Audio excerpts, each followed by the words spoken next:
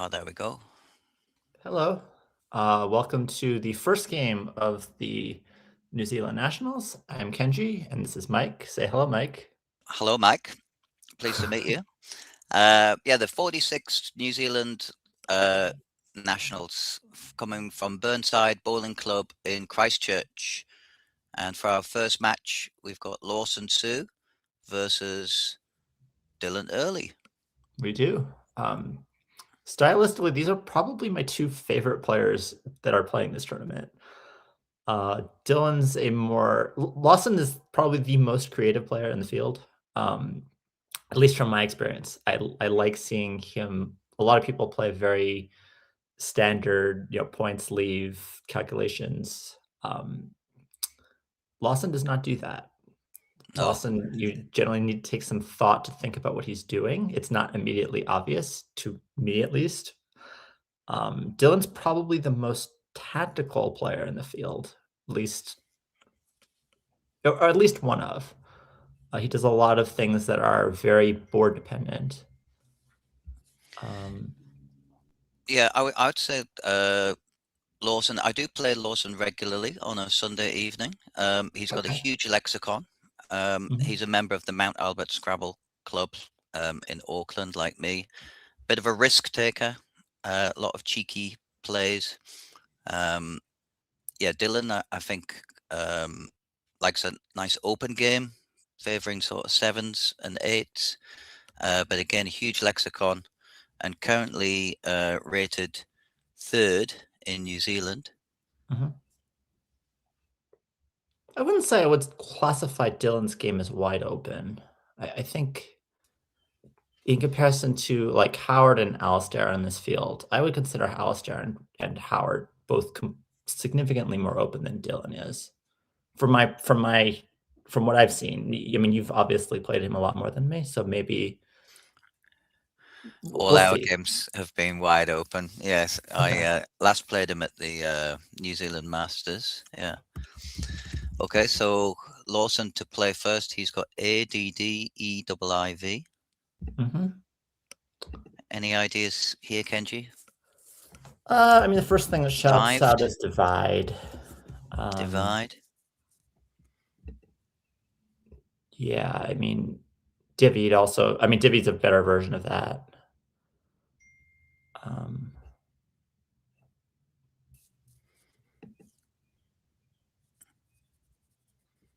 Definitely try and get rid of one, if not both of those eyes.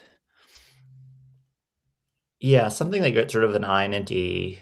You can play shorter if you want. You can play like Ivied if you want as well, I guess. And leave the D hook at the front. Yeah, Ivied and divvied.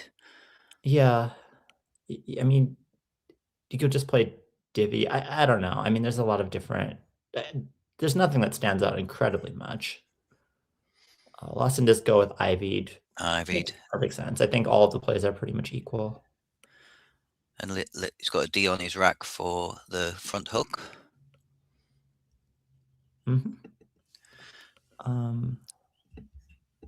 Dylan's drawn 3 E's, an I, an M, and 2 S's.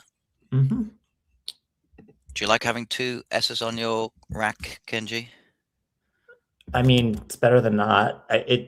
S's duplicate fine. I mean, obviously the first S is much more important, but the second S is usually a benefit. The third E, not so much. No. So originally from South Africa, Dylan has won the South African Nationals 6 times, and of course was last year's national champion and Masters champion. Yeah. Not a lot of great options here. I'm not sure what I would play as Dylan. He might take some time here. He has MEE lined up. That's certainly one of the options. Even something like Eve is an option, or EE is an option. So yeah, no 7s in that rack. Yeah, he's not too. He has the Mises lined up, but he needs a third S. Mises, wow. The act of vomiting, a Mises. Yeah. EMESIS. Yeah. Also semises as well. I mean, he might think about burning one of those S's just to give him a Maybe. reasonable I leave. mean, with what, like demise, like DEMIES, maybe. My experience from Dylan is he's not going to do that. I think he's going to probably play shorter. My guess would be MEE, but Eve makes sense too. Yeah, he plays Eve. That makes a lot of sense. Yeah, so that takes a front M hook and a back S hook, of course. So It takes a lot of hooks. yeah, It takes almost and every letter in the entire. yeah, well, You yeah, almost can't have a stone that doesn't hit that. LMNY. Yeah. Yeah, there's a T back hook. There's a there's an R. R and an N. Yeah. Yeah, it takes almost everything. So Lawson plays Our Dad. Nice. Very Undoubling. So quickly. he had 3 A's and so he that's good. He's played 2 of them. He's left himself with the leave of AR. Yeah, and that makes sense. Not really any other options, I think, even. Of course, both these players featured in the spin-off documentary. Have you seen that, Kenji? Yes. Alexander Gandar's Every Word Counts? Yeah, I think it's one of the best documentaries, not just in that neck of the wood, the entire world. It's a fantastic documentary. Everybody should watch it, whether you know these people or whether you don't know these people. But yeah, definitely check it out. So apparently the stats on the head-to-head for these two since 2025, Dylan has had 5 wins and Lawson 3. So quite evenly matched. Dylan definitely going to bingo here. Wonder if you could Probably spot choosing between playing the R in the triple column or the M. The R is going to give him 4 more points with remises, parallel to Aotearoa. But the M is a lot safer of a tile. So that's probably where he's thinking of. He has Misères lined up. I actually think that's what he's going to go with. Yeah, Misères. There's 4 sevens in that rack. So Yeah. that's a nice parallel play there, just 3 alongside of them our fit dad. parallel. Wow. Um, 5 2-letter words there. Yeah. He could have played remises in the same spot for 4 more, but he would be putting an R. And even though the R would work horribly with Lawson's actual rack, the R is generally going to be pretty dangerous. So misère, an undertaking in cards to take no tricks. It's a French word. So as Kenji said, remises was another 7. The other 2 were Merices and Messier. All playable, but that's a lovely parallel play there by Dylan. Lawson with the Q. Not a good way of playing it this turn at all. No. In fact, I don't think there's any way of playing it. Oh, there's Korma, which he's never doing. No, just in case Dylan does have that S. Korma along the triple lane would be. Of course, he's got QI, but that U and our dad has sort of become redundant. He can't use that with his Q. Yeah, I think he's just going to hold it and play either Hu or Oho. I think those are really his only 2 good options. Hu playing on the left side of Aotearoa and Oho playing on the right side, or U playing on the right side. Sorry.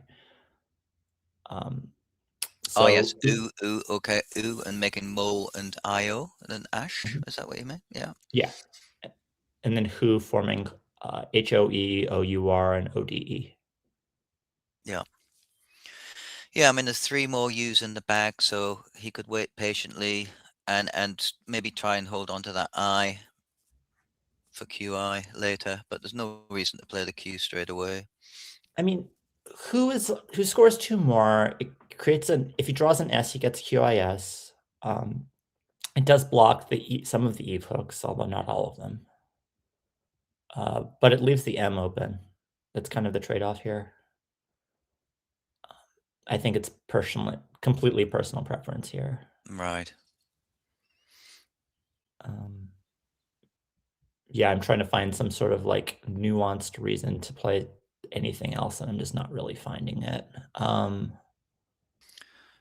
So as I mentioned earlier, Dylan Early is the defending champion, but the pre-tournament favorite is Alastair Richards, who's Yeah. the highest graded player in the Nationals and in New Zealand. Of course, Howard Warner has won the Nationals 12 times, is also playing. Joanne Craig and Blue Thorogood, who we're going to see after this match. Blue playing Stanley Ngundi. Yeah. I've actually seen Blue play a lot online. I've never seen him play in real life, but he I've plays never online played a him lot. in real life either. Yes, he hails from Christchurch, or just north of Christchurch. So yes, I've never really been down there to play, but I have played both of these players here, and Stanley, of course, who's Wellington based. Still So thinking Lawson, here. still thinking, yeah. I imagine he may come up with something pretty creative here, because this may be one of those times that he comes up with something. Well, Lawson Then is a risk taker, and yes, a very cheeky player, and he likes to play a lot of weird, low probability words. He's looking at Mo in the corner there for 24, just undoubling his O's, seizing that spot while he can.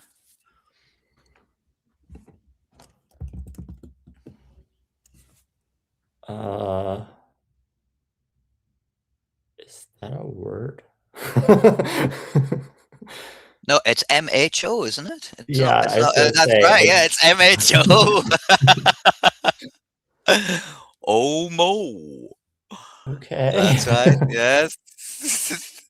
No. Happens to everybody. Yeah. Poor Lawson. It's gonna come off. Yes.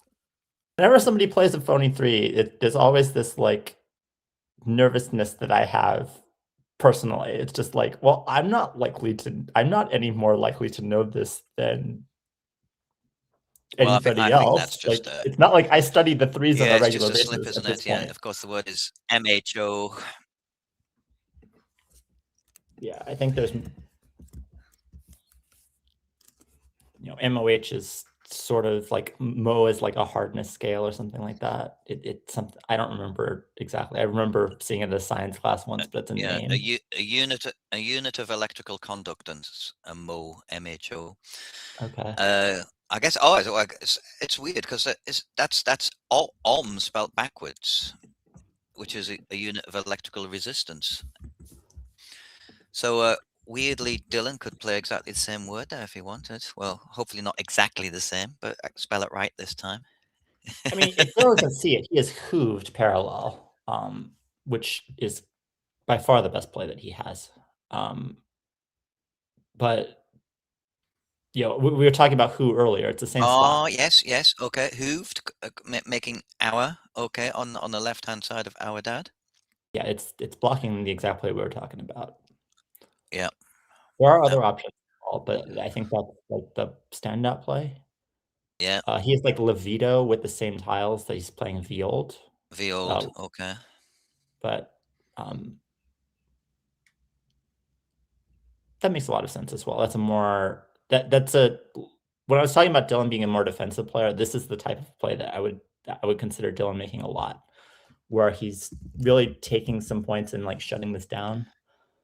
Because Yeah, Viold putting a V really out in does block the space. court That's hard. Because now the entire top left is like dead.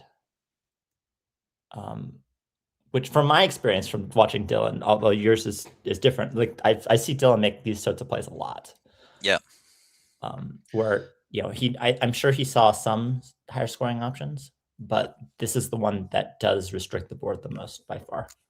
Right, and he's so well ahead. Yes, he can look at sort of closing it down a little bit. Yeah. Which that V does. So Dylan's drawn a Lawson, BHLNORT. yeah, Lawson plays OO pretty quickly.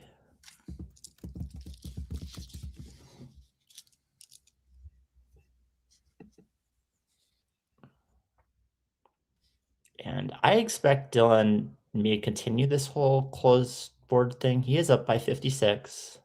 Yeah. There are no super standout plays. There are some plays that don't close the board particularly, and he may choose one of them. I mean, he has options between scoring about 30 and keeping the board a little bit open, although this isn't very open at all, or he can score 20 and close it down more.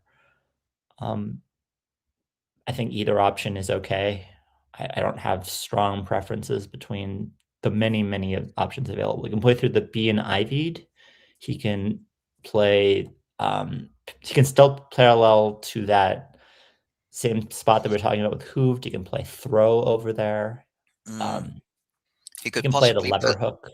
Through the E of either, he could play B Thorn. Yeah, birth. If he wanted to play long.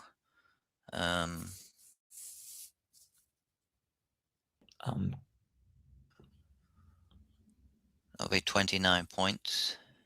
Yeah. I think from Dylan's perspective, Lawson's rack seems a lot better than it actually is. Because he just played OH, and then he just played OOH. So he's probably thinking that Lawson's rack is pretty good. It turns out that we can see it's not. In fact, it's really bad. But I don't think that Dylan knows that. So I could see something that's a little bit more closed than, be Thorn or something like that. If you wanted to play like Throb and Lever, I could totally see him doing that positionally. Right. Or Broth or something like that. Something that restricts the left side even more.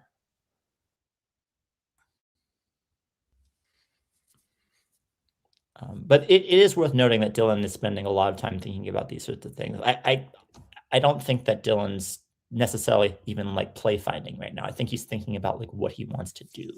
Yeah. So Dylan Early, if you've just joined us, Dylan Early versus Lawson Sue.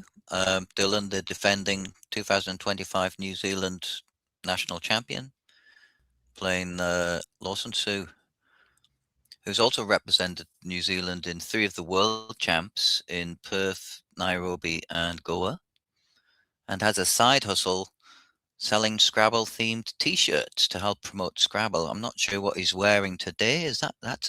Looks like, could that be a Scrabble T-shirt? Thorn goes down, hooking leave to make lever. Yeah, and this is exactly what I was talking about. This is not a points and lead play. This is a positional play to shut the board down further. Yep.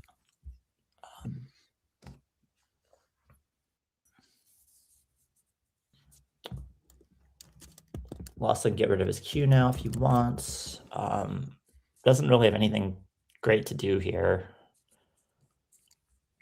So, possibly Chi underneath Thorn? Are you thinking probably about? Kaid. He could play Chi if he wanted to. He doesn't have the eye parallel.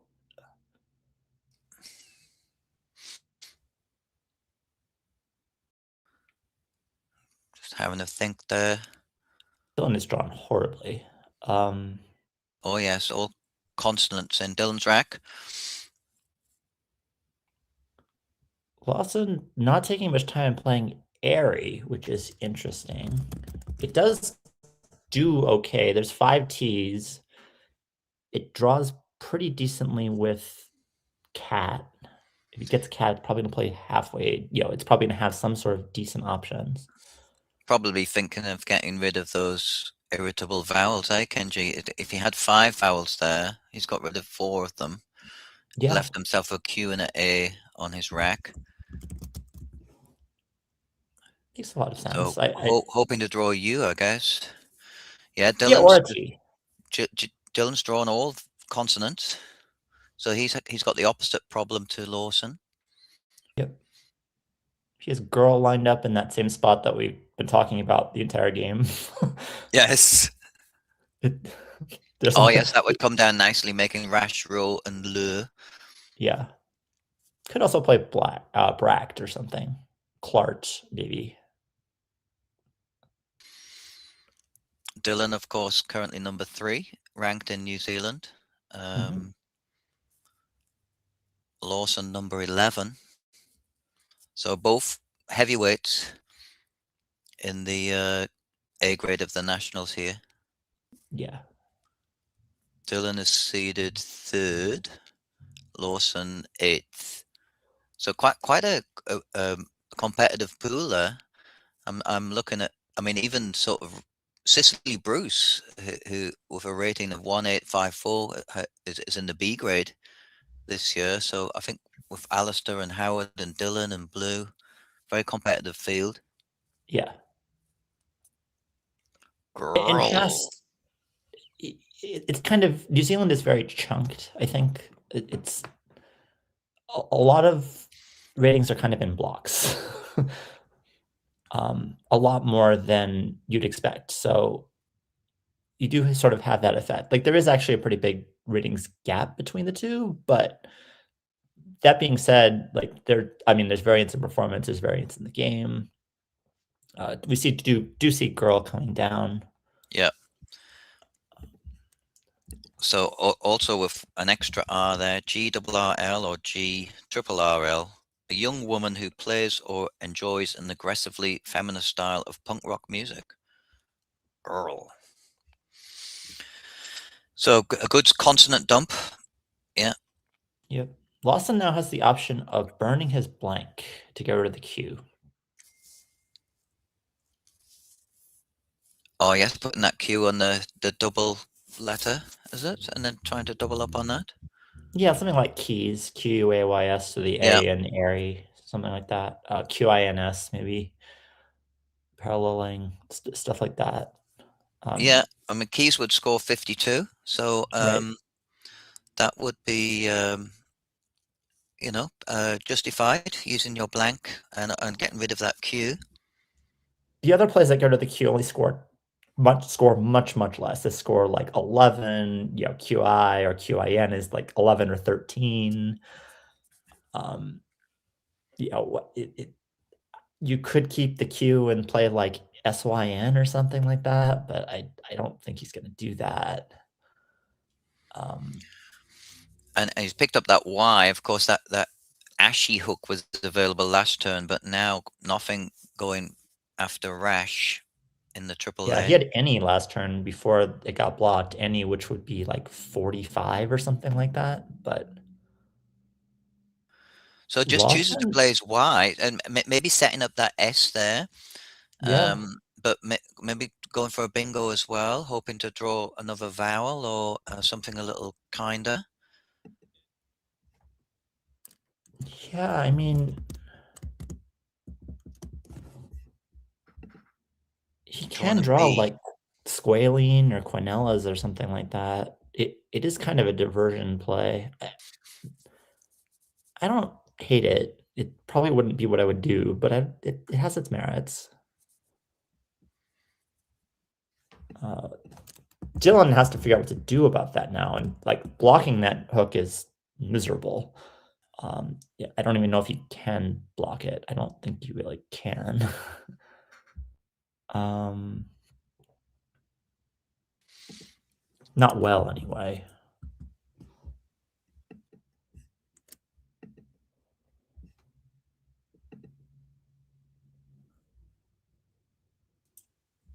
It's probably just thinking of playing someone on top, something like pub, something like puncto. Um, Puncto. Wow, that's a nice find. Octet. How's he playing there? it's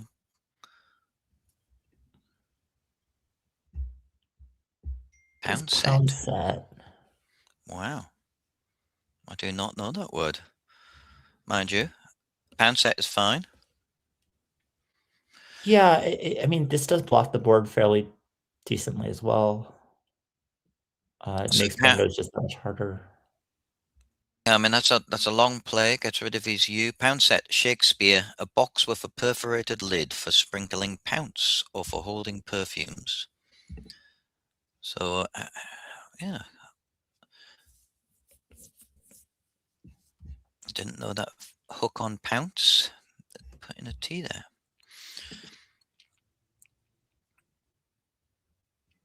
So Lawson has Incolabs lined up, but there's no I.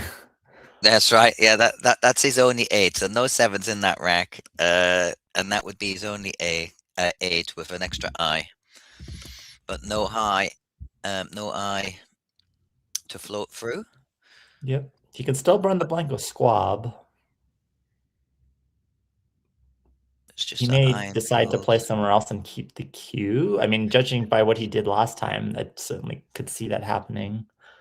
Can you see anything through the U of pound set now? So that's sort of in the triple word score line.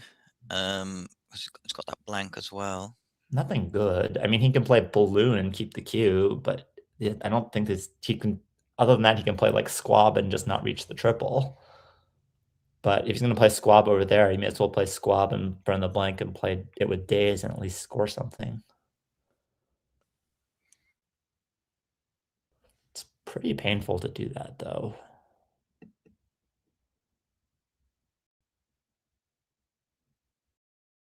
He has picked up the Q.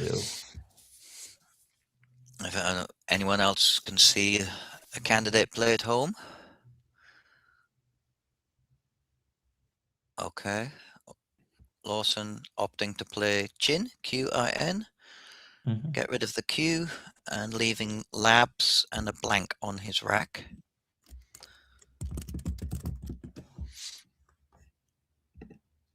So he's got the S to hook under pound set, and also there's other places to play 7s if he draws well, like under the HE.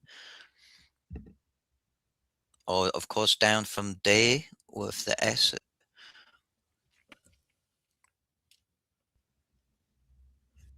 Dylan has options here. Newbie is probably the most standout normal option. It kills the HE hook. It kills the pound sets hook a little bit. It does limit the board. Judging by what Dylan usually does, that's kind of what I would expect is like the most normal play. He So does other options as well that are quite newbie reasonable. making hen and Yeah. reaching to the double word score there. Yeah. So Lawson has 3 7s on his rack. See if you can spot them at home.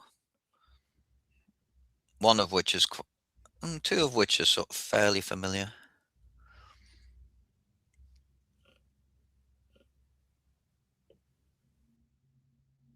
I'm not sure if any of them play on this board though. Yeah, I mean, Dylan's done a pretty good job of closing this board.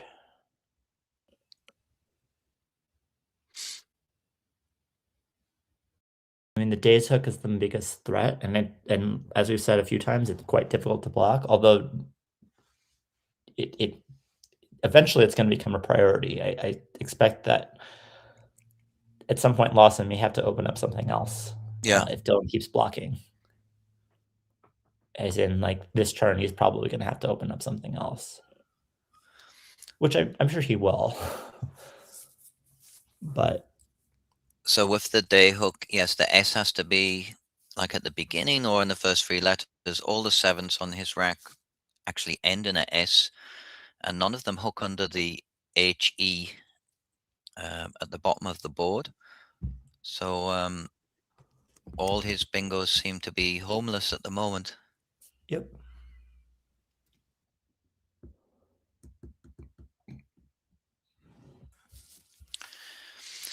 So what's Dylan thinking about? He's going to get rid of some of those vowels. Or is he? He's actually trying to block the Days hook, I think. I think that he sees that as a big problem, and it is. Yes. I'm sure that if he had something that played through like the AS underneath Days, like he has WASC. If he had something that was a 5 that played there, I'm sure he would have played it immediately by now.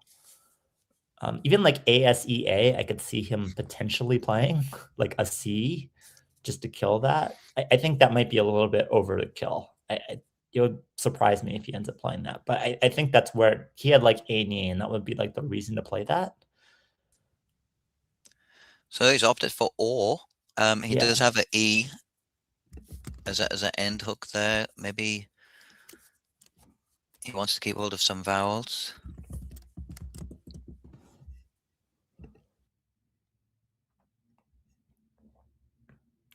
Interestingly, like all of Lawson's things are close to applying there, but none of them do.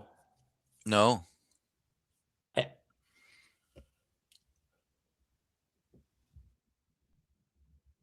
I expect that he's going to do something that's going to open the board on some level here. Something like Belgo would make sense. Creating a second S hook, second good S hook. Yeah, I think that B makes life difficult, doesn't it, for Lawson? I'm not a big fan of the B. Yeah, I mean, he could drop either the B or the G just as one tile on at 01 just for 18 or 21 points. Like Mog or Mob, I could see him doing that as well. He does have to worry about if he does that. Dylan is going to close the board. Yes. Although he doesn't really have a good racket to do it with. Actually, Dylan's just going to play debuting. That's what's going to end up happening. But there's no way that Lawson's going to know that. No, that's right. Yeah, debuting goes well at the top there onto the G of girl.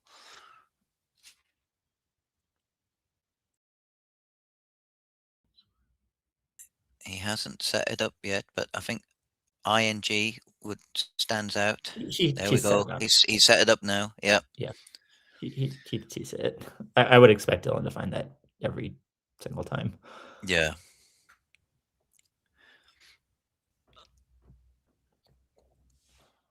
Lawson's favorite motto, I'd rather be lucky than good. Hopefully very, very lucky. Well, he's lucky enough to have the blank this turn, but 3 homeless bingos. Yeah, Lawson really does need to set up another S hook. I think it's not going to turn out mattering, but it really needs to be a priority.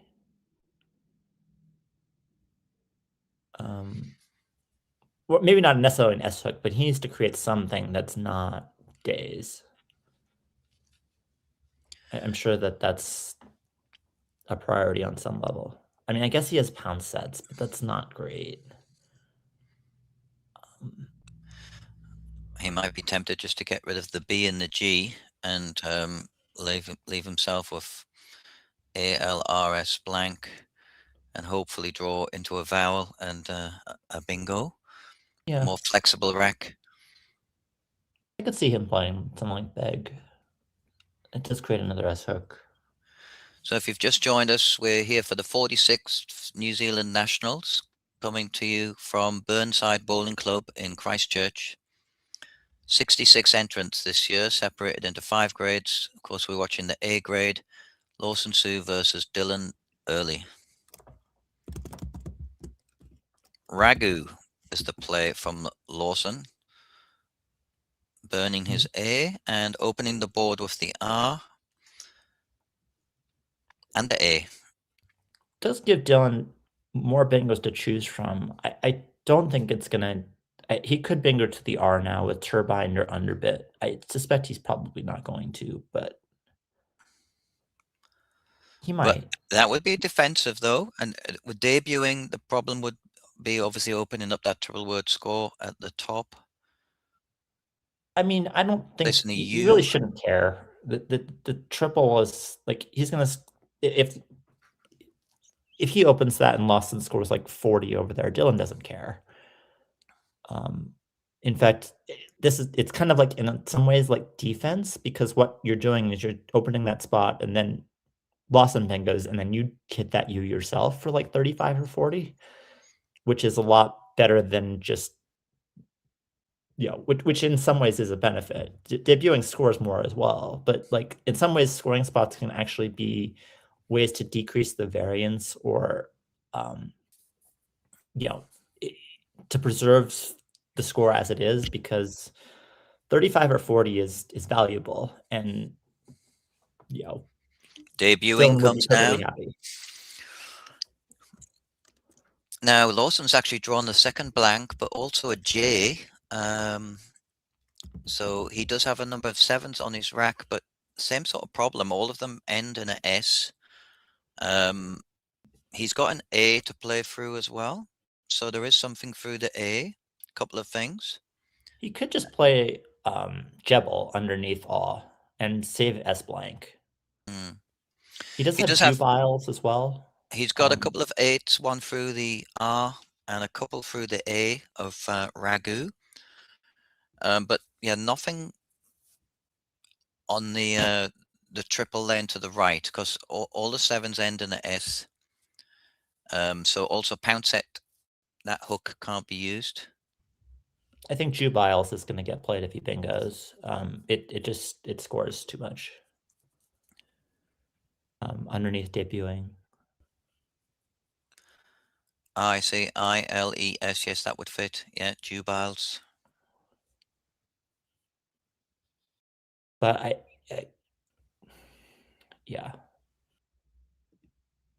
Nice find, Kenji. Jebel has to be tempting. I would be thinking a while for Jebel. Like, Jebel scores 56 and keeps S blank. Lawson's behind a lot. If he burns all of his resources now, it's going to be pretty grim. Yeah, so Lawson behind 150 points here. Dylan's just played his second bingo, debuting, having started off quite early on with miseries. Lawson looking at BEJLS blank blank. I could see him playing Jebels and a Wii as well. Just because it's something that would like introduce some variance into the situation. Cicely Bruce in the background.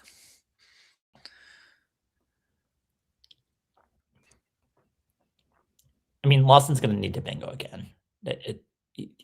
Even if he bingos again, he's probably still losing. He's probably still behind. But he needs to do something that's not just like mucking up the board. He is playing Jebel. I'm not surprised.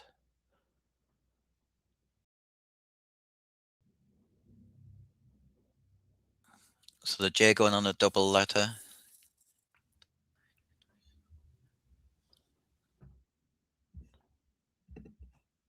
$56 points. Yep. Very likely to bingo next turn. So Jebel taking the S hook and a D in front. So Lawson leaving himself a blank and a S and scoring quite highly with that over blank there with Jebel. Mhm. So the format for the Nationals is a full double round robin for the first 22 games and followed by 2 rounds of King of the Hill. So these guys are battling an epic 24 rounds of Scrabble this weekend in Christchurch.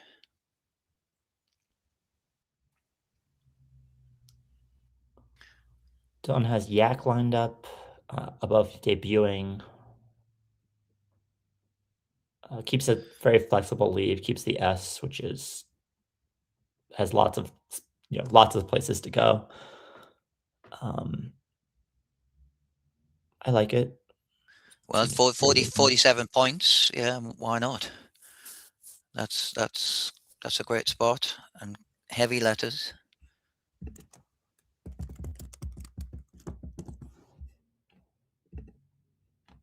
Increasing his lead. Yep. And blocking Lawson that spot. has Inswept. Which would go down on the right there, yeah. Yep. Has he got anything to the R or through the R? Even if he had something, I don't think he'd ever play it. I do think Lawson will find this. When you have a rack like this, you're pretty much always making the blank a vowel. So even though it has a blank, you're basically saying A, E, and O. Is there something that's one of those letters? Because those are by far with that rack the most likely things to make a bingo.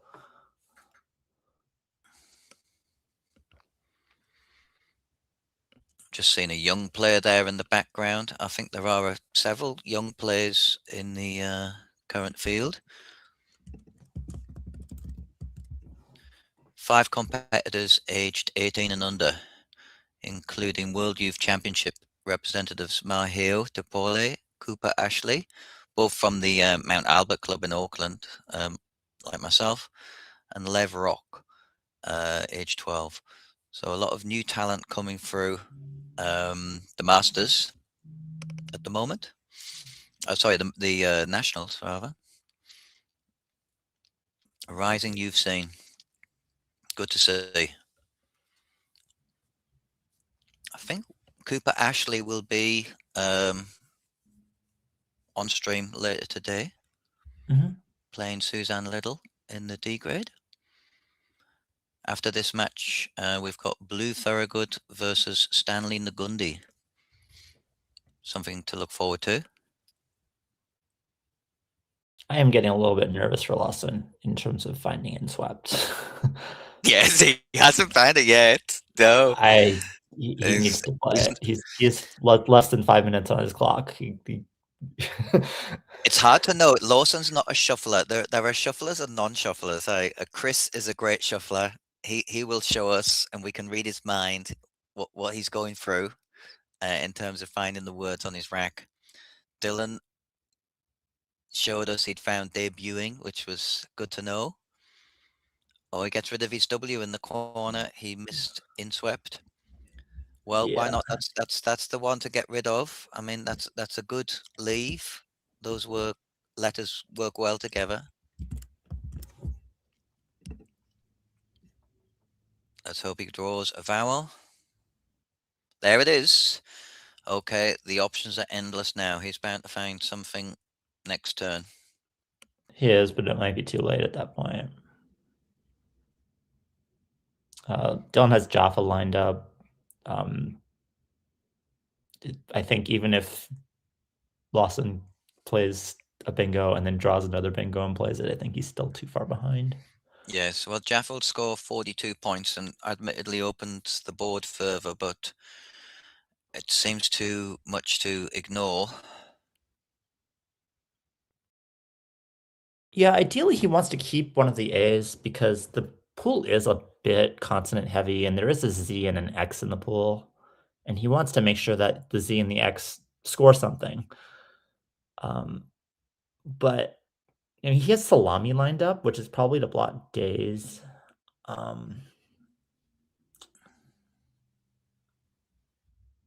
don't know. I could see a lot of plays here. I think a lot of different plays make sense. The key here is you just assume that Lawson bingos now and assume that Lawson bingos again next turn. And it's like, okay, assuming that happens, how do we win this game as often as possible?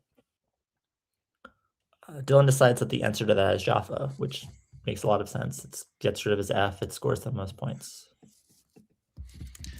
And Lawson has found pisting. Nice position of the P on the double letter score. I don't think that's a word. No? I have played that before. It came off. No, it's not. It will come off.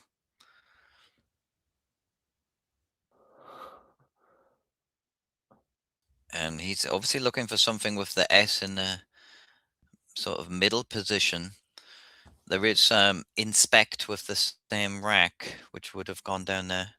Yeah, but it doesn't put the P in this. He was looking for something that puts the P in the. Yeah. There's several words onto the R or starting with the R. And ending in the R as well. Dylan should be thinking, like, Dylan's got 4.5 minutes left, so he may not feel like it's worth his time, but he probably should be spending a good deal of it here. Like, he knows Lawson's exact rack. There's a lot of things you can do when you know Lawson's exact rack. And I know it's just for spread, but it should actually change Dylan's choice a lot. I mean, that's one thing about Lawson. He will take risks. And I mean, why not try pesting? I don't know, to be a pest, to actively pest someone. Pesting. It sounds feasible, but it's not in the lexicon, Lawson. Sorry.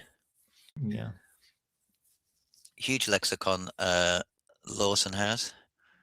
He has mainsail lined up. He does have better, but mainsail does fit. Mainsail would be very nice for the A of Ragu. Miss Lane is just too much. Like Or the A of Jaffa, maybe just block that bottom spot. That's maybe more threatening. Miss Lane is just too much. Mhm. The 94 points is just far too much. She has finalism as well, which is also better than mainsail. But Miss Lane is just far too many points to play anything else. It also blocks the S, which Lawson obviously is going to play if he does miss all of this. Okay. I mean, he's short on time. This wins 100% of the time. Yeah. So Dylan playing mainsail and blocking that A at the bottom of the board. So Lawson will either have to play in the triple lane on the right or onto the R or through the R of Ragu. The pool is a mess. Dylan's draw is not going to be very good.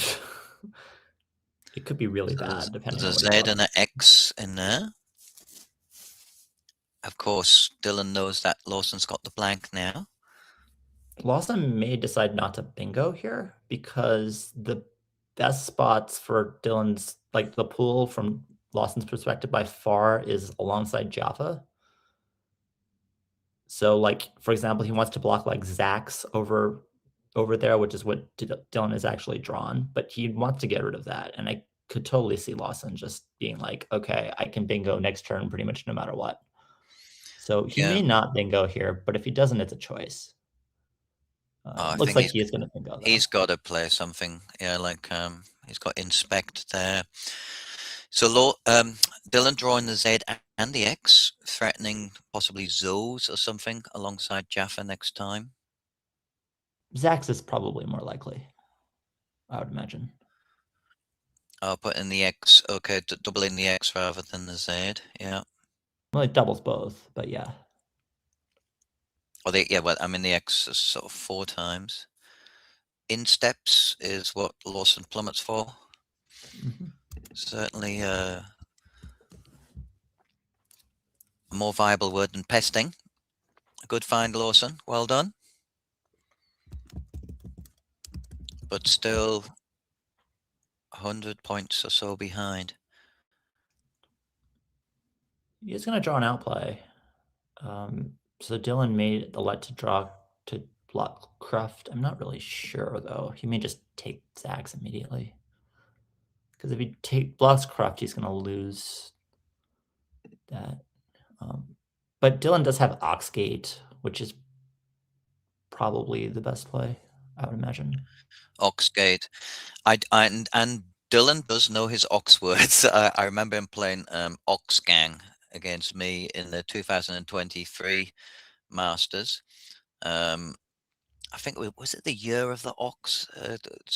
Not so long ago. So there was I'm a regular contributor to 4 Words, the New Zealand Scrabble magazine, and there was an article on Ox words.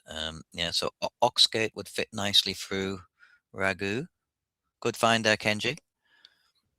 Yeah, more importantly, just blocks Cruft. That's the main benefit. Right. And then he still has Zoes, which is going to get blocked, but he can play Zio off and still score pretty well.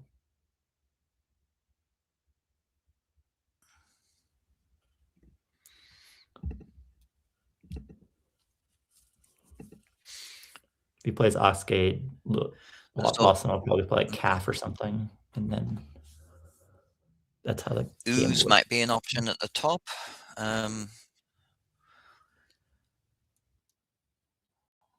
For 46 points for Ooze, but leaves an X on his rack, yeah. And doesn't block Lawson's outplay, but that's quite a lot of points, 46.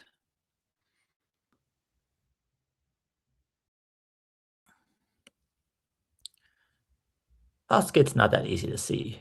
Like Oxgate would be impressive if he finds that. And Zax would score 32, 42, 43. Yeah, he's going for Zax. Probably knows that Lawson's going to go out next turn and wants to get rid of his heavy artillery. 53, yeah. So comfortably ahead.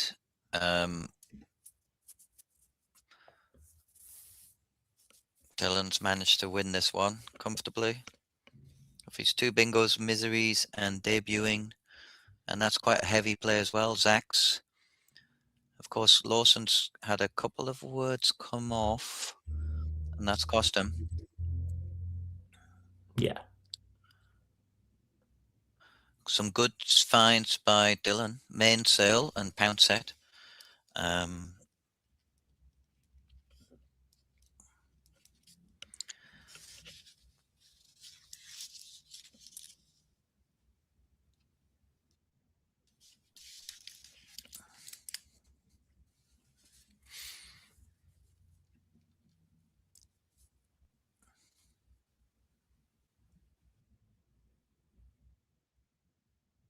After you play, some phony words that come off, being confident of a word like cruft is probably actually pretty difficult.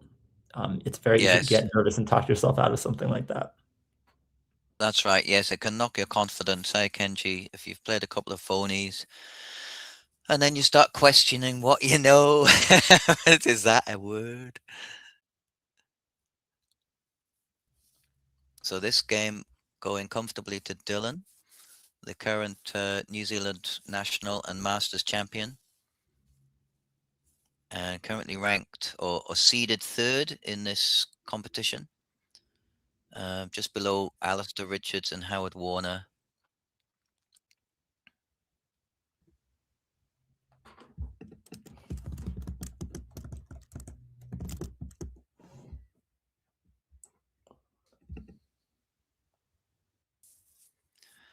So He Lawson does has have got, 2 out to the sea. yeah, he has Chi and Sell. Yeah, so there's a couple of places where he can drop that C.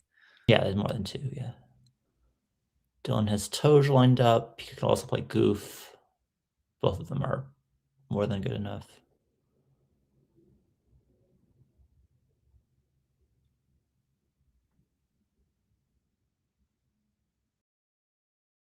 And there goes Toge. He plays it on top. He could have played it paralleling, debuting on the other side for a few more, but doesn't really. 3 more points isn't really that big of a deal. No. Clever outplay. Missed that one. Nice spot, Lawson, and good game. So Dylan cleaning up here in this first game of the 46th Nationals in New Zealand. Yep. 3 bingos to 0. Miseries debuting and mainsail. Good game from Dylan early there. Confident start. So Dylan likely to be in first place after this game. Yeah. It's a pretty large margin. So we're going to go to Blue versus Stanley soon. Blue versus Stanley. Yes. Round 2. I'm looking. I've seen Stanley play once, and I've seen Blue never play. I've never seen Blue play live. I've seen him play online a lot. Yeah, I haven't played him, and I haven't seen Blue play. Blue Thorogood is from Rangiora, just north of Christchurch, and currently ranked 4th in New Zealand, and represented New Zealand at the World Scrabble Champs in 93, 95, 2009, 2011, 2013, 2015. So lots of experience under his belt. A New Zealand Masters champion in 2016 and national champion in 2004. Stanley hails from, well, he hails from Kenya, but he plays at the Wellington Club. I've played Stanley recently in the Masters. I know he studies a lot of high scoring 7s and 8s with Q, X, and Z. he played out with unquoted against me at the Masters this Nice. year, using the N as a blank and with 2 U's. I was impressed and flattered by that. So he holds the title of New Zealand Grandmaster, and he's currently ranked 13 in New Zealand. Do you know how Stanley plays? A lot of people who play from who hail from Africa play a very different style than I would say almost the rest of the world. I mean, Does he? he loves his sevens and eights. He's a good bingo player. I like his style a lot. He's got a good sense of humor. Big Okay. Man United fan. I enjoy playing it. He plays a colourful game like Lawson. I'm not Okay. sure how sort of strategic it is, but yeah, he likes to go for the bingos. Um, as I say, I don't really know about Blue's game. Haven't seen him play before, and haven't played him myself. Blue's a But pretty looking open forward to. player. He plays a lot. He plays not that different from like stylistically from you know Alastair Howard from what I've seen. Right. It's very open and and aggressive. Um, at least online. Sometimes people play very differently online than they do in person. Well, he's seeded fourth. So and Stanley is seeded sort of let me see, ninth in the nationals. Yeah. So When but they teach Scrabble in Africa, they teach Scrabble. They have a lot of very different like heuristics and rules of thumb as to like what are the standard like basic fundamentals as to how to play. Um, that can be very jarring if you're not used to them. Um, yeah. it does take some. I mean, if you play somebody, if you play this person a lot, it takes some time to get adjusted to, and you when you watch them play on stream, for example, or commentating them, you see some things that if you've never seen it before, will be at least from a Western perspective, from non-Africa, not non-African countries, will seem a bit weird. The first time that I've ever seen these sorts of things, I'm just like, why did they do that? Why did they do that? And then like you listen to them give the Mm, explanations, and it's like, okay, that makes sense. But it's not the same as how it is in the rest of in New Zealand or America or England, or they have a very different idea of what the fundamentals of Scrabble are. that's But that right. doesn't Yeah. mean that And carries over necessarily. Different people obviously have different views. Like you can't just stereotype, okay, well, this is what they teach in Africa, even though no. that there is some similarity within from country to country and in terms of they do communicate with each other, so there is some sort of similarity the same way that there's a similarity with any set of countries. Most of they do share information, they do share knowledge, and you do sort of get a little bit of that from every country, not just from Kenya or Nigeria. It's the same thing with New Zealand. If you I do. Yeah. that there's certainly you can see influence among players that are from different regions that um, in different ways. Here they are. Facing off, Stanley, Ngundi, and Blue, Thorogood. Yep, Stanley originally hailing from Kenya, but yes, playing on the Wellington team. And Blue, Thorogood, lives in Rangiora and just north of Christchurch. I think he plays occasionally in Christchurch and a lot of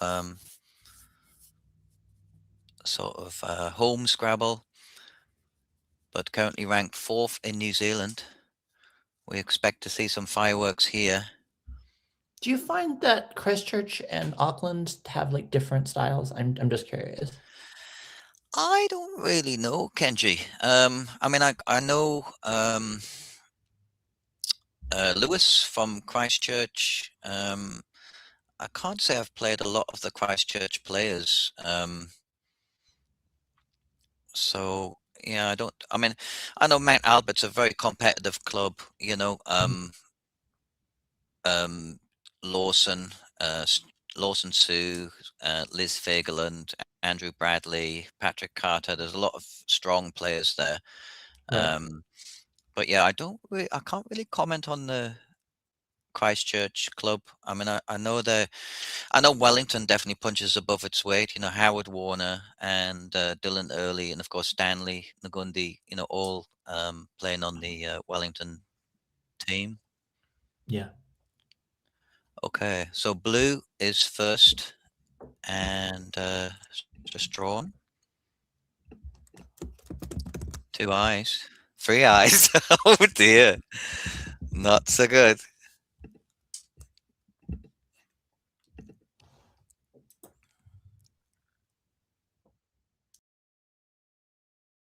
Don't see the other tiles yet. 3 eyes is never good, and 2 more eyes on the other side. Oh dear, yes. P. I don't know what that was. O is that? A C. Okay. Yeah. Oh, that's C, not 3 eyes, ESP. What would you be thinking here, Kenji? A possible change or? Possibly, yeah, probably. Probably just 2 eyes. Yeah. Usually you'd think that like the P and the C are not like that great together, but P and C actually in this league goes pretty well. Yeah, I think P and C have got a nice synergy together, like a P and an M. I did study some sevens with a P and a C. It's quite rare that you draw them together.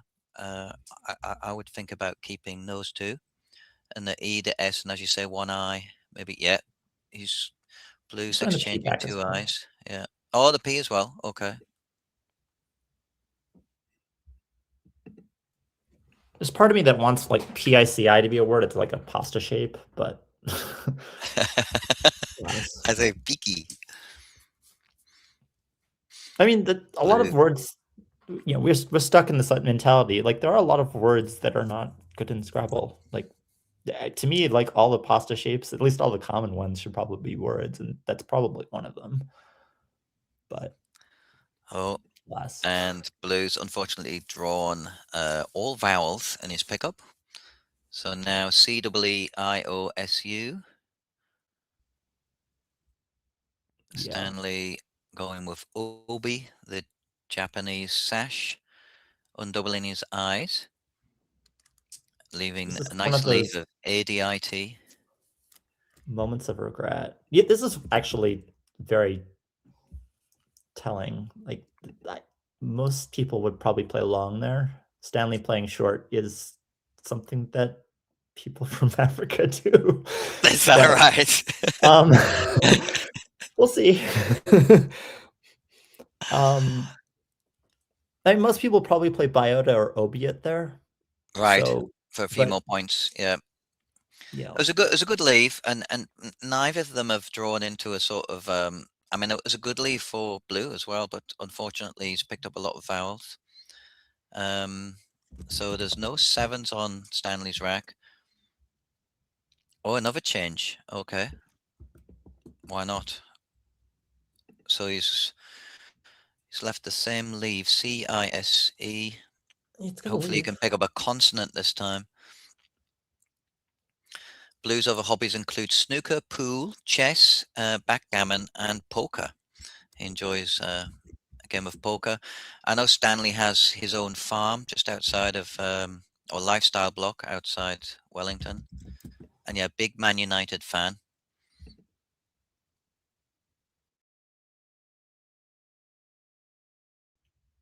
If you've just joined us, we're at the that great either, honestly. 46th New Zealand Nationals, coming to you live from Burnside Bowling Club in Christchurch. Second match of the day, Stanley Ngundi versus Blue Thorogood. We'll be watching Murray Rogers and Sue McRae after this, and Lewis Hawkins versus Dylan Early, last match of this morning. So Blues found another C and what looks like an R in the bag. Double CEISRT. Is there anything in there? It's a B? Yeah, okay, it's a B.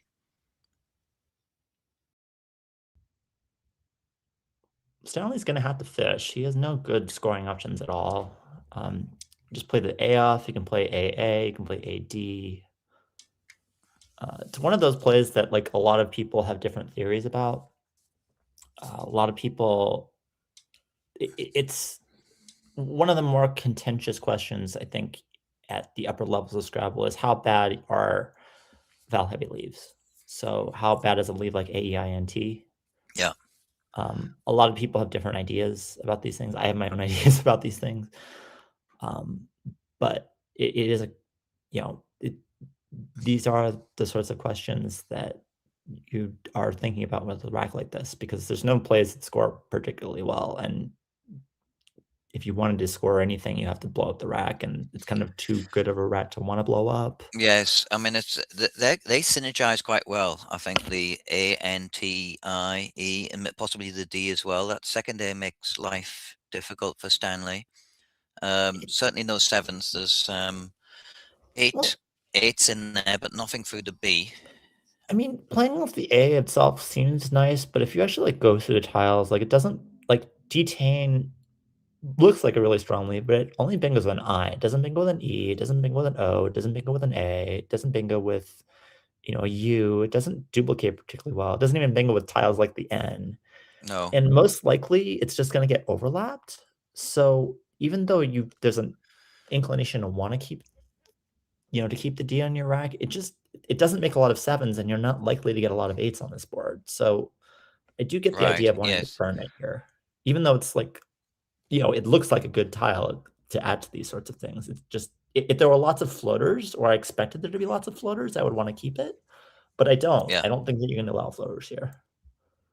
I mean, I think that was a good leave, ANTIE, but unfortunately Stanley's just drawn two vowels into that.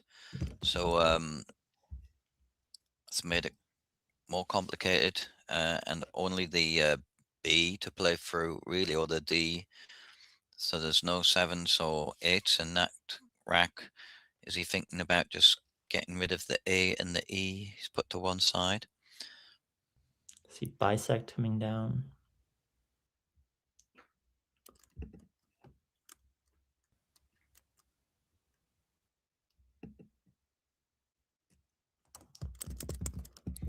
Very nice play from blue. Bisect making obvious and D. So I guess the letter we can't quite see is a C on his rack. I think he had two C's. It is worth noting, as I mean, I'm mostly keeping this from my own notes more than anything. He did choose to play short there as well. Yeah. This time he's not playing short. He's playing Tay-Night, which makes a lot of It's a sense. double. Yeah. That'd be 28 points and gets rid of a lot of those vowels.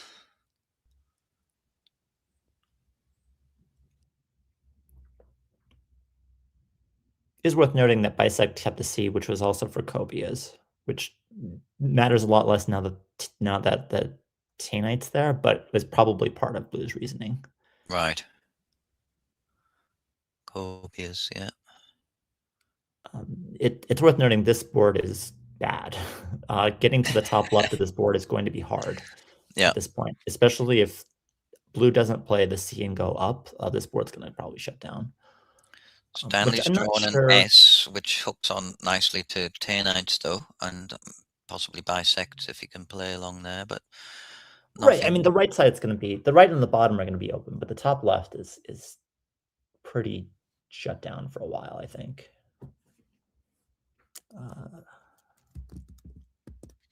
Blue's highest score was 721 at New Zealand Masters 2021. Currently ranked 4th in New Zealand. What's Blue's last tile? CHWQE something. Can't see it.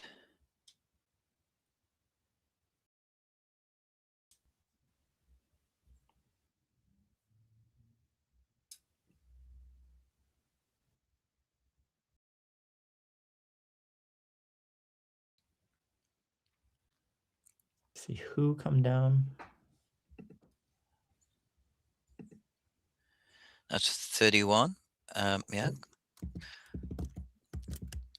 So electing not to keep that powerful CH combo on his rack, but yeah, that's a good play.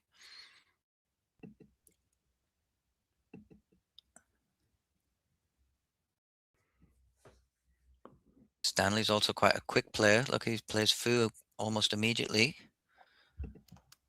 He's choosing to play foo and not choosing to play goof, which is like a choice here. I'm sure that Stanley sees goof, and I'm sure he's vetoing it. Well, he's got that I and might draw into an N for I and G. I'm not a big fan of the G. How do you feel about the G, Kenji? Are I you? think the G's awful. I don't. Oh, more vowels for Stanley.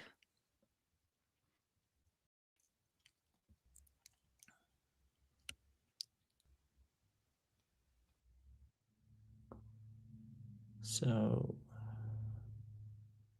I expect QI to probably come down.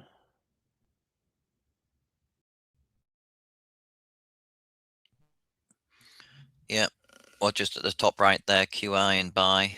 Yeah, just get rid of that Q.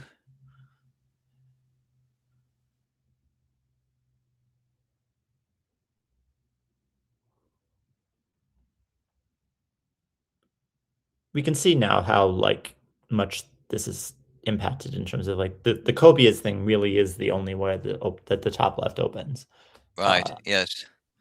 I mean, I think it's becoming more like visually obvious.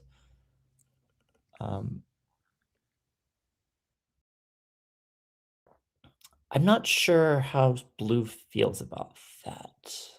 I think Stanley. My guess is from the way that Stanley is playing, Stanley is perfectly okay with this.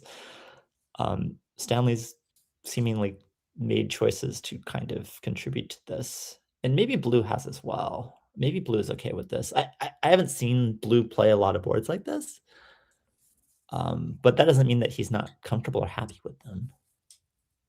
In fact, he probably is happy with them, or at least okay with them. Though maybe not. Certainly given his a lot of thought to this next play. I do wonder what his last tile is, because if the vast majority of times he would just play QI immediately. So I'm guessing his last tile means that it's something that doesn't make him want to play QI immediately, which is there aren't C, very double many of E, those. I, T, and a Q.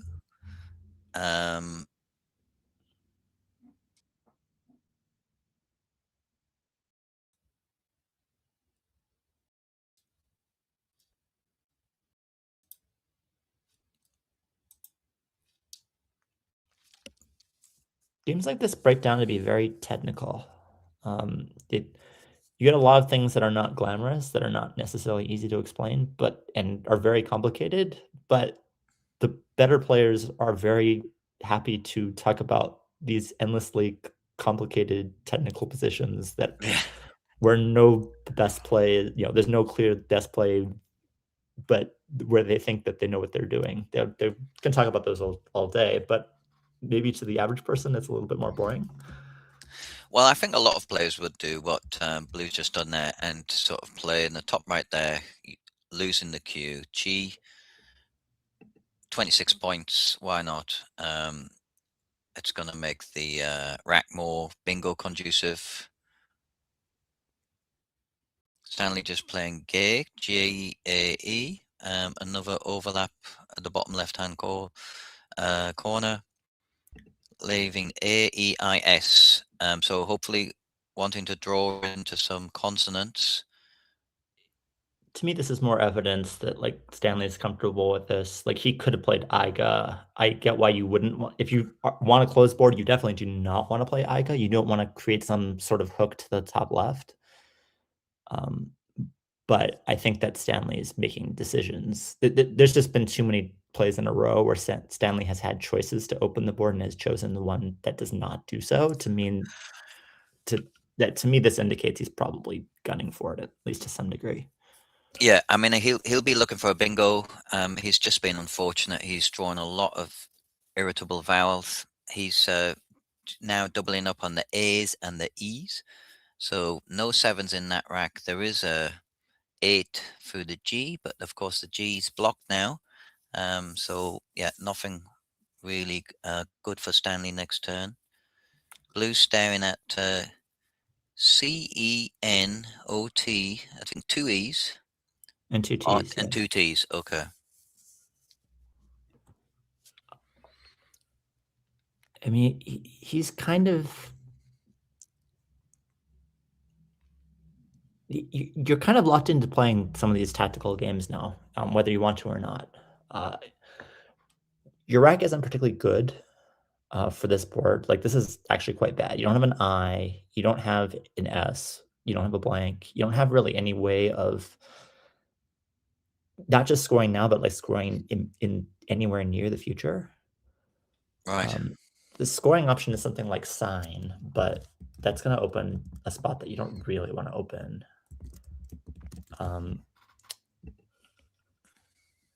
So he chooses to play tech. Okay, and undouble the T and the E. That's nice. So he's left tone on his rack, has he? Tone. I get it. I don't really like it. This like TENO is a good leave, but it's not a good leave on this board. There's just you're gonna get a lot of bingos that don't play, and you're not gonna get any floaters. As we see Stanley is definitely trying to close the board. There's no question in my mind anymore. I didn't know before this game started. Now I know.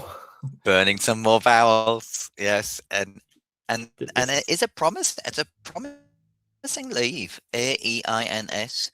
I mean, especially throw a T in there. That's a gorgeous stem there. AEINST. But let's see if Stanley can draw a couple of consonants. That'd be nice. Oh, there's an M. That's good. And an H. Just draw Haymans, which is gonna play. Yeah, Haymans. Okay. Yeah. But Stanley's in no rush. Like, Stanley doesn't need to draw a bingo immediately because he has an S on this board. So he has like a clear plan as to how to get to a bingo, whereas TONE has no clear plan. TNOE just kind of sits there and doesn't do much. It just like when you draw, like you get into another situation like this. What does blue really have here? Like, does Hemans go down at all? It goes to FAH and Toya. Oh yes, of course, yes. There I think he's found it. There's also Jimenez, which parallels on top of Obia's. Nice. Okay.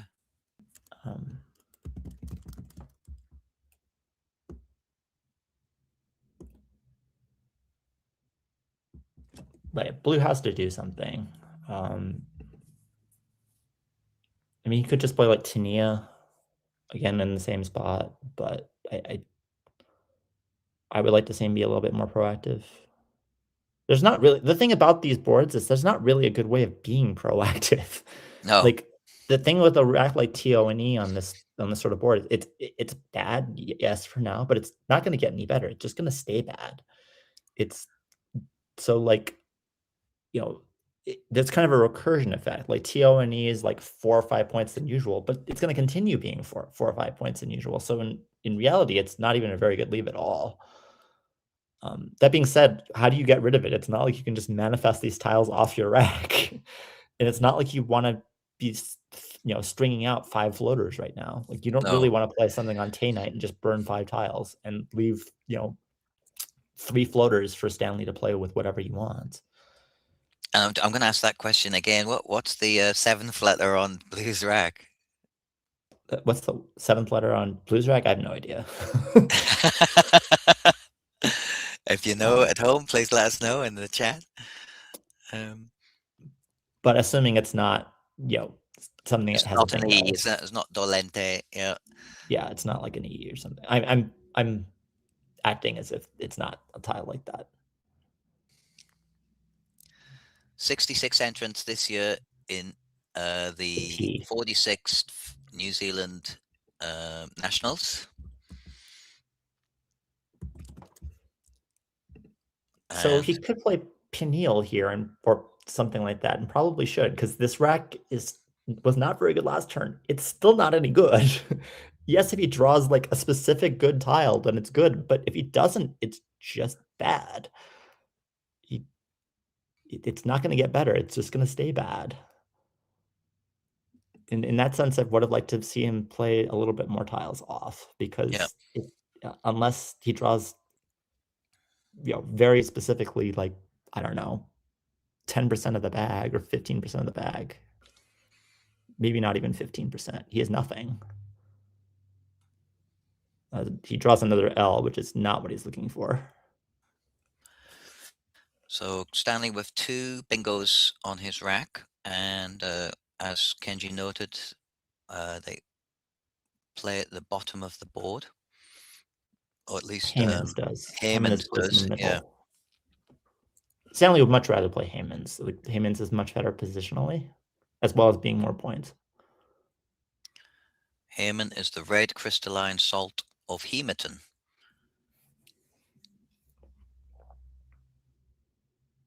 It's not that easy to spot, like, the Toya spot. It's not like trivial. When you see Toad, you're looking for the D and you're looking for the S, and you're not necessarily thinking about the A immediately. No. Well, Stanley's missed it as well, so he plays tech and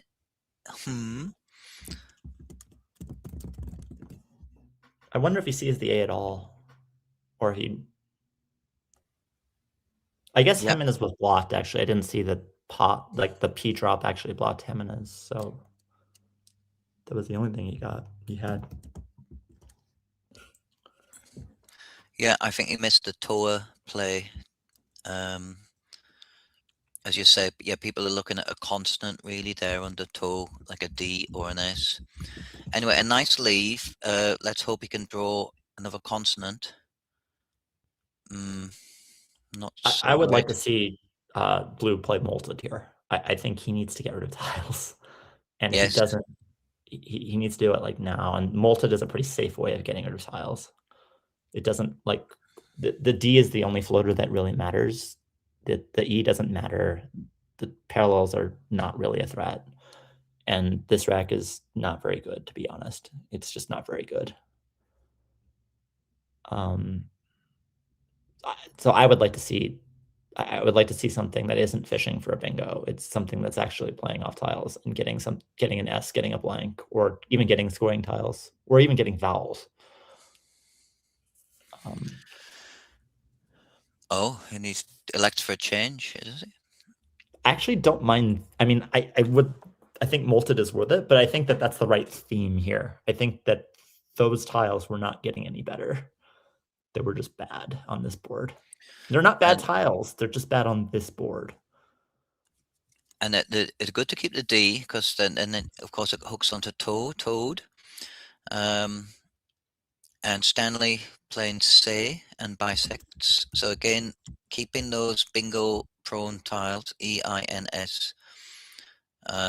Hopefully going to draw into a bingo next play. I think they're both missing the Toya hook. I think they might both change. I mean, we haven't seen Stanley or Blue draw an A yet, but I think it's likely that Stanley would have done something with Toya if he saw it.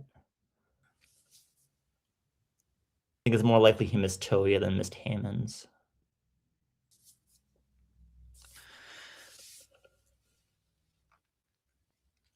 So currently game 2 of the 46 New Zealand Scrabble National Championship. Stanley Ngundi facing off against Blue Thorogood, and not much in it, just 2 points.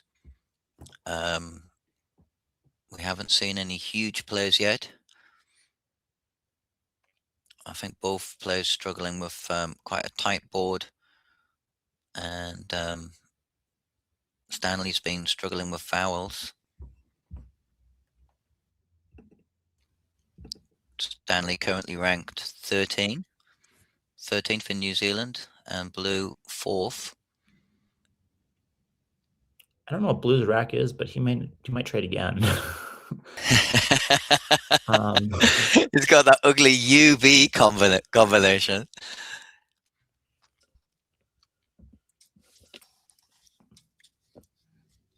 That's kind of why I was saying that, like, Molted is a decent idea, because, like, it's hard to find places to play that are safe. Like, you could play like LUD under GAE, for example, that's not safe. That's going to get overlapped for a ton.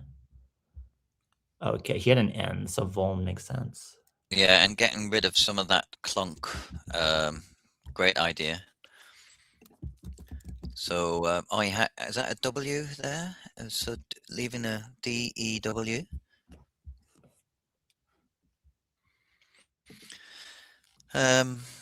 So Stanley drawing a Z, a U, and a L to his E-I-N-S. I think the Z, U, and L are probably going down on the board here. Oh, they're not. He's playing Z. That's interesting. I did not expect that at all. Okay. It's 39. Do you think Kenji's playing that S there just to block the fan hook? Yeah. So blue can't go underneath on that triple lane, but he can, of course, he can come across with something like weed. I mean, that would be great, eh? Well, Stanley's just trying to stop bingos. It's been clear that that's his theme in general. The fact that Blue's going to play weed for 55 is kind of a problem, yeah. which is why I'm surprised he did that. Yep. But yeah, I mean, leaving the Z there. I mean, I read a book recently, Around the World in 80 Games, by Marcus de Sautoy, who's a mathematician, and he said that the Z should really be recalibrated because now we've got ZA, Z, and ZO. Of course, when Alfred Butts started the game, none of those words were permissible. So yeah, 10 points. So leaving that Z on that, almost in that, just above the triple word lane is quite dangerous. You know, you've got lots of vowels that go underneath that. And of course, fan has a number of hooks as well. A K, a D, a G, an E, an S, an O. So yes, there we go. Weed comes down. I'm not a big fan of the idea of recalibrating the Z. I mean, you need good tiles, and you do want good and bad tiles. I might be okay with the Z. Like, I would be okay with some of them, but the idea that you need to recalibrate, I think you don't want a game where all the tiles are equally good. No, that's right. No, but I think, I mean, it's just a hypothetical idea, just in terms of how the value of some of the tiles have changed over time. Like the V, for example, you know, I think it's a lot stickier and probably worth more than 4 points. He was just arguing that with the presence of new second two-letter words, the Z, you know, it's still worth 10 points. It's certainly a nicer tile than, for example, the Q. You know, there's just QI really, which was a breakthrough. It's probably the most commonly played word in Scrabble. QI. And the Q's a lot tougher letter than the Z. Right, but we didn't have to make the Q like 15 for it to be like even an okay tile. I'm not suggesting that. Yeah. I like the element of luck in Scrabble. So drawing the Z is you know, always welcome. Okay, Stanley's looking at jar-like. Is that a word, Kenji? Looks reasonable. Don't think so. I'm going to defer to your better judgment there. I don't like jar-like. It doesn't play anyway, but I don't think it's a word. I certainly don't like Raj-like. So well, he's just lining up Raj because Raj plays. Sure. Yeah, Raj plays under E to the double word score there. Underneath say. I mean, you need to play biter. If he sees biter, that's the place to play here. Yeah, that being said, it's not really fit with what he's done the rest of this game. No, he has been fishing a little bit for those bingos, and leaving sort of promising leaves. He's been a bit unfortunate. Ja Rule coming down. I would have played something like Jaker on the right. 26. Yeah, lose the K as well. Yeah. The thing is, I'm sure that his thinking in part is that playing the R over there leaves an S hook. and he doesn't want. And if like blue bingos with an S, then he kind of just loses on the spot. But I think that you still there's only one S left, and if it's a blank, then that changes the calculus entirely, and you don't necessarily care about biters anymore. Yeah. So that's what he was thinking, I think, but I don't necessarily subscribe to the same thinking, even though I think it's reasonable. I understand it. I just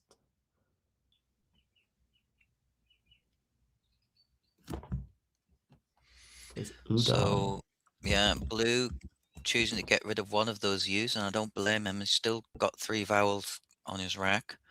Udon, parallel play next to Jar.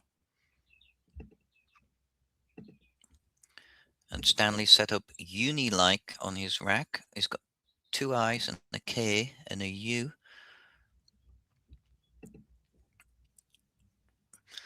I think, it makes perfect sense to have the like suffix there and just play around, see if there's any like words that he likes.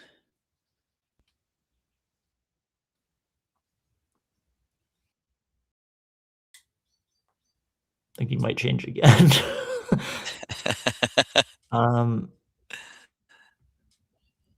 At this point, there's 2 blanks in the bag. There's an S, there's an X. There are some like decent things in the bag. Like both of these racks are pretty bad. I mean, I guess the S for blue is pretty good, and at least one of the E's is pretty good. The R would normally be good, except there actually hasn't been. There's only been one R played the entire game. You see, blue's deep in thought there, puzzling over his rack. What? Nile is not a word. Hopefully, won't stay on. I don't think it will. It's just line and I think blue is challenged yeah. at every party. Might be the longest river in the world, but hasn't made its way into our lexicon, not yet. Most rivers are not words.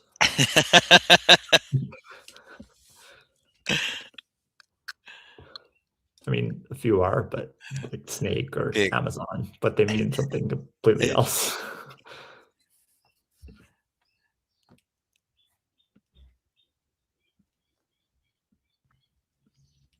That's right. Amazon, a powerful woman. There you go. So Amazon would be allowed, but not Nile.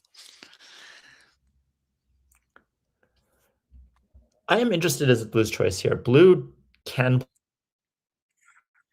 play out of the very serious case for exchanging here. Yes. The blanks are starting to matter.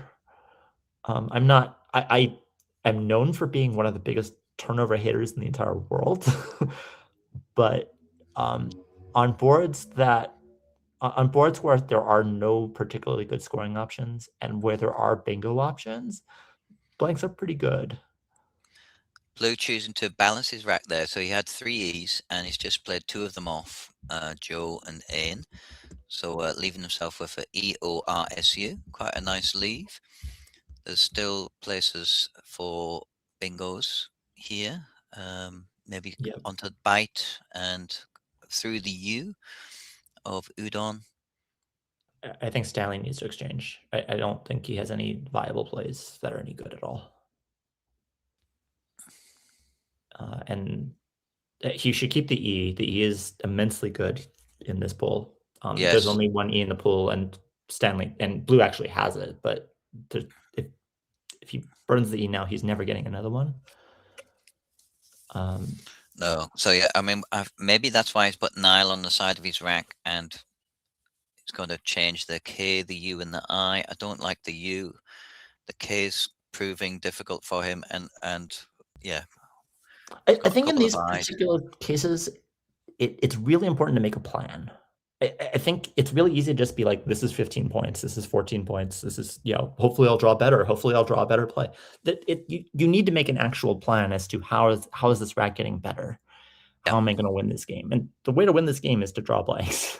It just, that is the way to win the game. And there's nothing like necessarily wrong with these ideas of keeping EORSU or keeping EILN, but they don't really advance to a win condition. And No. on closed boards especially, or restricted boards especially, you need win conditions.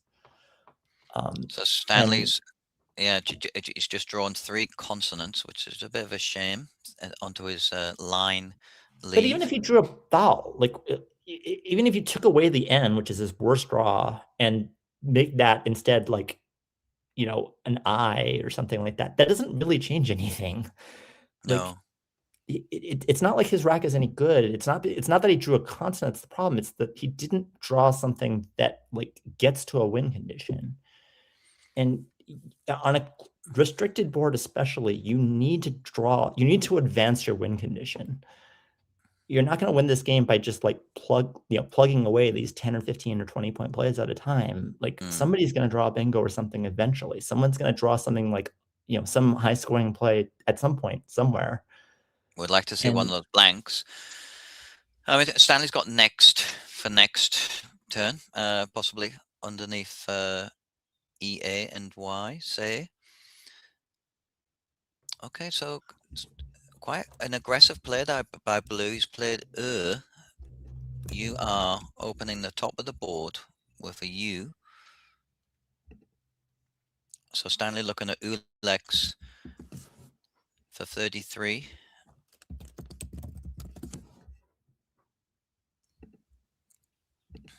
He had Linux blocked, which would have been a win condition.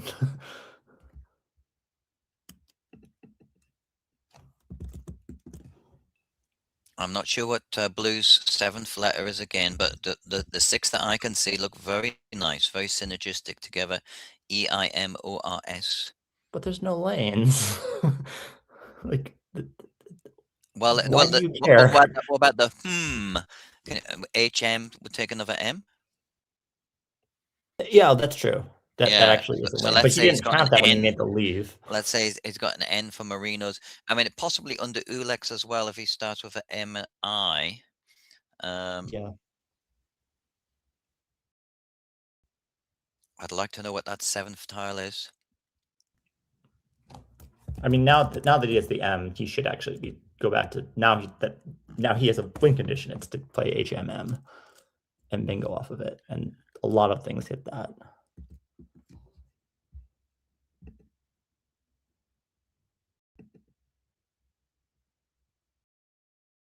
But he needs to keep the M if he doesn't have a bingo. Obviously, if he has a bingo, he should play it. But if he burns the M, I would be very mad. I mean, there's another lane with biter and ease, just a RS, something ending in RS coming down there on the right-hand side.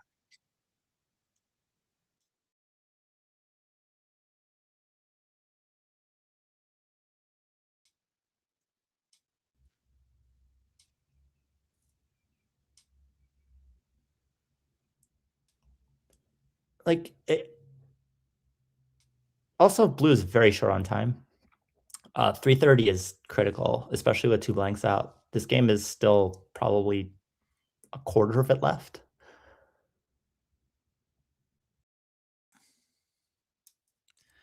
Okay, so Blue, it's been confirmed has got EIMORS blank, so he's got a blank. That's his 7th tile. Oh. Just been informed by the mothership. 2 less tiles in the bag.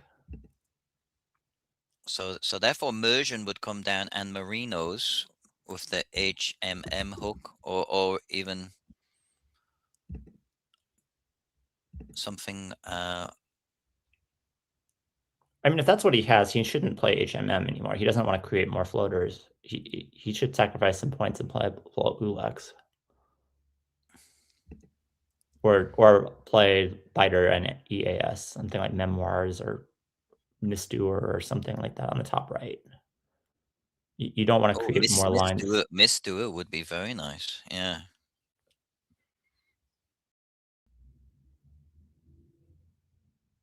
Moilers, anything that doesn't open more lines, really.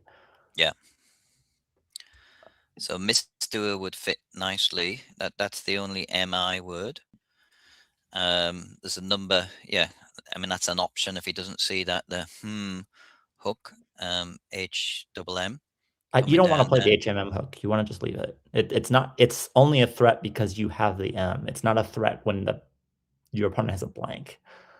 You definitely want to play in the top right. You don't want to play HMM. Even if it scores more. Like, it's just not worth it.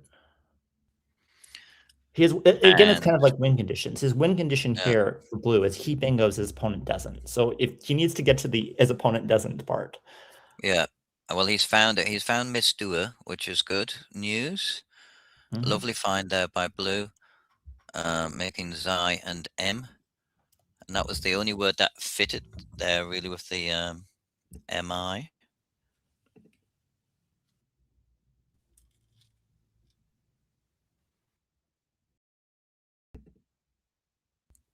Very nice play there by blue.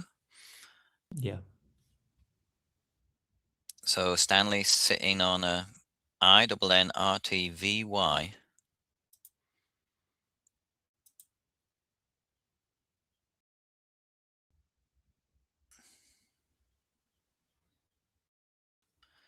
And he needs lanes badly. And it's not easy to see how you make one. And by not easy, I mean I don't see any way. Do you see any way of making lanes that it's any good at all? No, bisects is sort of cut off that part of the board, and yeah, the bottom left is cut off. The V's on the yeah, there's not very little space there. I mean, I guess just possibly coming down from the R, but yeah, he needs a better rack really. I mean, he needs a So the better rack and R, he needs a better board. yeah. You can't. Good luck on those two scores. I mean, you could play something like Earn, but that's never gonna work. Gosh, this is pretty awful. I'm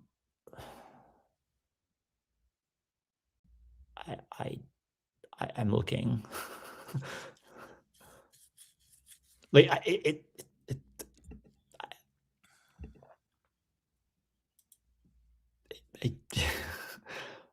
I really am looking. I'm really finding absolutely nothing. No, it's a tough board. So after the Yin, first maybe? round, I think just to bring you up to date with the scores, Dylan, Howard, Stanley, Joanne, and Blue all won their first games. So they're all on one win each. Dylan Early, Howard Warner, Stanley Ngundi, Joanne Craig, Peter Sinton, and Blue Thorogood have all got 1 point.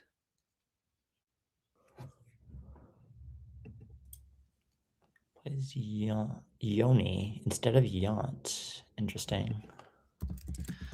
Well, he obviously was find it very hard to come across at the top right onto the triple word score. So maybe his intention was just to block that, so blue couldn't play that, because that's always an expensive spot. Well, I drew If the you get blank. That's step one. Step two is harder. Blue just playing ag in the top right there, choosing to undouble his G's. Yeah, I mean, he could have played or instead. Just trying to block the Miss Doers hook. That's the main purpose. Right. Yeah. It's nothing to do with scoring. Right. True. Stanley plays earn rather quickly. Well, he's got the blank, which could always be used as a S, but maybe it's also got a lot of consonants, so he's trying to get rid of some. Earn takes a T for what it's worth, which is the major reason he did that. Ah, yes, and blue's got a T. But both these players seem to have a lot of ugly consonants. I would have. Earn was a little fast. But Stanley, Blue, by the way, is like already out of time. He's already like overtime. So playing very quickly here.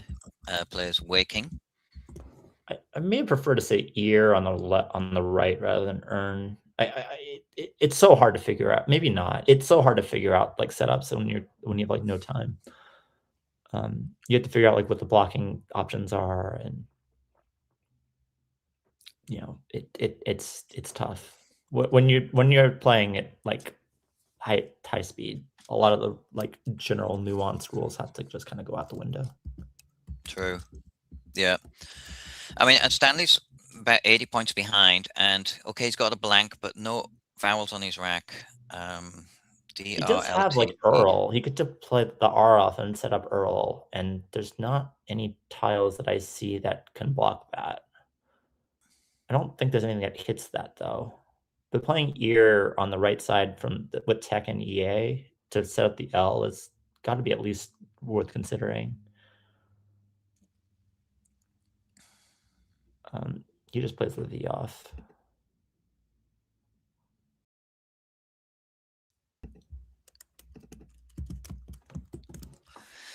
So Stanley only with 6 tiles on his rack. Okay. Yeah. So we're getting down to the end game here.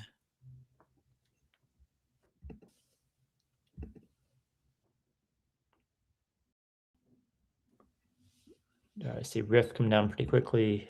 He could have played Tit up over there, but Riff does the job perfectly fine.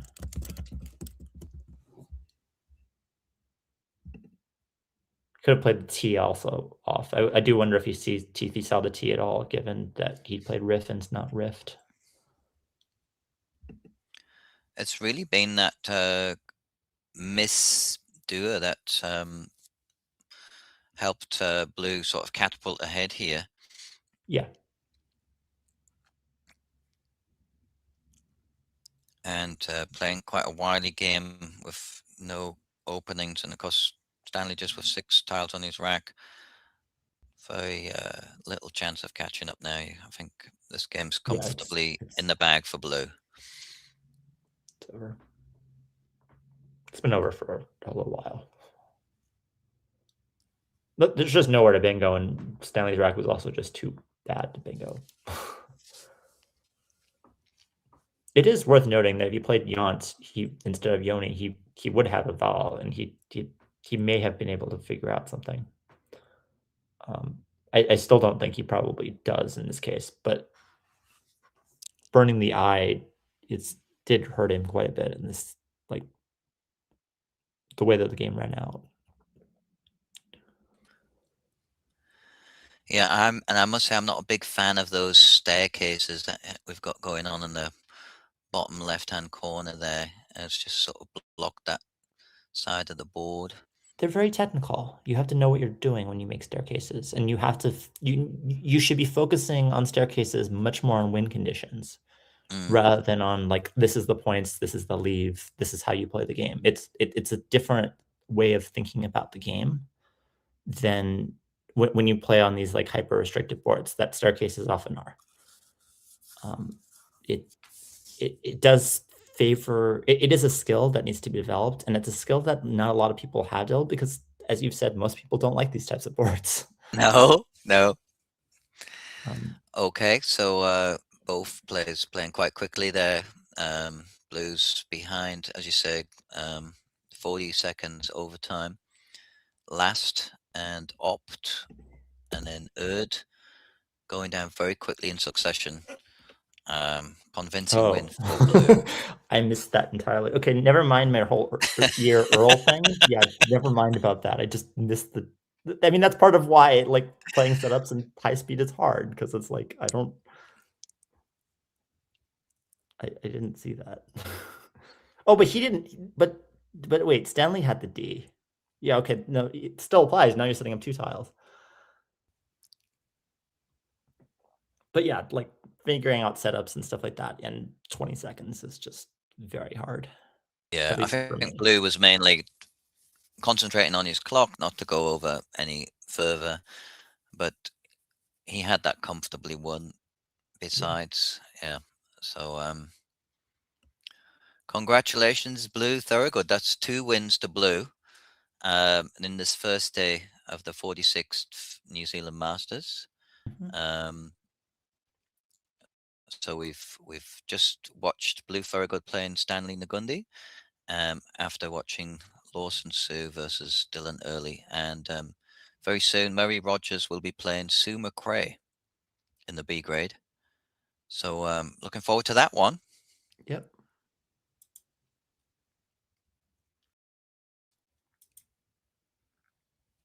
This whole board, by the way, started with Obia.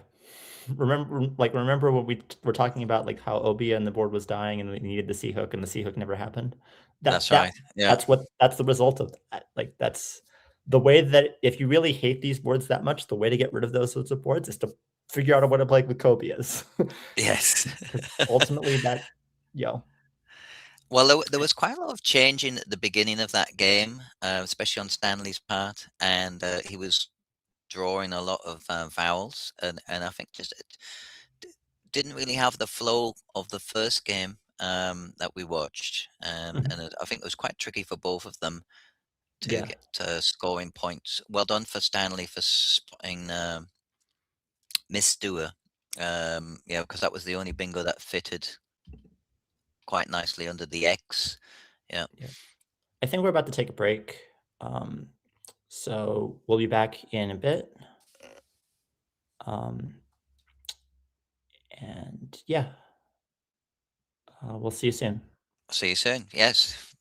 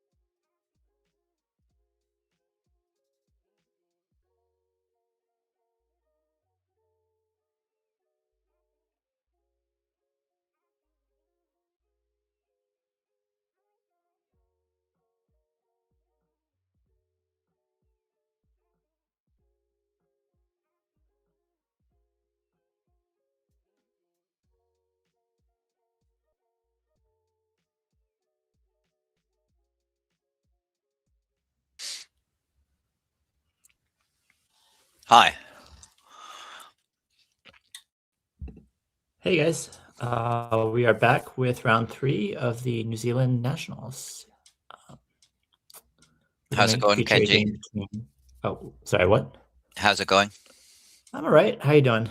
Yeah, great. Yeah. So we have a game between Murray and Sue. Murray is currently rated number 24 in New Zealand. He lives in Golden Bay, and he was the vice president of, or is the vice president of Scrabble New Zealand since 2025. He represented New Zealand in Nairobi and at the Trans-Tasman Championships in Adelaide. And he, in his spare time, he writes and performs poetry and is the trustee for the Golden Bay Sustainable Living Center that governs the second oldest and second largest community gardens in New Zealand. Wow. I've played against Murray several times. I've got a bad track record against him. I lost to him at the Masters and at Nelson. I know Murray's got 4 children and 6 grandchildren, and volunteers with the Red Cross in his spare time, and also does a lot of coaching, Scrabble coaching behind the scenes. So I wish them best of luck with this one against Sue McRae, who lives in Masterton, equally addicted to Scrabble, tennis, and pickleball, and co-creator of the Wairarapa Open Scrabble tournament. So we're round 3 of the 46th New Zealand Nationals, coming to you from Christchurch. Murray has FUT lined up. We have the opposite problems. One person has too many high point clunky consonants, and the other person has too many low point clunky vowels.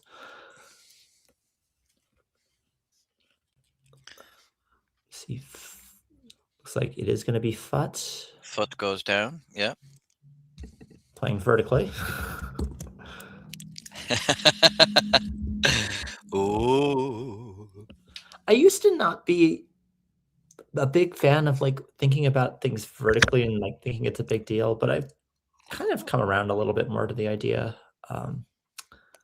It's not necessarily for the floaters. I think people see floaters on like fine. I think people struggle a little bit more seeing vertical overlaps. Okay, right. Good point. I'm sure that we could find some data on this at some point, and maybe I'll try to find some or like get some at some point in terms of like what types of plays are we specifically trying to target. Anyway, Sue, timeout comes down. yeah, Sue finding her longest word there. Timeout. Very nice. Leaving the E on her rack. Setting up that hotspot just above the O, which might be, mind you, Murray does have a lot of consonants, so he probably doesn't want to waste his only vowel by playing EW and WO there. He probably wants to go Yeah, for that's something a not bit really a longer. big hotspot because it's actually hard to like overlap. I mean, I guess you have OU plays, so if you have an O, it's kind of decent, but 28 points is not really a lot. Like EW, you should be fine if your opponent plays like 28 over there. It doesn't really matter. The average score in Scrabble is much higher than 28. So the idea that you're giving somebody, a hotspot where they can't really play that much, unless it's like a Z or something like that. Like ads Well, over there would be bad, or I don't know, Journey or something like that. But Murray's electing for few, getting rid of one more consonant. Yeah, so leaving D, F, double S on his rack. and that gives now she has jelly lined up, so she has Jellify if she knows it. That is Wow. clearly the play, and it's lined up already. Jellify. Wow. um, she's separated the L and the Y, so there's a chance she's at least thinking about it. Like I think she's 58. probably thinking 58 for about it. Jellify. Yeah. I mean, it's 58 points. It's clearly the play if you see it. There's nothing really close. but it's one of those words that And you know what it means, but you don't know if it's necessarily actually a word. And can you believe she's actually got a 7 on her rack? I mean, I did not know this word. I don't know if anyone else in the chat knows it. It was totally off my radar.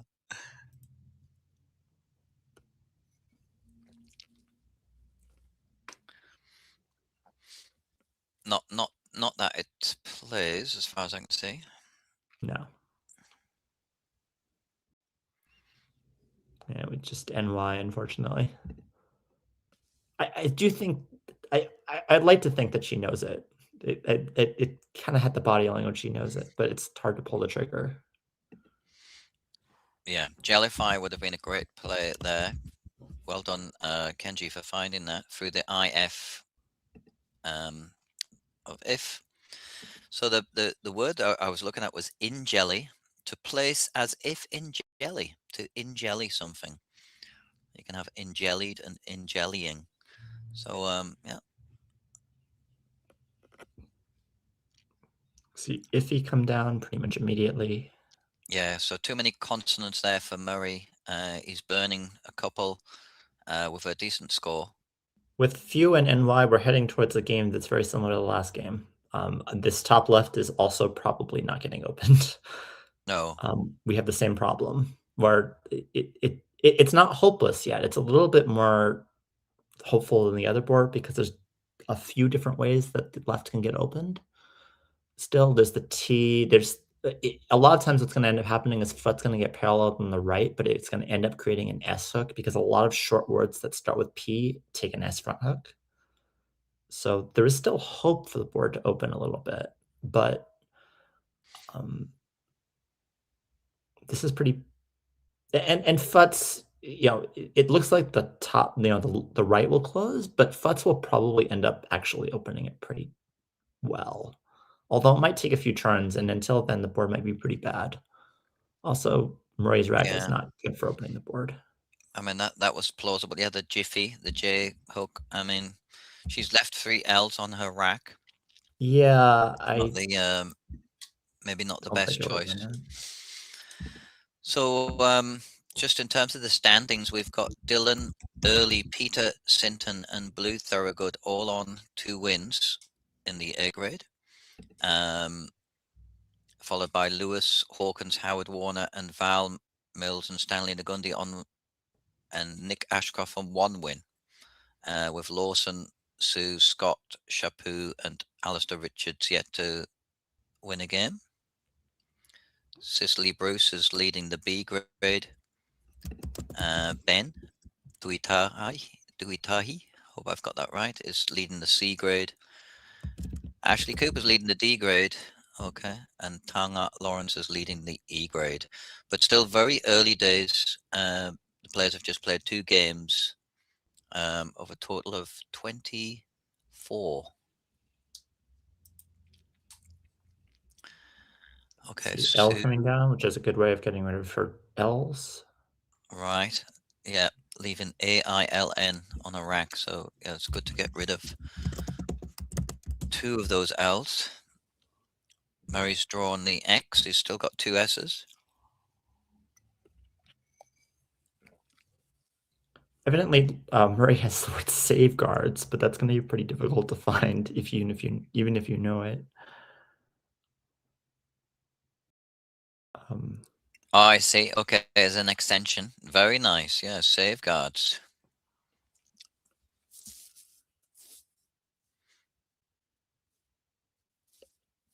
It's a good find, Kenji.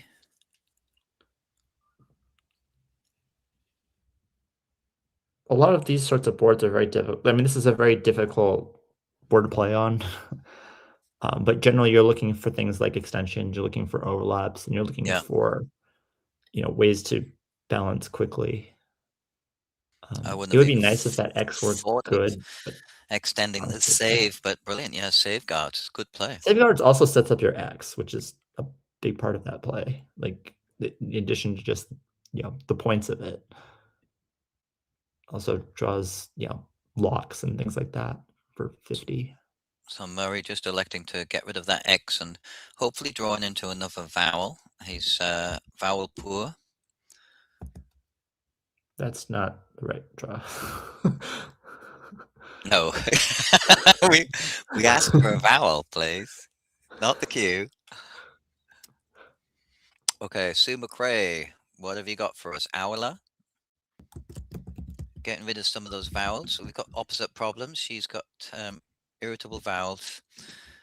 1, 2, 3, 4, 5 vowels on her rack. So she's chosen to get rid of 3 and leave A-I-N. She's choosing to open up the board, and I get it because from a frustration standpoint, but like from a tactics standpoint, this is like you shouldn't do this. Like you're opening the triple and creating like lines for your opponent, like a crazy amount of lines that you're just giving your opponent. Probably not the best thing from a tactical standpoint. Although it's probably a best thing from like a fun standpoint. You know, she is behind. I mean, you've got to really open up, don't you, when you're behind? No. No, you really don't. That's what I was told. So she's looking at inaction. There's actually something through that A, but it's been blocked here by Murray. There was an 8 through the A, but no longer available.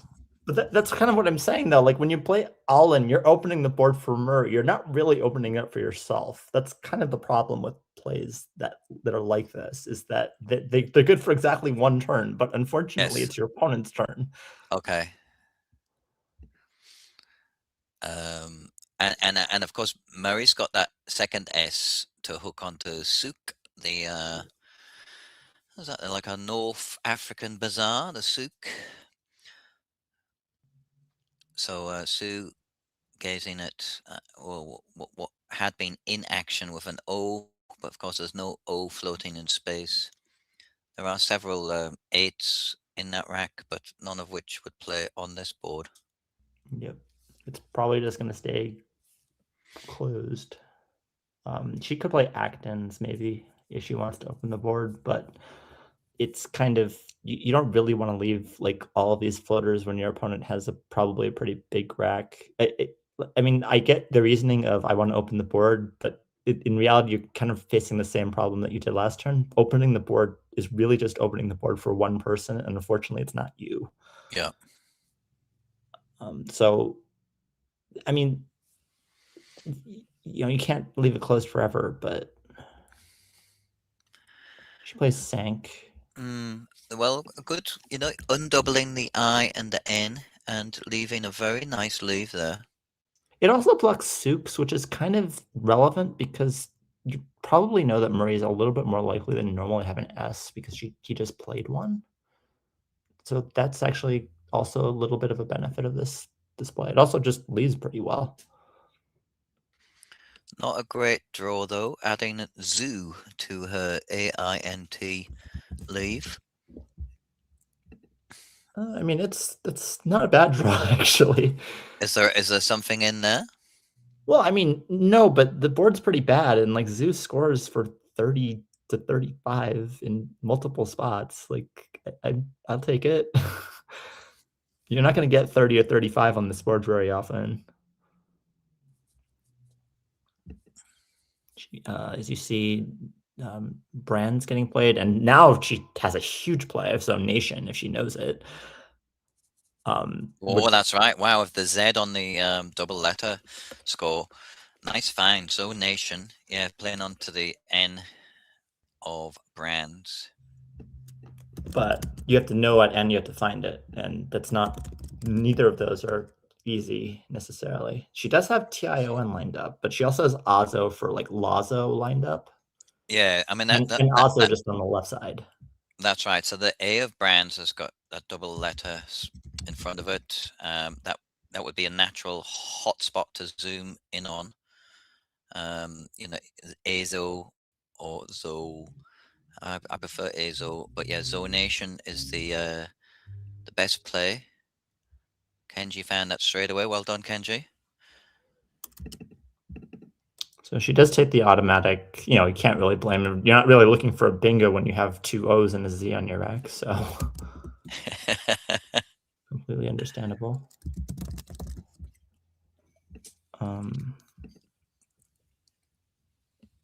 That was also kind of the last hope for the board opening, by the way. Now the board is dead, and it's going to be dead the rest of the game. Like, almost for sure. Because there's no real way now of opening the top left in a way that's going to be, like, sustainable. Like, you're not Right. going to have a situation where there's, like, lots of lines that are open in the top left. So we're going to get another one of the more technical games, which is fine with me. Sue does draw Coition, which does play right now, but Murray will probably block it, I think. Oh, I see, with pack. That's right. Yeah, okay. Just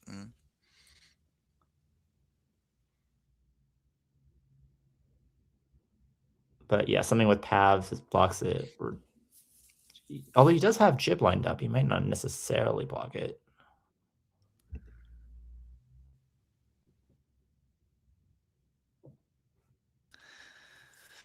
So But Murray's taken an early lead in this third game of the Nationals.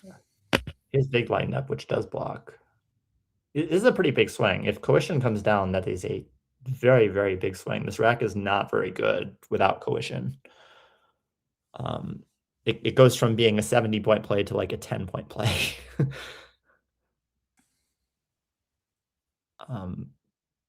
Like, this is probably going to decide. This is probably a 30 or 40% swing. If Fig comes down versus if something like Gib comes down, is a very big deal.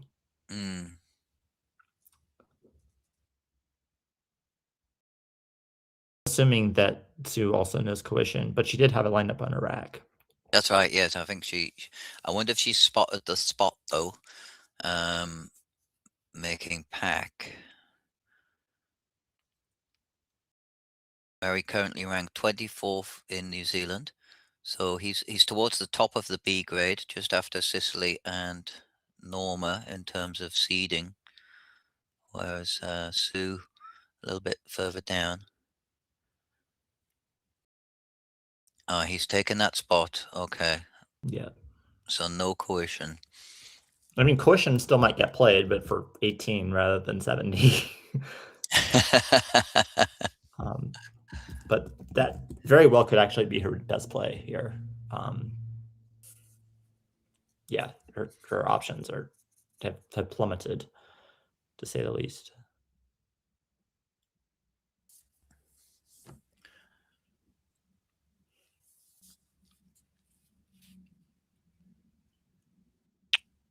This board is also just completely terrible. Yes. Well, I've found in the past playing Murray, he is very good at sort of blocking the board, playing tactically, looking at the shape of the board. The tonic does allow be dressed or bed rest, I guess. Yes, bed rest. Okay. Yeah, coming down at the right-hand side of the board. Nice.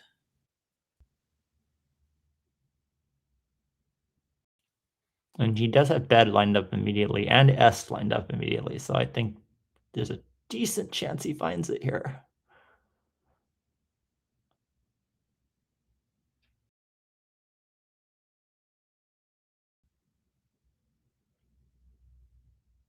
Sue does draw the S in case Murray doesn't find it. And does have, this is another enormous. That's swing. right.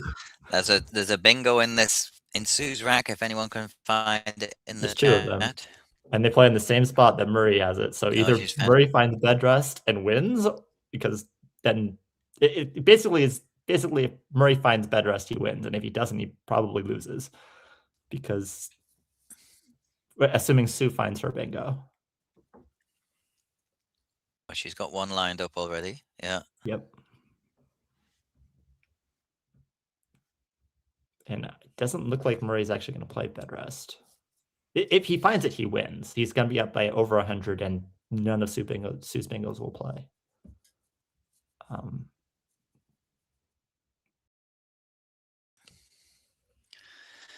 So Murray's favorite word is azulejo, the blue tiles.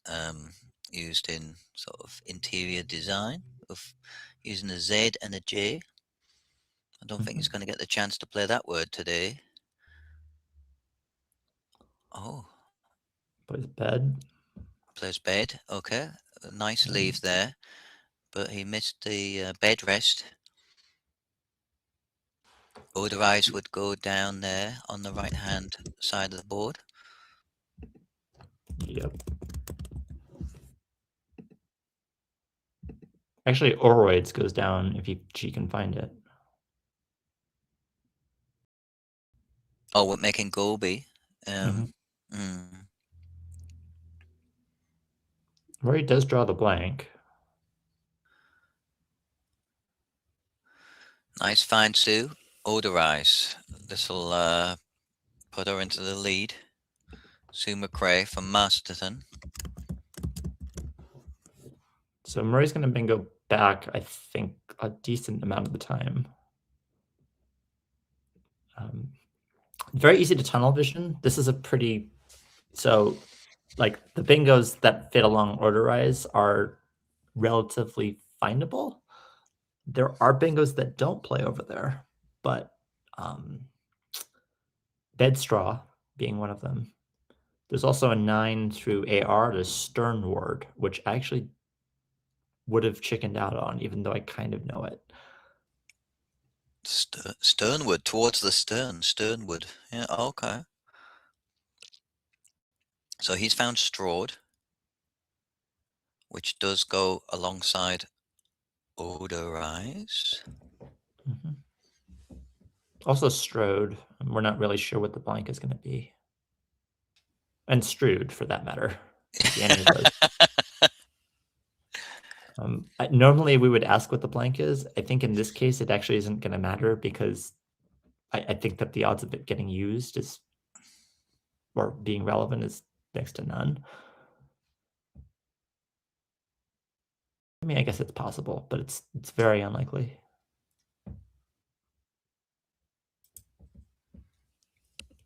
Yeah, I mean, one little trick when you've got a heavy letter like a W is put it at the front of your rack. But I guess all these bingos here have got the W in the middle, haven't they? Well, there's like worsted. There's worsted as well. That's right. So, okay, Stroud and worsted. There's some words with the W at the beginning. Yeah, he has worsted lined up. Rested. Yeah, there's some stuff with the W at the beginning. Okay, so it looks as though worsted is going down.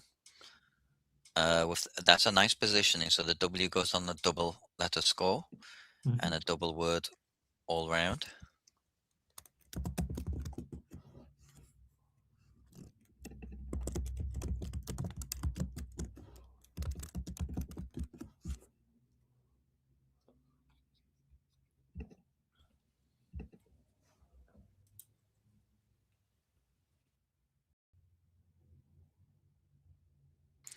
So I noticed the pre-tournament favorite was Alastair Richards. Yeah. But he hasn't won either of his first two games, which is a bit of a surprise. So Dylan's currently leading the field with 2 wins. But yeah, it's still early days. Howard Warner is also a favorite. Joanne McRae. And Blue, of course, who we've just seen win his second game against Stanley Ngundi. Dylan, the defending champion, at the top of the table at the moment.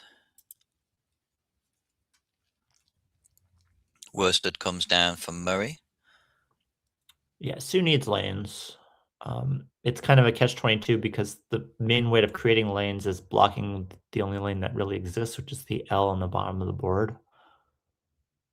So you want to create Neep a lot of the time, and it is not the easiest to block Neep, but how do you do that? By doing that, you're generally killing the L. Yeah. What sort of jumps out at me at Sue's rack is it that she hasn't quite got it, but it's that porridge dish, the pierogi, and there's various ways to spell that word, but I don't think the two R's as one of them. Well, there's Parag, which is not quite the same, but kind of similar. She's lined up Groper. Which, does that go down anywhere? Not really. It is worth noting that the EDH took, which is a little bit like rare, but it's actually pretty likely to show up this game. It is going to be interesting whoever draws the H, whether they actually see that spot. But it's a pretty relevant spot, not just for points, but for like blocking. Sorry, which spot is that? The EDH on the right of word yes. Okay, like, yes, yeah. It's very likely to score pretty well, and it's very likely to also like help either create lanes or block lanes. Do you see growth? Or see Weep coming down? 1H. That's actually pretty good. Like that P is actually a pretty good lane. The leave is terrible, but you need the P. Like 27 points there. She's used both her E's. Yeah. P is one of the best tiles you can place in the first tile of a word. So, right. Yes. But it is a reasonable thing. If you draw another E, you're pretty good business. You know, you're in business. Yeah. So Sue draws Roaring, and Mary quickly plays Eek in the bottom left there, getting rid of 2 of his E's. He had 3. Still very vowel heavy. A-E-N-U is Mary's leave. Mary Rogers, one of the stronger players on the South Island, and of course the vice president of Scrabble New Zealand since 2025, currently ranked 24th. So Sue is behind by a lot. She needs to create lines, and she needs to bingo. She needs to do a lot of things. There's no real great way of doing this. She has Raj that kind of opens the left side, but not really. She has Organza, if she can see that, but that blows up her rack is really hard to find. And probably is the play here, but yes, Organza would be substantially better than just dropping off OR, really. It's a difficult find, though, isn't it? I mean, ending in ZA, I know several 5s ending in ZA, but that's a difficult one to find. Organza. It's also not even that much better than the other stuff. Like it blows up her rack in a way that is kind of painful, and the lanes that it creates are actually not particularly good because they have to fit in exactly one spot because the third letter in all of those lines has to be the ORGAN. So it's not really a good floater. It's a very, very like limited floater. It looks like it opens the board wide open, but it doesn't really because there's not a lot of leeway. It has to be exactly the third spot. But it does score points, which is useful when you're behind 80 specifically, because you want to make sure that you're in range. You want to make sure that McRae doesn't stay completely out of tempo. You want to make sure that your bingo, if you do draw it, matters. Yeah. So if you play like OR, you might bingo, but you might not necessarily win if you play like OR and Saver, for example. It's very difficult to like figure out the balance here of, do I make the play that bingos the most often, or do I make the play that actually wins when I do bingo? It's a very difficult trade-off. Is she just thinking of playing the sole R and undoubling those R's? It's tempting to keep ING, but I find fishing with ING can often be a bit of a wild goose chase. I mean, they're conducive to bingos, but you really need it to fall well. It normally is, but in this case, the lines are such that the ING spots will play, because the 2 best lines are the P in Weep and the L in ELL. And those have space at the end of them for the ING to actually fit. So it's a little bit better than usual. That being said, it's still ING. It's still the G. The G is just not a good tile, but it is more justified than it normally would be. I think The she's boards found where one. ING are bad are where there's no floaters or where there's just like not space. Yeah. But this is Yeah. a better than normal board for ING. So there's 1-7 in Iraq, and she'd found an 8 there, I think arrowing, but of course that doesn't play. She needs a W to play through. There's about 8 8s there, but She had orange ear lined up earlier. there's just nothing to play through here. I mean, really, the only 8 lane would be starting with the P or the L. Yeah. It's not a conducive board for bingos. Hasn't been for a while.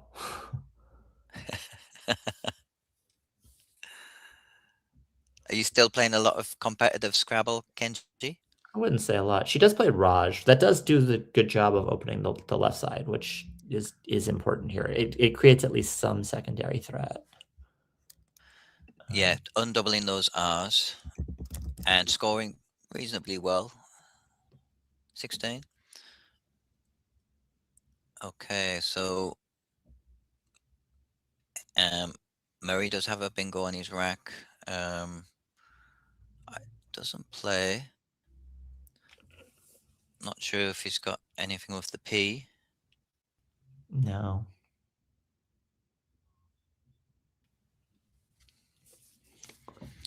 A D would be nice, but nothing in the offering. Nothing with the L. And nothing onto the R. Oh, wow. That's gross.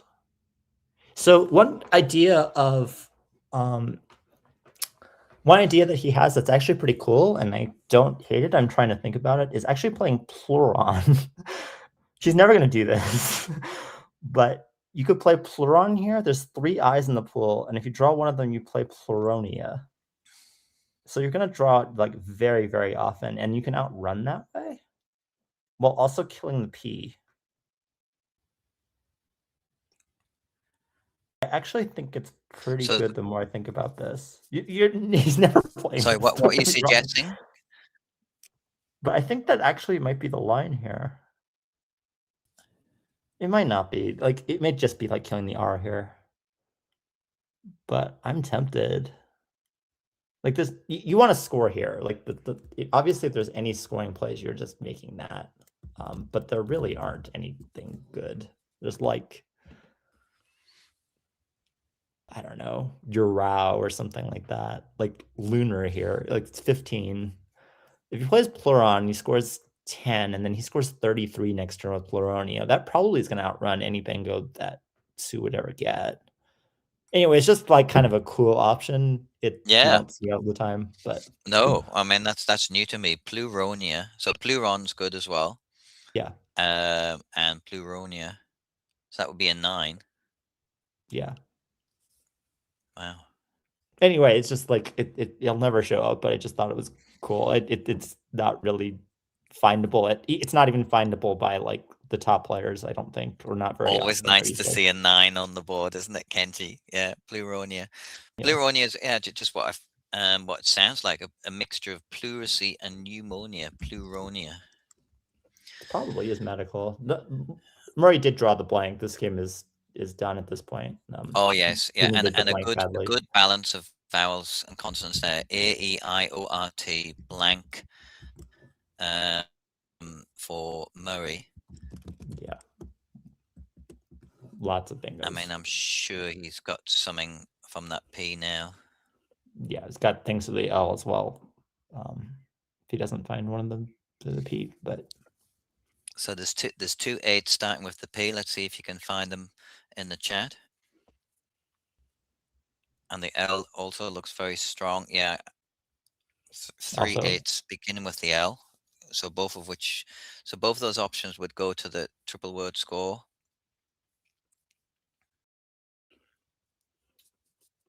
Sue draws pretty badly as well. Yeah, she's got far too many vowels. You can see it in her face. She's giving that a think. Jiggling them around, but yeah, it's very vowel heavy.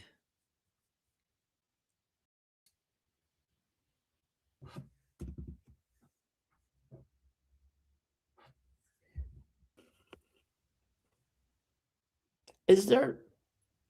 Probably not, but there is actually something to be thought about in terms of like not bingoing here because your rack is so good that literally if you play one tile off, you'll bingo with everything. I'm not saying that you should do that necessarily, but like if he fished off the O, for example, then he actually bingos out a lot or bingos. I mean, he's gonna bingo every time. Like the, the I rack mean, is just so good. personally, I just go for the bingo. And I think I would be able to, yeah, I mean, making the blank an L with the P, I would definitely think about that. Yeah, But I I mean, think that's it's just probably the right thing to do. But such a good balance of vowels and consonants there, and he's not doubling up. A, E, I, O, R, T, blank for Murray, and he's looking for something starting with an L or a P to hit that triple word score.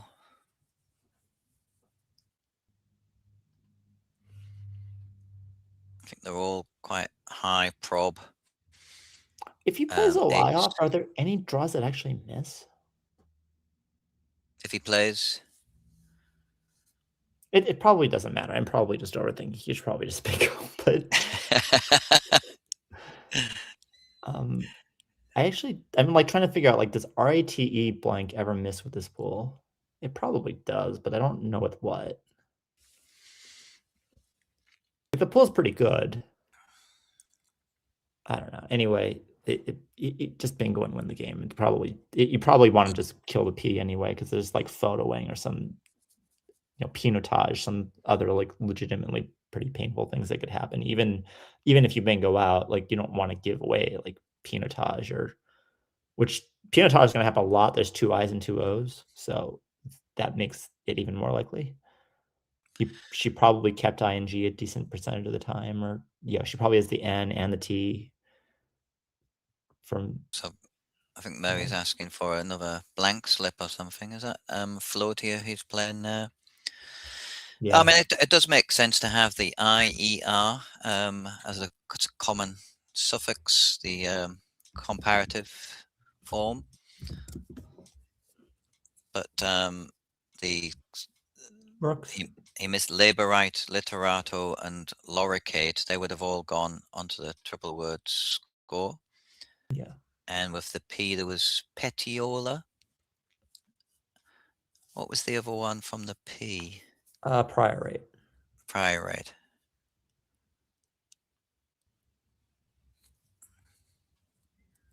Murray does have two outspots.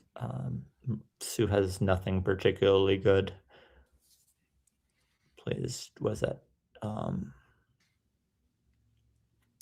Nowie? Yeah. Howie, bit of a vowel dump. She needed to play off some of those vowels, definitely. And Murray has hint or hit or I don't know which one's better. I guess hit is better. I guess, yeah. Or pith, maybe from the P. Well, I mean, the stuff from Nowie is just better. Oh, yeah. Hints and Yeah. hits are over there about Oh, the yeah, I see. same Yeah, size. hint. Yeah. Hit is 27, I think. Hint is 24.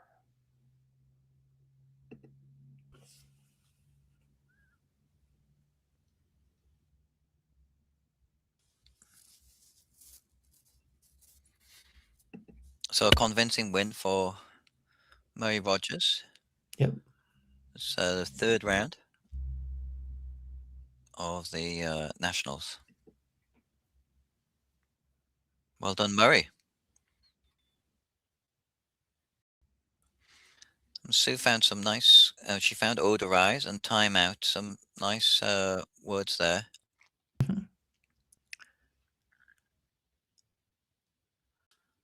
But Murray and Bing going straight back there with worsted and found float here. Yeah, two blanks is always difficult to come back from. You play two blanks with bingos. Yeah. Yeah. I mean, I think the tile gods have been in Murray's favor. Sue leaves her eagle on the board.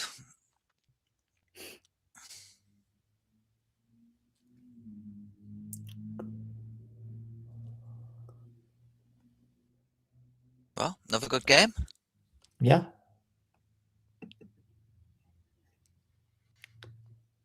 Looks like we're going to break. We will be back with round 4 of the New Zealand Nationals. See you soon. Looks like Dylan is 2 wins there, as we mentioned earlier, and Peter and Blue also on 2 wins. So let's just see after this round how those positions are looking.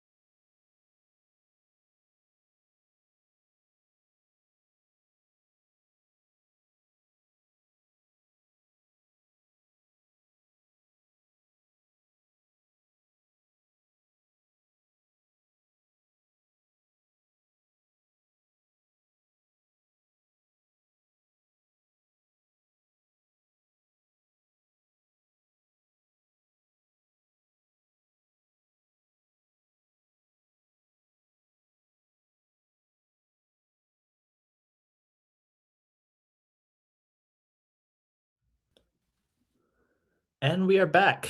Welcome to Game 4. This is going to be between Dylan, who we saw earlier, and Lewis Hawkins. Both these players are doing extremely well. Dylan is, both of them have been doing extremely well in recent New Zealand tournaments. Lewis has been, both of them on stream incessantly. Lewis has finished in the top 3, I want to say, like the last 3 of these that we've put on stream. Dylan, obviously a very skilled player who I believe is leading the tournament at this point. And we will get to games shortly. That's right, yeah. Dylan's, I don't think Alexis has been updated, but yeah, Dylan's what was on 2 wins before the break. That third round hasn't been computed yet. But Dylan, Early, Peter Sinton, and Blue Thorogood all on 2 wins. And let's just see what the stats are like after round 3. So it looks like we're ready to start. Yep.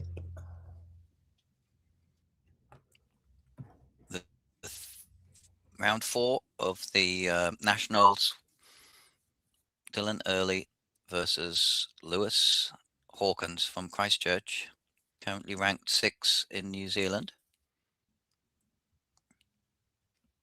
New Zealand's newest Grandmaster in 2025. Yeah, I mean, justifiably, he keeps finishing. He keeps getting at the end of tournaments ever since I've been commentating anyway. Every tournament I see, he's always Well, that's right. Yeah, I mean, third. So in the Masters this year in Whanganui, he came 3rd. Yeah, I was lucky to come 5th. Of course, it was won by Howard Warner again.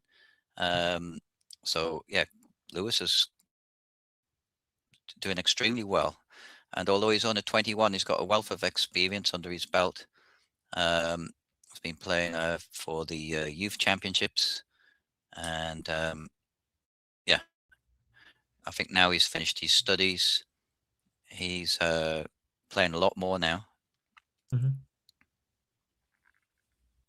Lewis on stream has consistently been playing very well, except for missing hyperops. At least when I've been commentating. There you go. He's a fast player and also a fast shuffler. Well, I'm sure we're going to see him shuffle his rack several times this game. A tactical player. Well, I mean, so is Dylan. Dylan, of course, as we mentioned earlier, originally from South Africa, plays with the Wellington team. 6 times national South African national championships he's won, and of course the defending national and Masters champion. And he's doing triathlons recently completing a half Ironman in March 2026. I've got a lot of time for both these players. Let's see how we progress. Lewis want so Lewis to first. W, or does he want the BU combination? Play Wreck, I think that's fine. Isn't it Booker? He was looking.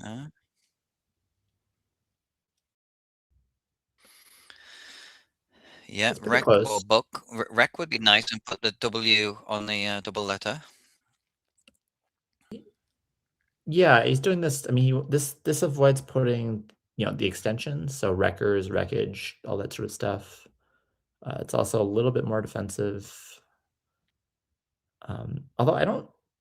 I mean, actually, I don't know what Lewis wants in terms of openness, closeness against Dylan specifically. I don't know. I mean, they probably played a lot. They probably have an idea, but I have no idea what that goal is for them. I think, yeah, I mean, defensive player putting that C there, he's not really giving anything back to Dylan. Dylan sitting on double A E F O S X. What would you play in this position, Kenji? Yeah, I don't know. I think there's a lot of close options. FAA. I think oafs, setting up the X is an option. Maybe faxer to the R. That's a word. Yeah, I don't think that's a word. Oh no, faxer. Someone who faxes. No, that's not a word. Okay, yeah. I don't think so.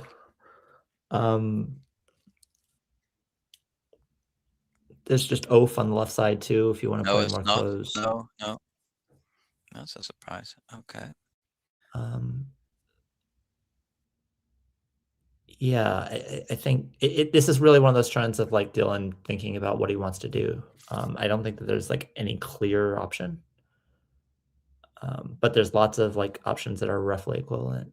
He does go with oaf, so this tends to have me believe that he wants to play something a little bit more defensive. Yeah, and also a very nice leave, that AESX. So saving his X probably for a better scoring spot. Well, it's probably not going to get a better scoring spot. Like, I mean, I guess you never know, but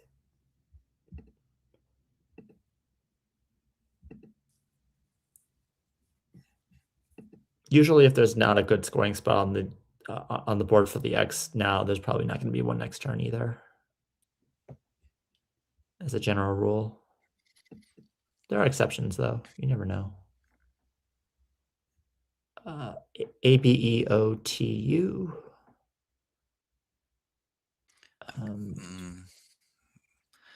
Nothing great here either, at least that I Another see. A Do you for see anything? Bato. Yeah. Maybe Bo. I'd be looking at sort of losing a few of those vowels.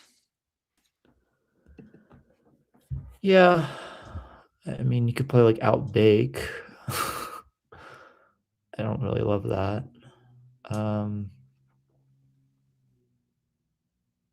Butte. Don't love that either.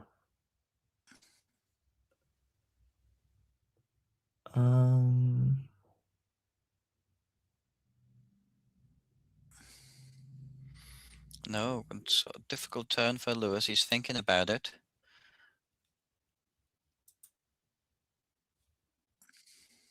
Yeah. I'd be tempted to try and get rid of that U if I could, and some other vowels as well. I mean, this is another one where it depends on your goal. If your goal is to play an open board, you should probably be playing outbake here. If your Right. goal is to play a more closed board, you probably shouldn't. I mean, outbake would get rid of a lot of those vowels and that sort of clunk on his rack. He's putting a B in the triple in there with the tail. Beauty O. Fine. Yeah, and the Arrow, ARO. That's a recent addition to the lexicon.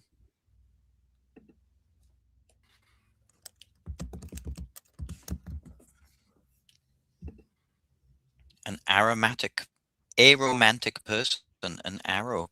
Okay. Without romance. Okay, Probably so gonna just see an Lewis extra has up left here. himself an A and an E. Yeah. I'm being proven wrong as to the X not getting better. The X has gotten significantly better.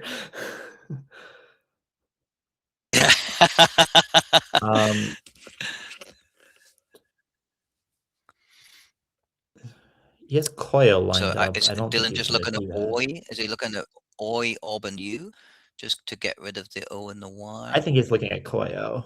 I don't think he's gonna do Koyo, but I think he's what he has lined up anyway. I would be surprised. I would be very surprised if he does anything that's not the X drop here.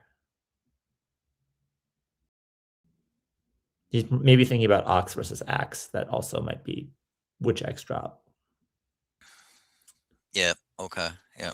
Goes with the keeping the O, which I do find interesting. Yeah. The A is generally a better tile than the O. Play Ox. OU does go better than AU, but it's not clear like where that goes in the immediate future.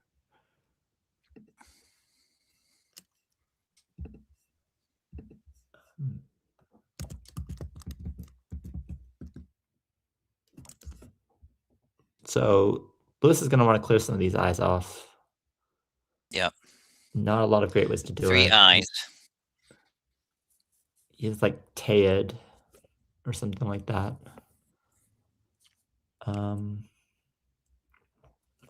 Just like to make a big shout out to Jake and Chris Tallman behind the scenes, who are both there at Burnside Bowling Club in Christchurch, where the Nationals is taking place. And maybe to mention our sponsors, Amplight Books in Parnell, Auckland. Thank you for your support. Yeah. If you've been there, it's a really nice bookstore. It's great. Yeah, I went there for National Scrabble Day. Maybe not this year, the year before. And of course, Courtney, Alexander Gandar's partner, runs it. It's a beautiful bookshop. Inia comes down, so yeah, why not? Very open. I guess he just wanted to burn through a few of those vowels. He had 3 eyes, so he's got rid of 2 of them. That's what I would be looking for as well. You know, like a word with 2 eyes, just to leave 1 on my rack.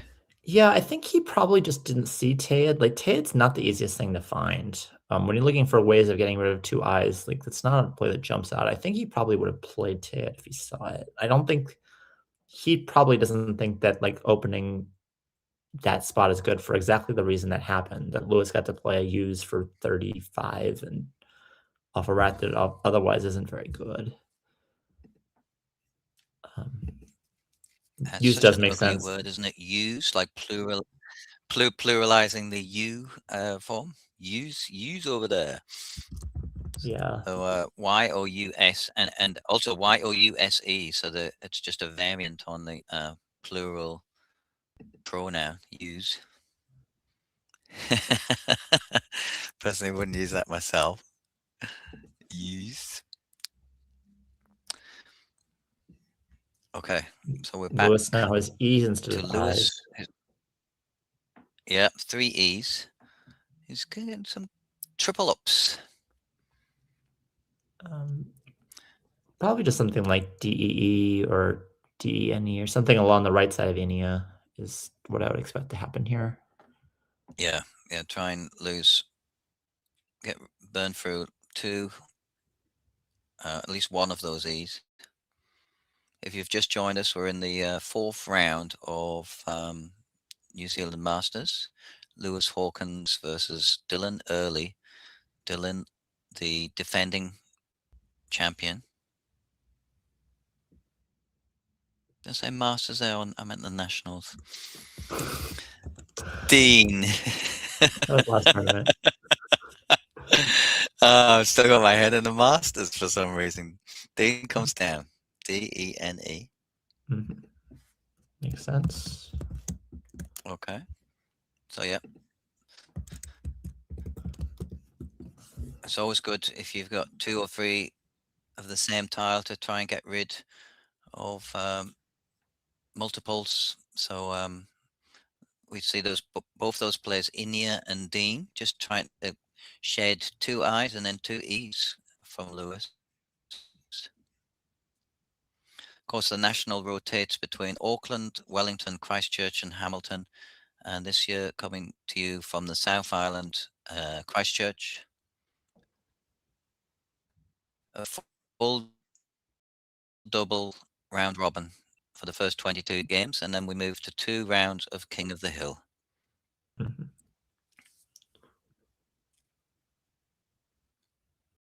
Dylan knows a lot of, it is a very interesting turn for Dylan. He can fish, he can blow up his rack and play something like Asinus, which is just the singular of Accini or Assini. I don't know how to pronounce these words, but ACI and I shows up a lot, even if ACI and US doesn't. Okay. Go with something in between as well. You can play something like Tunic or Tunica. What's that 7th tile? Do you know? Another eye. It's another eye. He is an M short of musician. It's another eye. Okay.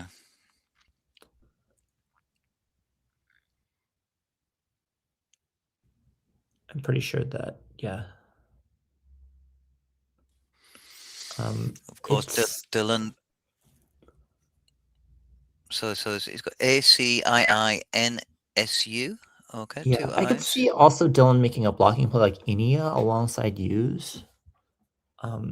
It's not out of the question if he wants to play a little bit more of a defensive game. Right. Yeah. He's unique. Of course, he's got the S to hook onto kids. Okay, he's going to play Tunic, and that takes an A and a S, doesn't it? Tunica, yes. yeah, and Tunics. But Tunica obviously takes an E as well, so the E's a little bit scary to line up. It is interesting. I'm not really like understanding what they're. I've been looking for what type of boards that they want, and I kind of still don't have the answer. It's not really clear to me what they're looking for in terms of board construction.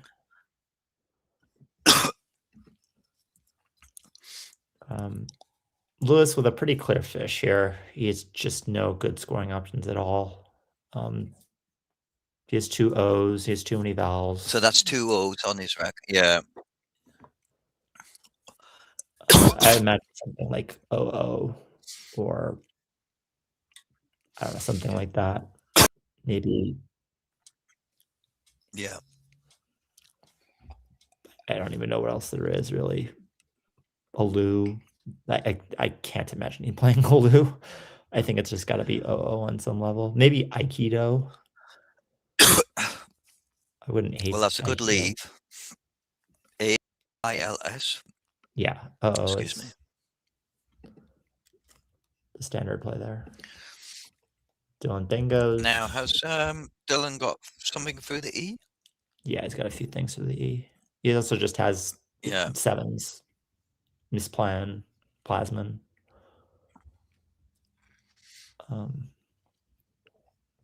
Yeah, for the impanels and maniples through that E. What would be your preference here, Kenji? Either Plasman or Misplan are fine. Anything that hooks Tunic. Both of them hook Tunic, and both of them score 84. I guess I have a small preference for Plasman, but it's very small.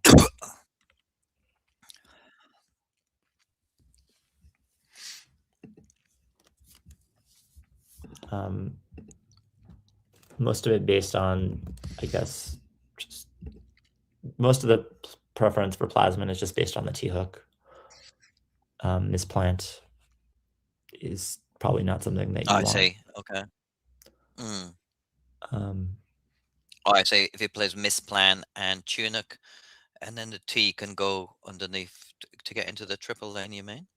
Yeah, I mean, even then, I don't really care. Like most of Lewis's racks that have T's are going to be like bingo heavy anyway. So in reality, like I don't think that the T is really too likely to be a big deal. So I don't even think it's I just don't like. Yes, it's likely Lewis has a T, but it's also very likely that if he has a T, he's bingoing and he's not going to have a high point tile to go with it. It's just on the occasion that like he kept AENST or something like that, and then drew the Z magically, and it became Zeta. That's what you're trying to avoid. You're trying to avoid just some random, like, he kept AENST and drew the Q and has cats. It's unlikely, but it is possible, and that's probably why I would avoid it, just because why take that risk when you don't have to? But most of the time, that's not what's going to happen. Most of the time, he's going to either not have the T at all or just have the T and never draw the high point tile and bingo, and then you get the T. I mean, we were talking about the synergy of the P and the C, and I mentioned the synergy of the P and the M, and here we can see it. So he's electing to play maniples down at the bottom, looks like. Interesting. This is more defensive. This So maniples does or stop a lot more bingos. panels. The S and E are the two best single bingo lines on this board. That being said, this is a very large sacrifice. And Probably Lewis too much does have the maniples. A and the S to hook on the back of tunic. He's also got the V. He's playing glaives. That's his 7. Very nice. Yep. That's some sort of a medieval word. I have written about that in one of my articles in the past. Note that if you played plasma, a broadsword. So that, I mean, that's not exactly what you're thinking of, but it does happen sometimes. Like he did do this to block things, but in reality, he actually gave more away by playing maniples than if you just played it. Then there would be no bingo whatsoever. No, so of course you're not to know that at the time. I mean, he did a good job of sort of blocking the bottom of the board there, Dylan. But yes, the A and the S hook at the end of tunic. And I think there's only one bingo in there, glaives, isn't there? Yeah. So fortunately, Lewis was left with a spot. And Dylan's bingoing back. Dylan has drawn the blank.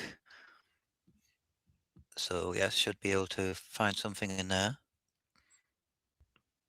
I'm sure you can see something at home as well.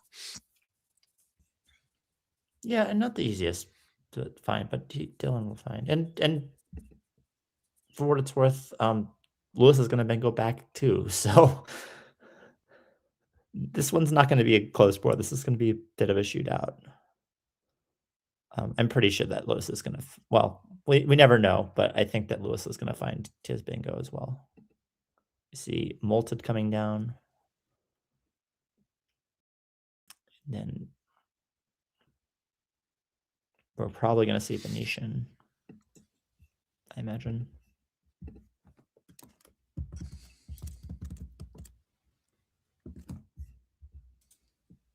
Though again, you never know. It is easy to tunnel in this rack and say, I have 2 E's, I have a V, I'm going to play Vega.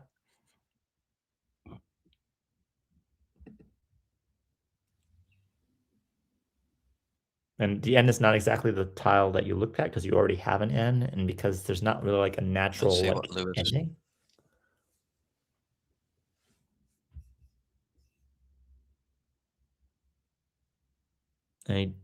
Oh, that's a W. Oh, I had his rack wrong. So sorry, what were you suggesting? I thought he had an Yeah, N. it's a W, not an N. Yeah. Okay. So wage for 36. Yeah, that makes sense.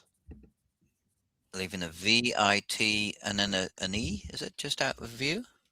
Yeah, 2 E's.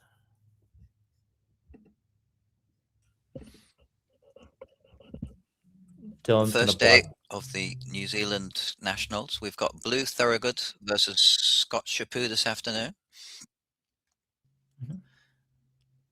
And also the last match of the day, Lawson Sue versus Alastair Richards.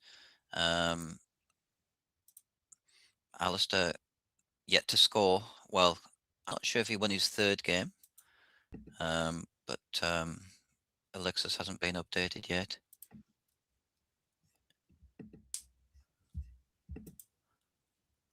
As far as I'm aware, Dylan is leading the field to at least 2 wins. For what it's worth, are the scores transposed? 3rd game. I think the scores are transposed. Well, Alexis has got up to the 2nd round. There should be 3 rounds there. Oh, no, I see what you mean. Okay. Yes, yeah. That's right. Okay, the scores have been. Yes, there we go. They've moved. That's right. Okay. Yeah, they've been altered now. Yeah.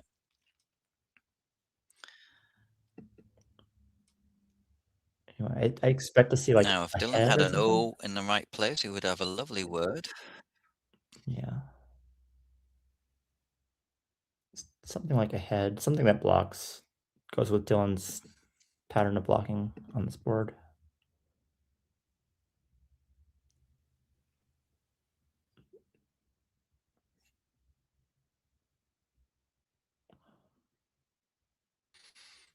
The pool is actually quite consonant heavy, and not just consonant heavy, but ugly consonant heavy. Yes.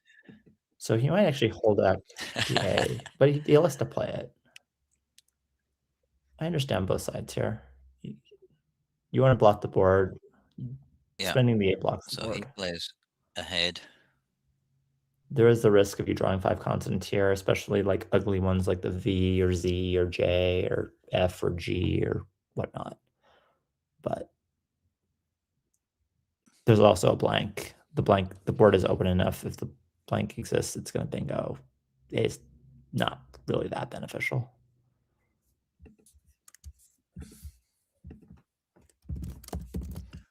Oh, Dylan pulling up on his I and his T. Not a great draw. Lewis also with 2 eyes on his rack, but a Z. The size he lined up.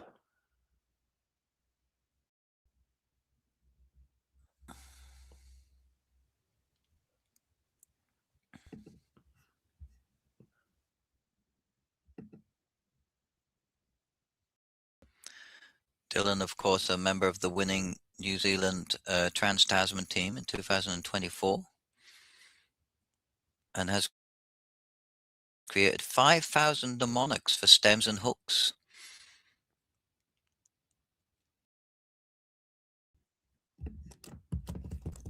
Currently ranked number 3. And Lewis currently ranked number 6 in New Zealand. Only 21 years of age.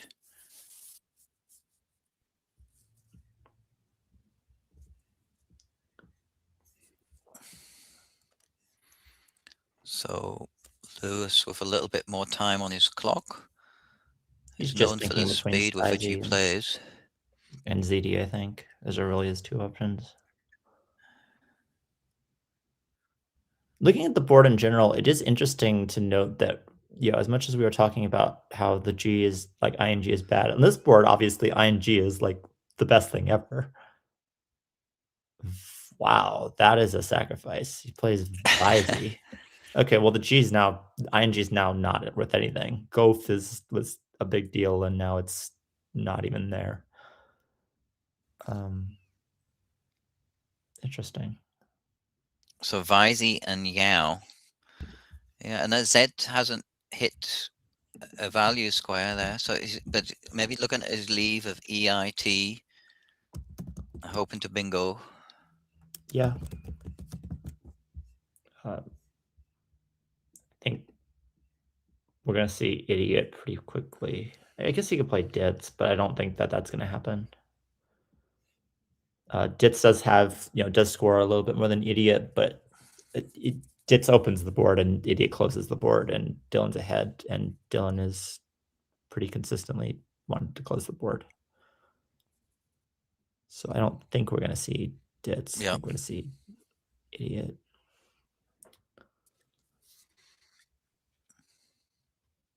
Not only kills the ISO, it kills the U and U's. It's, I think that's what's going to happen. And I'm wrong. I am wrong. Ditz comes down. Well, it's good. He's maybe thinking about the balance, IORT, And as a leave. I hate to be the foreshadow, but Turkites is going to come down because he didn't block it.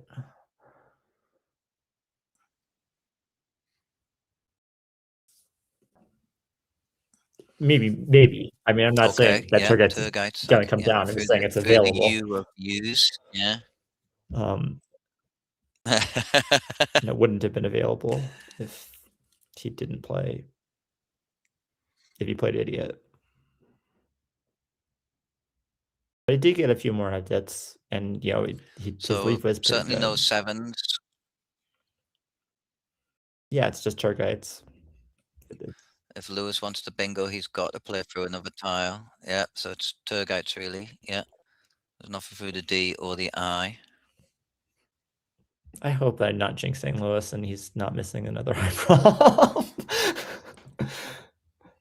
He hasn't found it yet, and I'm nervous. He has it in alphabetical order. I mean, the U is the floater. The U is the floater that you look at first year.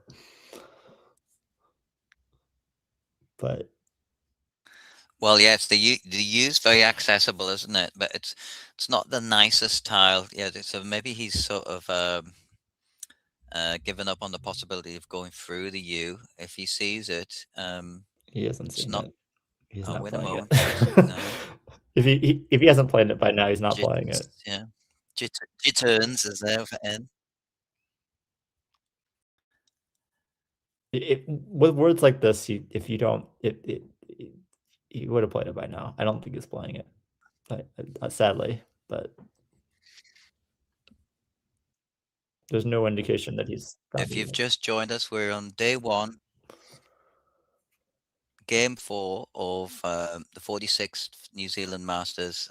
My name is Mike Currie, and I'm here with Kenji Matsumoto, the founder of Breaking the Game. Yeah. And a top tournament Scrabble player from Hawaii. That's you, isn't it, Kenji? Yes, it is. That is me.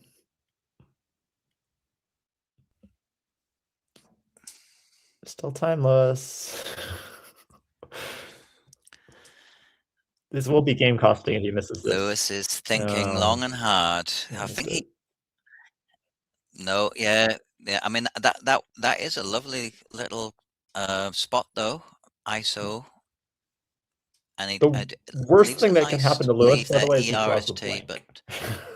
but like that will feel really bad if he draws the blank right now, because he needs the blank for next turn. If he plays Turgites, then it's a race to the blank essentially. Oh goodness, no. Oh, there he has drawn the blank. Oh, but the H as well. It's too late. Did you jinx that? It's not good enough yet. Now Lewis Dylan just plays burrito and Lewis has nothing. I mean, he has a bingo, but it's not going to be enough.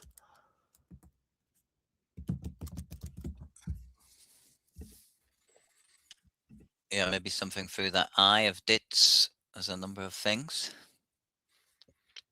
Probably just. I mean, he can play in orb as well, but I think it's probably just burrito. There's too many R's in the pool. He wants to get rid of some of them.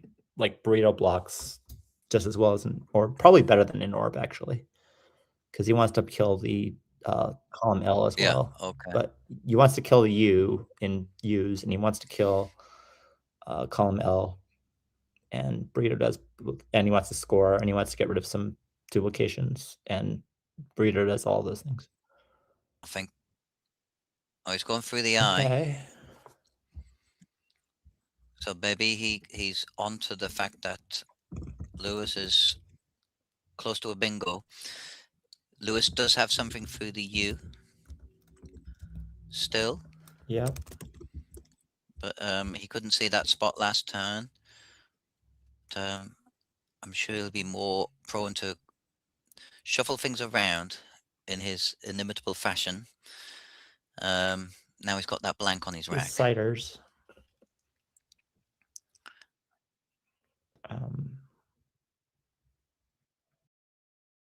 He's got the citers, yeah, from the ST, and he's also got at least one word that fits through the U. Yeah, if he knows that Gutchers. I don't know. Actually, what one? I would not call Gutchers a common word. Because the other one is roughest. Oh, he's that too, yeah. Roughest might be easy to find, yeah. Well, he has sliders lined up, so I think he has found that. I think that it's going to be pretty rough for him to win after that, though. Dylan lining up O'Nerier.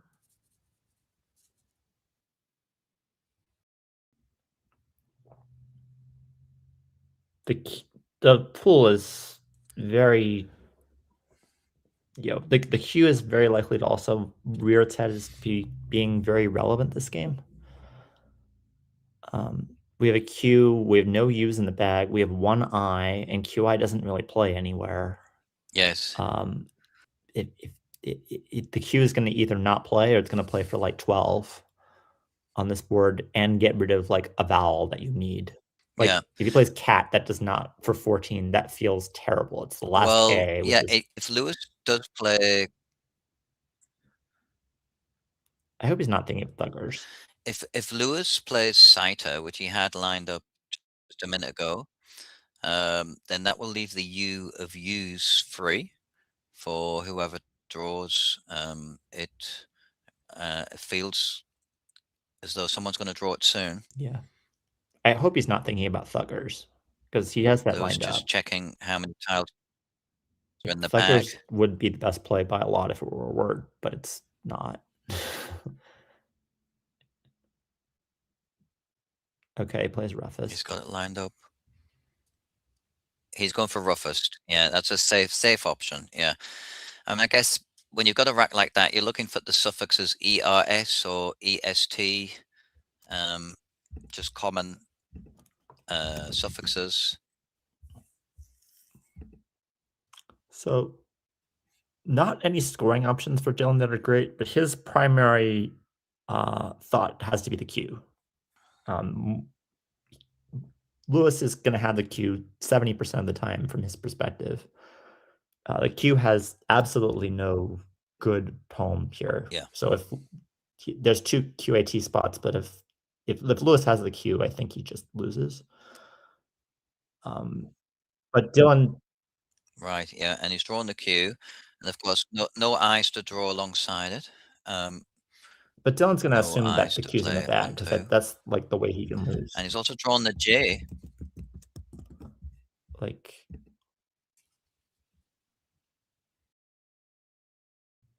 Dylan's going to assume that the Q's in the bag. So what can he do with the Q? So they've both got about 8 minutes left on their clock. And we're sort of rapidly entering the end game here.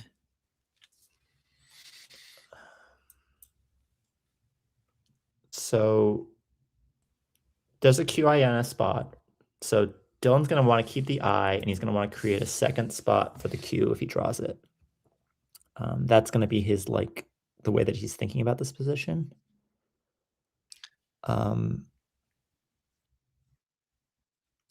So just to let you know at home there, currently it's Blue Thorogood who's leading the field with 3 wins, followed very closely by Dylan Early, Howard Warner, Stanley Ngundi, and Peter Sinton, all on 2 wins. And Alastair Richards with 1 point there, but still very early days. Cicely Bruce leading the B grade, Ben Tuatahi leading the C grade, and Ashley Cooper leading the D grade.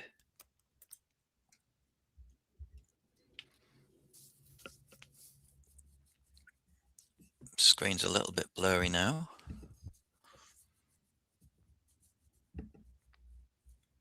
So Dylan still sitting on area, homeless bingo. Yeah, I mean, maybe he's going to play something like, he's either going to set up his Q or he's going to try to make it like really improbable he draws it. He plays something like Orphe, which creates like a QIN spot.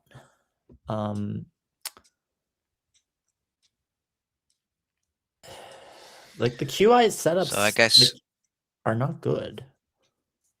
Like he wants to create another QIN spot. Like he needs to. Like that's the entire like theme of this position is to create some option for what he does if he draws badly while keeping the eye, because the eye needs but there's not really great ways of doing this. Like so I guess what you're saying is, of course, Dylan doesn't know that the Q is on Lewis's rack, but he might be worried about getting Q stuck towards the end of the game. So if the Q's on Lewis's rack, Dylan just wins. He knows that. Like he can win every end but game. of course he doesn't know that. Well, he doesn't, but he has to pretend like he's going to draw it, because if he doesn't, he just wins. Like, there's no way that, from Dylan's perspective, that he can lose. Well, I mean, there are some ways to lose, but it's really, really improbable for him to lose if it's on his rack. But I mean, like, a lot of times what you want to do is, like, you want to create like a spot on like the left of the A. So like, if you can create a QI spot that plays at like B10, then like you can play like Aura, for example, like ORRA. And then if you play the Q, if you draw the Q, then you just play QI and win, because you get 33 for the Q next turn. Okay. So you play ORA, you get 5, you're going to get by 11, and then you either get QI and S for 26, or you get QI, and that should win pretty comfortably for the vast majority of lines.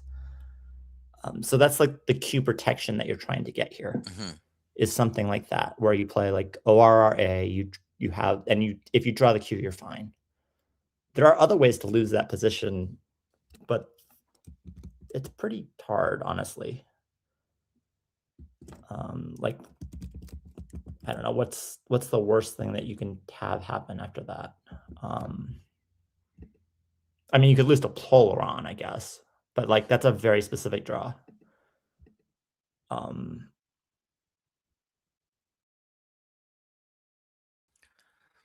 Yeah. There's some very specific Just draws looking that you at like. Lewis's options. I mean, Lewis does have op here, doesn't he? Op and P, and I've been waiting for an O to go on top of ohm, to make ohm. No, there are some loses. I don't know. Anyway, like, these are the sorts of things that like Dylan is thinking about. Dylan doesn't want to, like, Dylan's in trouble if he doesn't do something and just draws the Q. And Lewis knows that the Q is a win condition if he doesn't have it. But turns out Lewis just does have it. So it's just kind of over. But it makes sense that Dylan's going to waste all of his time on this, because this is the key turn of the game. It's not the next turn, it's this one. So that's the same sort of objective. He's setting up QIN. He's trying to create a second spot for his the Q in case he draws it, because he knows that that's the way he loses the vast majority of the time. She's very relieved to not have drawn it, but that's the thought process here. Is I win if I don't draw the Q. What do I do if I do draw the Q? And Dylan found a very good play of what to do in case he had a very good plan as to what happens if he draws the Q, and that was why he spent the vast majority of his time on that turn. Air's probably even a better version of Aura. Yeah, he's worried about getting Q stuck. He was setting up that spot. Yeah, good point, Kenji. So over to Lewis, and he's got the Q and the J. Of course, Dylan's got the last I. And so Lewis has to navigate quite a difficult rack here with 2 O's, a J, a Q, and a P. He may end up just blocking. He could play Joel. Yeah, he could just play Joel there on alongside Era. He's probably looking at getting rid of either the Q or the J. Doesn't want to be left with either of those on his rack, ideally at the end of the game. It will count against him. Yeah, I mean, he knows that there's refrain and 4 Ren in the pool from Lewis's perspective. He may just play Jal just to block it. I don't really think he has any winning chances here. He can hope that the I is in the pool, but this whole ERA makes 0 sense of the I is in the pool. So even though like Lewis in theory could try to draw the I think in reality he knows the I is not in the pool. So even 4 Ren is not going to happen. He's more afraid of refrain. Yeah. But he does play Joel. Joel, yeah. Which is basically kind of conceding, but I think he's right too. There's no chance that he knows that Dylan has the Q.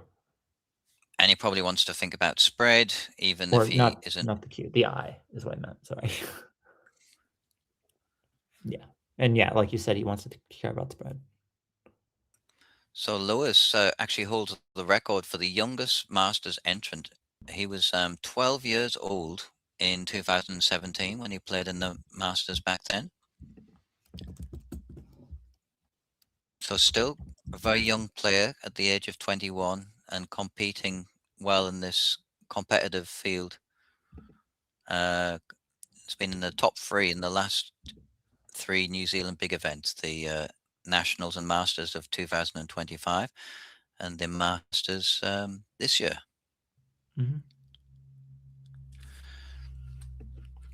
Dylan does have the option of playing Orb here and setting up the F. I'm not sure he'll do it, but it is a decent option here.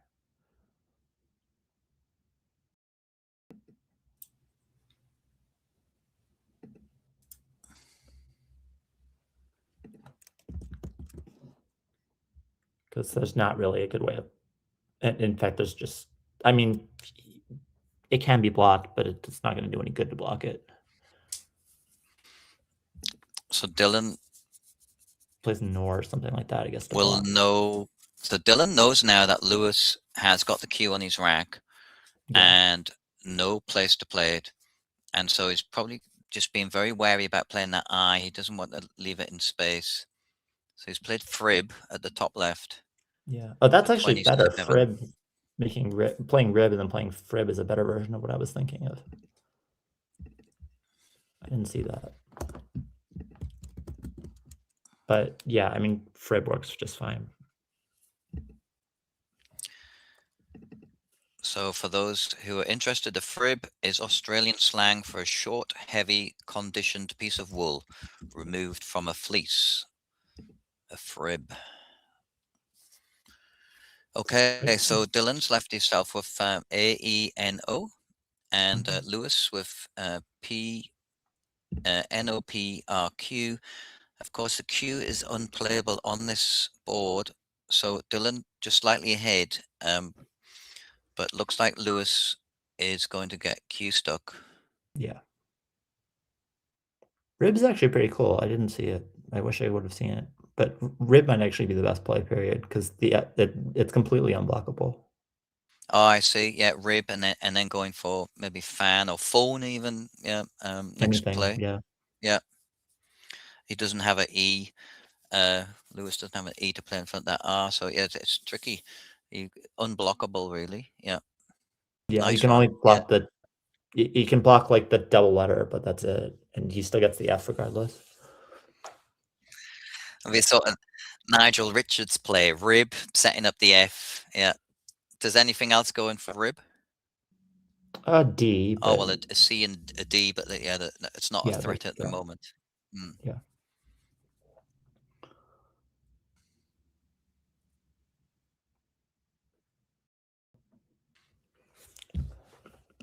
Looks like it's a sunny day down in Christchurch.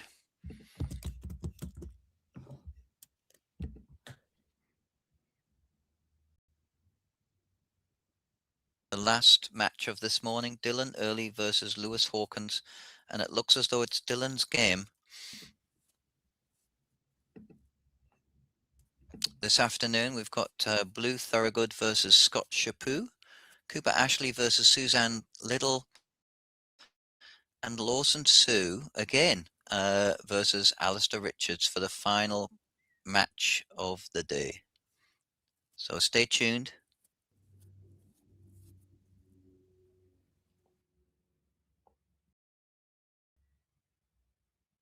Lewis just looking for the best end game. He sees the Aeon, what's probably trying to block it. Pro is interesting. I think he's going to get slow played here. Well, let's see. Does he? Yeah, I think he just gets slow played here. Dylan could just play Nape here and take the points. He could. He's better off just playing like Ha or something like that and playing all of his tiles slowly. But he just goes with Eowyn and goes out. I mean, it's again, we're like bickering over 3 spread points or 5 spread points or whatever this is. Yeah. It's not a big deal. So the unplayable Q making all the difference there in that end game between Lewis and Dylan. And you can see why Dylan held onto his eye and created that spot for Chin by playing Era, just in case he picked up the Q out of the bag. Very tactical game. Well done, Dylan. Yeah.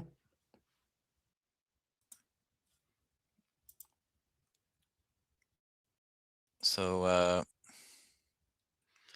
Dylan will be on 3 wins after this round.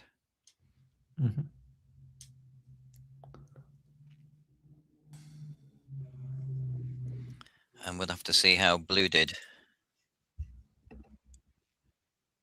It looks like we're going to do an interview. Okay. Hey, how you doing? Doing well. Bear was a good play. I liked it.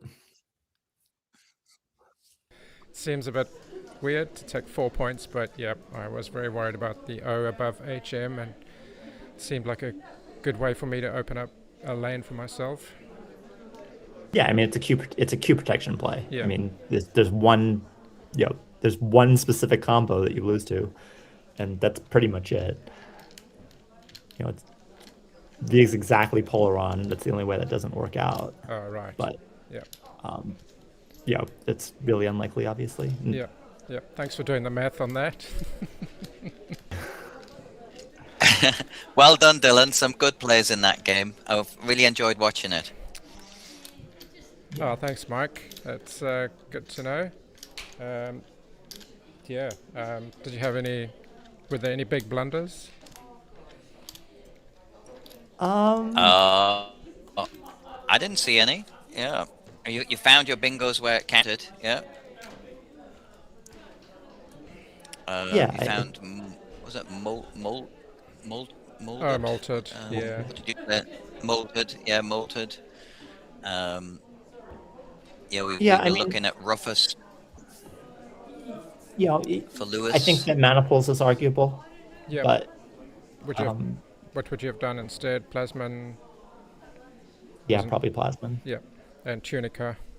Yeah. Yep. But I mean, it's not. I mean, obviously you saw it, and It's easy for us to say in retrospect, but that wouldn't have given Lewis his spot. But nobody knows these things. It seemed to be a good blocky play, man.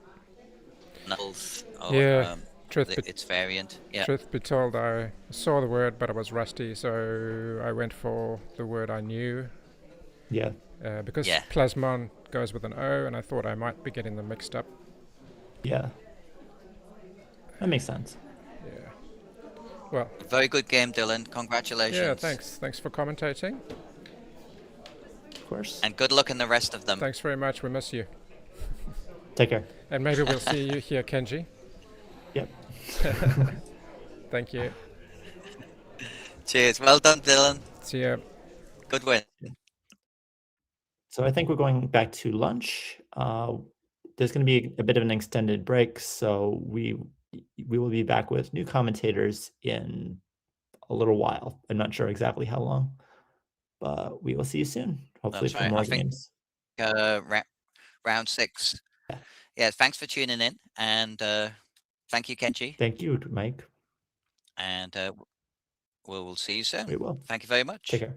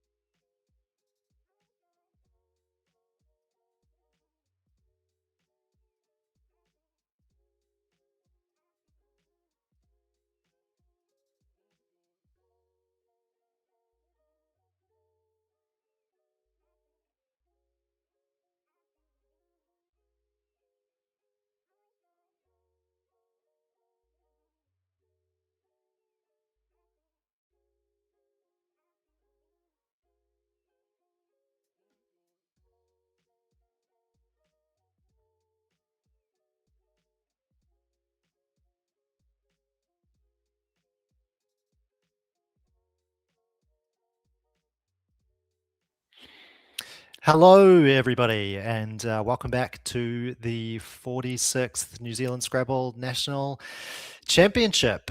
My name is Alexander Gandar. I'll be commentating this afternoon with my good friend and co-player, Chris Tallman. Welcome, Chris. Hi there. Yeah, this is my first time commentating, but of course you've seen me on the stream. I think eight to 10 times, and you're actually seeing the original New Zealand stream team. Myself and Alexander were the originators of the stream project in New Zealand. So it's nice to get to commentate with my co-founder, I could say. That's true. That's so true. Yeah, we've managed to get the stream to a place where it can operate almost well. It's not quite operating without you. You're definitely behind the scenes. It's obviously sad, a little sad that you don't get to play this year, but great that you get to commentate instead. Yeah, well, I mean, I think it's a great way to spend both of our birthdays actually, get into commentating the game we love and with the community that we've become so involved with. So yeah. So it is both of our birthdays. It was my birthday yesterday, and it actually is Christopher's birthday today. Happy birthday, Chris. Thank you. Although technically, with the date line, my birthday is May 30th, but it's in the Pacific time zone, so it's sort of tomorrow, but that's okay. And you can have a 48-hour birthday. Yeah. Well, yeah, it's a great way to celebrate, isn't it? You get to sit on stream and watch some amazing games. Exactly. So why don't we talk about what's going on today? Yeah. So we've got a really good run of games coming up this afternoon. First up, we're going to have Blue Thorogood versus Scott Chaput. Blue. Well, I mean, what can you say about Blue? Absolute Scrabble legend. Anybody that has played him knows. I guess we'll kind of always remember it. He's a memorable guy. I actually haven't been fortunate enough to play him yet. I've still got to clamber my way up the ranks to get into the same grade as him. And he, I think, has hometown advantage this year. He lives in Rangiora, and the Scrabble Nationals are taking place in Christchurch, so it's not a long trip for him to make. Though he is originally from the Hawke's Bay. He would be, I think, probably the dark horse to win this year. Would you agree with me, Chris? Yeah, I mean, I think he's won twice before, 2004 and 2013. I think he also has a Masters championship, so he's definitely has a pedigree, and he's also, I think he's one of the more well-known. Oh, it looks like we're getting we're seeing the board now, but yeah, he's one of the more well-known players in terms of the world scene. He's played in the World Championships, I think, 5 times, and so sort of well-known internationally. Yeah. But yeah, just talking about Scott quickly. Scott is originally from Chicago, but he's lived in Dunedin for 27 years. And similar to me, he moved to New Zealand for a partner in I think 1999 or something like that. So, so I think what that shows is that I'm never getting rid of my North American accent. I was going to say that. Yeah, his accent is so strong. Yeah. For somebody who's been here for almost 3 decades. That's crazy. He basically sounds like he stepped fresh off the boat, off the plane from Chicago. Yeah. Cool. But no, I mean, definitely, like he was telling me stories about pre-internet kind of phone calls with his girlfriend and like long distance charges and all that kind of stuff. And so, yeah, that's amazing. And I believe he's now professor of economics at the University of Otago in Dunedin. So yeah. Scott, anybody, you can just look at Scott and you know that he vibes extremely academically. Yeah. It's got Professor written all over him.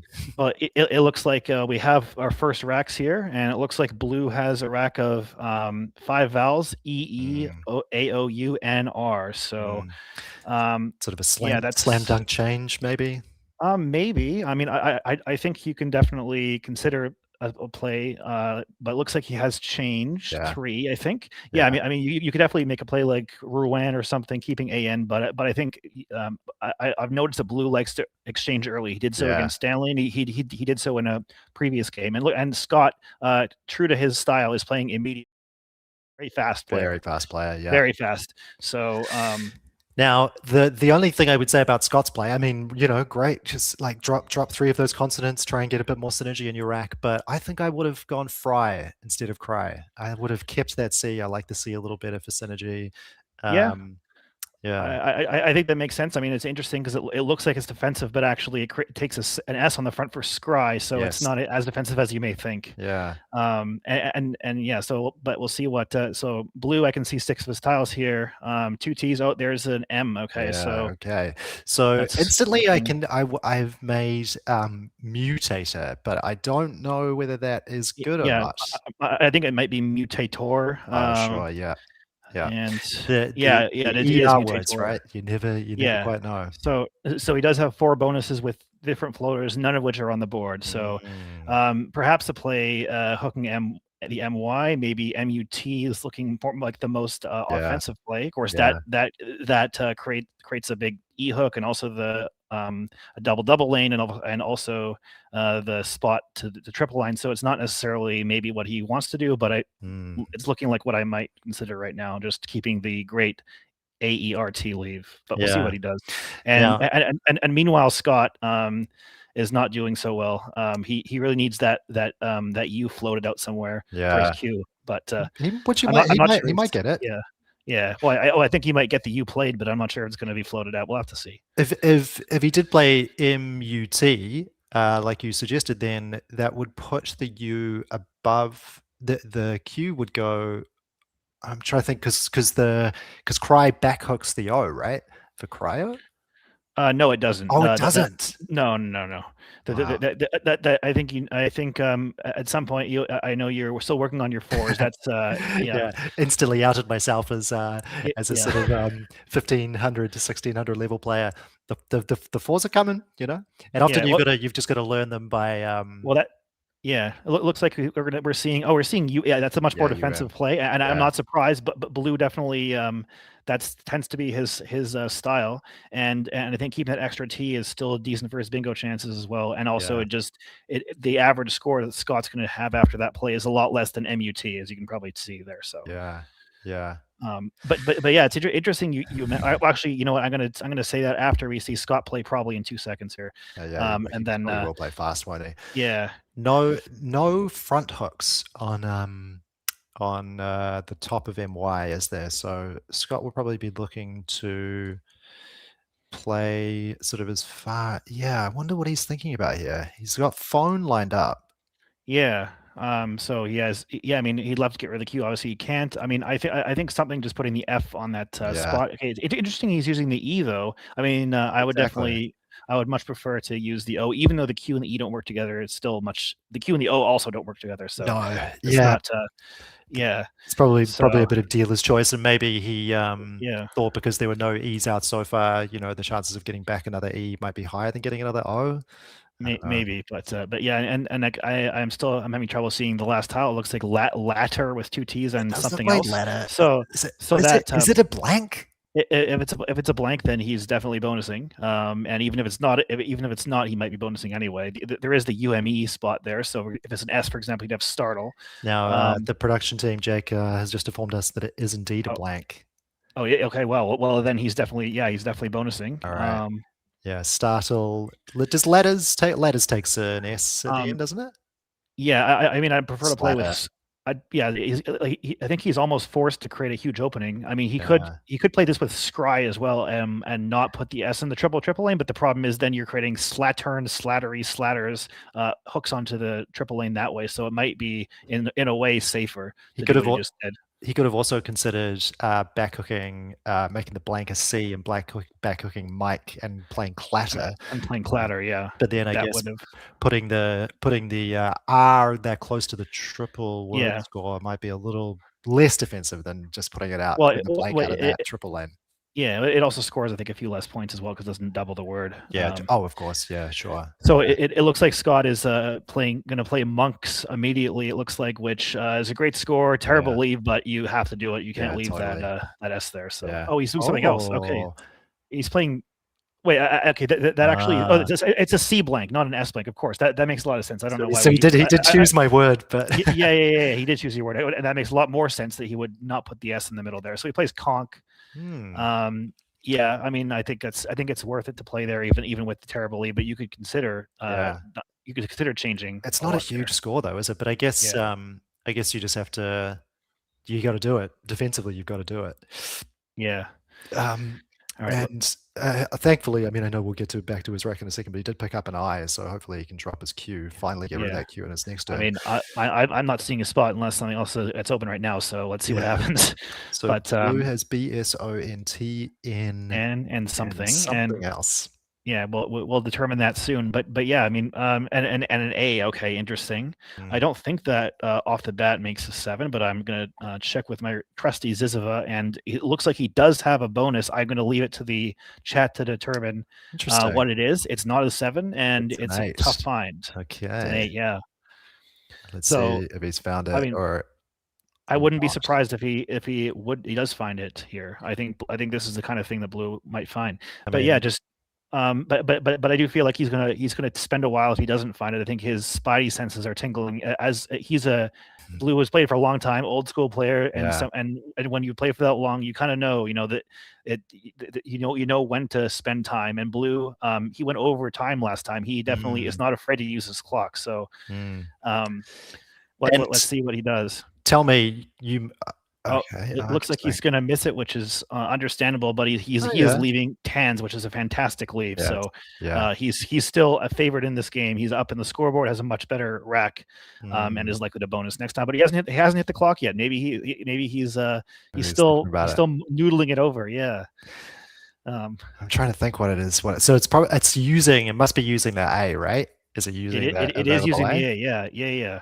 It sounds like you haven't cheated like me and you haven't looked it up. Oh, I'm trying to work it out with the rest of us. But yeah, I'm just thinking Bonitans or something like that. But I can't quite. All right.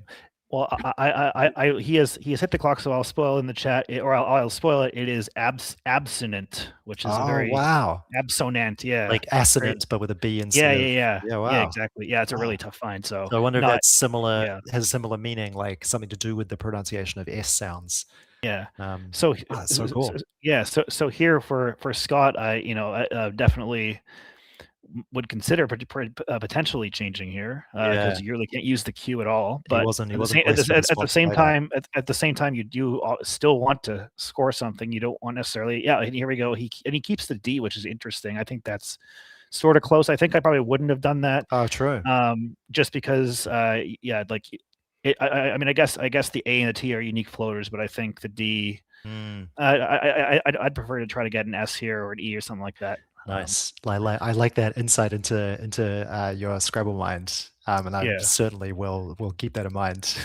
I feel like you as a player change so seldom though. Like I remember Kenji saying when I was commentating with him last time that he is sort of notorious for changing maybe up to 2 times or more a game, and I think I can count on one hand, less than one hand, the amount of times you changed against me. I think I changed a decent amount at the start of the game, but yeah, I mean, I think I like my scoring pressure, and I've been informed by producer Jake that the last tile is an L here for blue. Okay, interesting. But something, it seems like they're playing. Okay, he's playing quickly. And he's playing SAZ, which I think blue also likes. Blue likes to keep the board closed, and he likes the scoring pressure as well. So he's using a lot of his ammunition, but I think it's warranted here just to get a bonus size lead. Whatever you can get a lead of a bonus or more, then you always feel a little, you can breathe a little bit sigh of relief, because then you can't go behind on one turn, which means you have a little more control over the game, and I think blue likes to have control over the game. And even though he's leaving 4 consonants, T N G L, there's a bit of synergy there. Like that's not the worst leave I can. Yeah. The NG is synergistic. The TG isn't. I don't like TG, but the GL is synergistic, and it's not so bad. And he looks like he's gone at least an O. But let's take a look at Scott here. UII. It's not great. Consider something like maybe. I mean, I can see Drib or Diab or never mind. It's Diab, not Diab. Yeah. Just don't listen to me. I guess you have to listen to me because I'm commentating now. But no. So interesting. We can both be ropey on our 4s. Yeah, it's looking like he has paid lined up. I'm not sure where that would go. Maybe paid through the A. He's got Paddy lined up. Yeah. Oh, he's got Paddy there. Yeah. That looks better. Yeah. That does look better. Although he's setting up the Q that he just exchanged. I know. Maybe he's keeping the U as well. Maybe his plan is to redraw it and hit for 100. We'll see. But it would be the sort of thing that your opponent would draw the Q, and you'd be like, of course.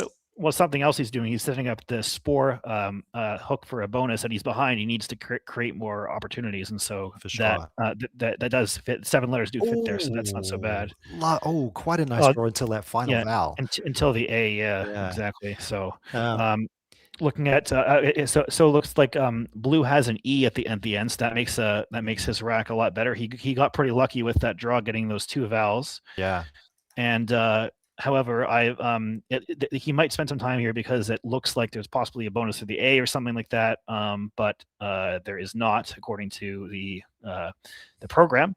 So yeah, so we might see him noodle on this one for a little bit.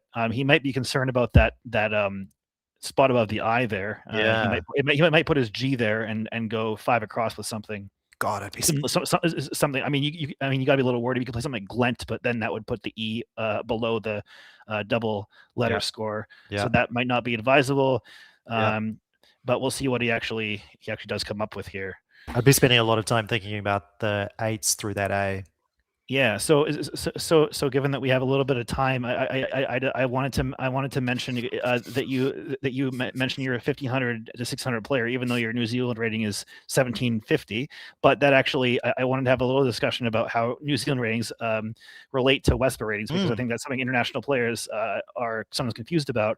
Usually at your level, Alexander, and at mine as well, New Zealand ratings are a little inflated, about 200 points. But actually, as you go down towards the middle of the rating distribution here, which is about 1100, it's actually pretty even. And then as you go to the more beginner rankings, New Zealand ratings dip below Westboro ratings, and because we actually start with 0 instead, a lot of Westboro ratings start, in the 1000 range. So it's a little more complicated than overrated, underrated. You really have to have a nuanced understanding of it. And so just some something I've been wanting to mention on stream for a while, because I see people questioning it and what's this number mean and all that kind of stuff. So that sort of gives it some more insight into that. So what is your Westboro rating? So my Westboro rating is, I think, 1850 something. I think it's a little underrated because I have a lot of the New Zealand tournaments that weren't. And he's played grab here, so that's he's also keeping the N for the G. And of course my New Zealand rating is 2200. So yeah, it's interesting. I think the higher you go, the more the numbers diverge. And it looks like Scott is immediately playing Louis, which is not bad. You need to get rid of a lot of his vowels there. I think I wouldn't have played quite so many. I know that he's going to score reasonably nicely from it, but it's a lot to drop. Like I would have really been trying to keep the E at least. Well, I mean, the thing is, there's only 2 played, right? You generally, if there's a lot of E's played already, you want to keep it. But in this case, there's still 9 left in the bag. That's true. So I think it's not so bad. Oh, and he gets another bunch of vowels. He literally pulled a UOI. Gosh. And so blue has a pretty stranglehold on this game. He can definitely put his W next to that E and score a good amount of points, probably. It's really just that bingo, though. It's that he's managed to sort of. Now the scores are updated. I see. Yeah, he's basically a bingo ahead. He's in that spot, and he's in the spot I talked about where it's his turn, and he's more than bingo ahead, which means that he can do one of 2 things. He can either try to close the board down and stop Scott from bonusing, or he can just score enough so that if Scott does bonus, that he's still in good shape. And I think it's always nicer to be able to do the second one, just to score enough. Okay, sure, you bonus. I'm still ahead by 40. It's my turn. Now I'm going to shut the board down further. And so it's a good situation for blue here. But I actually can't see a 5-letter word that he can play down from that EW spot. Yeah. So he might want to do something else. I mean something maybe even like towel or something above TI, just because that does take out that. I mean, I think obviously Scott showed he didn't have a Q playing Louis, obviously with the U. He would have played his Q there, but at the same time, might be something he might do. Of course, it does create the S hook with towels, so I'm not so sure he wanted to do that. Yeah, so we'll see what. But again, it's sort of close to feeling like something. So I imagine blue is really going through the motions here. Yeah. I mean, it's too bad that something like Townlet would unfortunately put a big S hook there, because that's sort of thematically what I want to do, is just sort of use a lot of space on that side of the board, make it so that side is, as Kenji likes to say, exhausted for bingo for bonuses because there's too many letters everywhere. But unfortunately, that creates a big S hook. I wouldn't do that, right?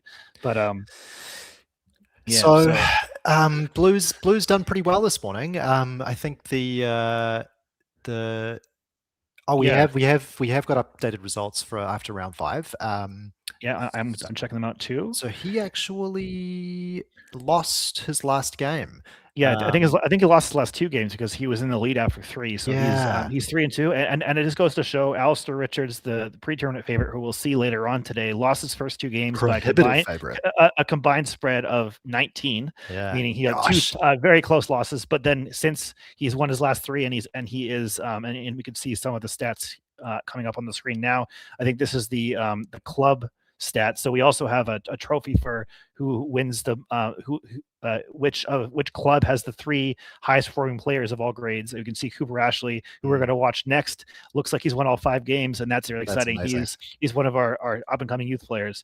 It looks like he Scott has found a bonus though, even with the U and the V. And beautiful play, Scott. Yeah, really beautiful play, doubling that V, out rival, and I think this is the great South Island rivalry, so he's out rivaling us or something like that, and that's going to score 80 points or something and get him close back into the game. But what Blue is now, and we sort of missed out on the clue play there. Yeah. But this is sort of what we were talking about, is that now Blue, despite getting bonused on, still has the advantage, because not only is he still ahead, it's his turn, and he has a decent lead of tone. So, and even if you don't manage to draw into a 7, you would hope that you draw some decent tiles to get down onto the triple word score from. Yeah, maybe up that G. I mean, there's only 3 eyes on the board. If he draws an eye, although I can see one on Scott's rack, if he draws an eye, he has a decent chance to get something to the G. But we'll see what he draws. Nice draw from Scott there. Decent, but does that actually bonus anywhere? I was just trying to shuffle my way through to see if I could see anything. I immediately, I mean, there are 8s through some tiles, but I don't think any on the board. And so I think this is actually similar to when you were commentating on my game, and you mentioned this is a nice draw that I had when I played Sir Tuin against Cicely Bruce, if anyone remembers that. And then Josh said, I don't actually think that's a good draw, because it's a bunch. If you draw a bunch of 1-pointers that don't bonus, you're not going to score very much. That's actually not great, right? No. You actually prefer to have something more like what Blue has right now with the H's and the X to be able to actually score. But the thing is, if Blue does put out E out, he's going to hit with Orionite, as you can see Scott lining up on his rack right now. Yes. So Scott definitely sees that, and he could get an E here, depending on what happens, because Blue could play Hoten and HI, which would score a lot of points, keep his H and X, and that would get hit with Orionite, although that would also create probably more openings for the X. So we could see some fireworks right now, depending on what happens. Blue's thinking about it. I think he is almost certain. I mean, the smart play, and probably there you go, as I was about to say it, as Rex. It is Rex. Yeah. That's a little more of a sane play. I think Hoten is I think Hoten is sort of comparable, but this is gonna work out for him better. Hoten probably is a play to make. At least I would consider it a play to make a viewer behind. Rex is a little more. Well, I mean, it doesn't take an S though, which is But anyway, I mean, the thing that I liked about it was, and this is a perfectly fine play too, is that A, doesn't take an S, and B, it guarantees you. Although the H's are pretty good too, but it guarantees you a big spot, a big X bomb next turn probably, and you can even get an X bomb off of Clue, EX something, OX something for 60 plus. Yeah. So that's why I was drawn to keep the X, even though it has the big spot. But Scott's now in a position which, like I talked about, where he has all 1-pointers. I can see Olivia in the chat. Hi, Olivia. She asked us to please read out the letters. So Scott has IIOTERN.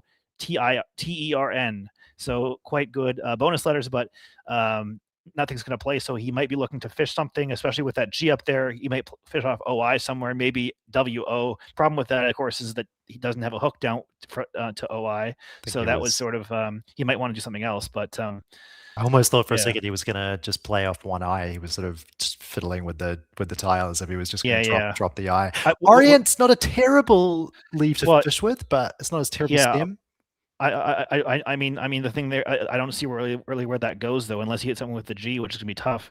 I mean, whenever you play one tile, you want to iterate out exactly what you can hit with each draw. Yeah. And this board is not, there's not that many floaters on the board, and so I don't think, I think you kind of want to play both of them. You do. Yeah. But so I mean, OI is not that bad, or you could do an intermediate play and score a little bit more. So the value of that would be you score a little bit more now, and then your bonus would actually put you in the lead versus if you dink for 10 and then your bonus blue is still has a stranglehold on the game. Oh, he's back to thinking about just with that eye, and he does it.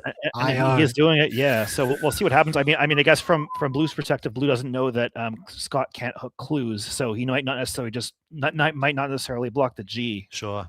Because actually, it's probably more dangerous to him that there is that massive S hook down there. Would you, if you were in Scott's position, would you have considered just playing OI off the? Oh, okay, interesting here. I would not play OI up top, no, because you're blocking the G then. And it looks like, if you're talking about that. Yeah, I was actually meant down off the W, right where Blue's playing. Yeah. That's what I was talking about. The problem is you don't have a hook to that with Inter. So Inter is a leave that's very good, but if you don't have a hook to bonus with it, you're going to often draw unplayable bonuses, which aren't going to be good for you. Yeah. We can see now the unseen tiles up on the screen. So still a blank, still 3 S's out, still a chances for Scott, but he needs to draw well here. Yeah. And it looks like he wants to play interior, but that's not going to obviously happen. Ooh, does he have anything over to the G, the ING? I mean, he's bound his way to an ING.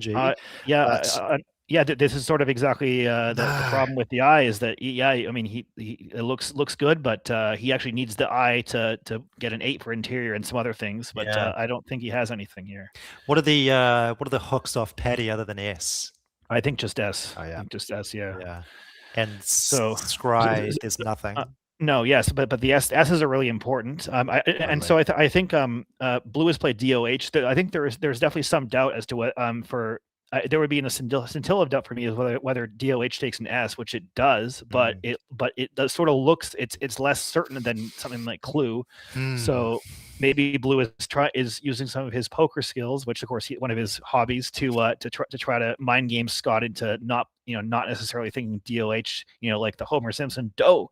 Does that take an S, kind of thing. So we'll see what happens. But yeah, so Scott's in a position again where he has these 1-pointers. What does he do with them? He definitely needs the bonus, but he also can't afford another 5-point play because then he's bonus won't do anything. Yeah, he's going to blow it up. With hornier. Yeah. Okay. Yeah. I definitely agree with that because there's some power in power in the bag with those S's and the blanks. And I do like this play a lot. So actually, just to jump back to you wondering whether dough takes an S or not, I can see in the definition scroll that it isn't the Homer Simpson dough. It is the musical note. So the second that you find your way to that meaning, you would know that it does take this. Yeah, that's definitely the value of knowing meanings. Actually, someone that we're going to watch tomorrow, a new up and coming player, Jonas Weiberg, is I think very into big on meanings, and so I think that might help him. And he also knows a lot of short words, so I'm really excited to see him playing against one of our other up and comers, George Dodd. First thing tomorrow morning. But anyway, let's get back to this game here.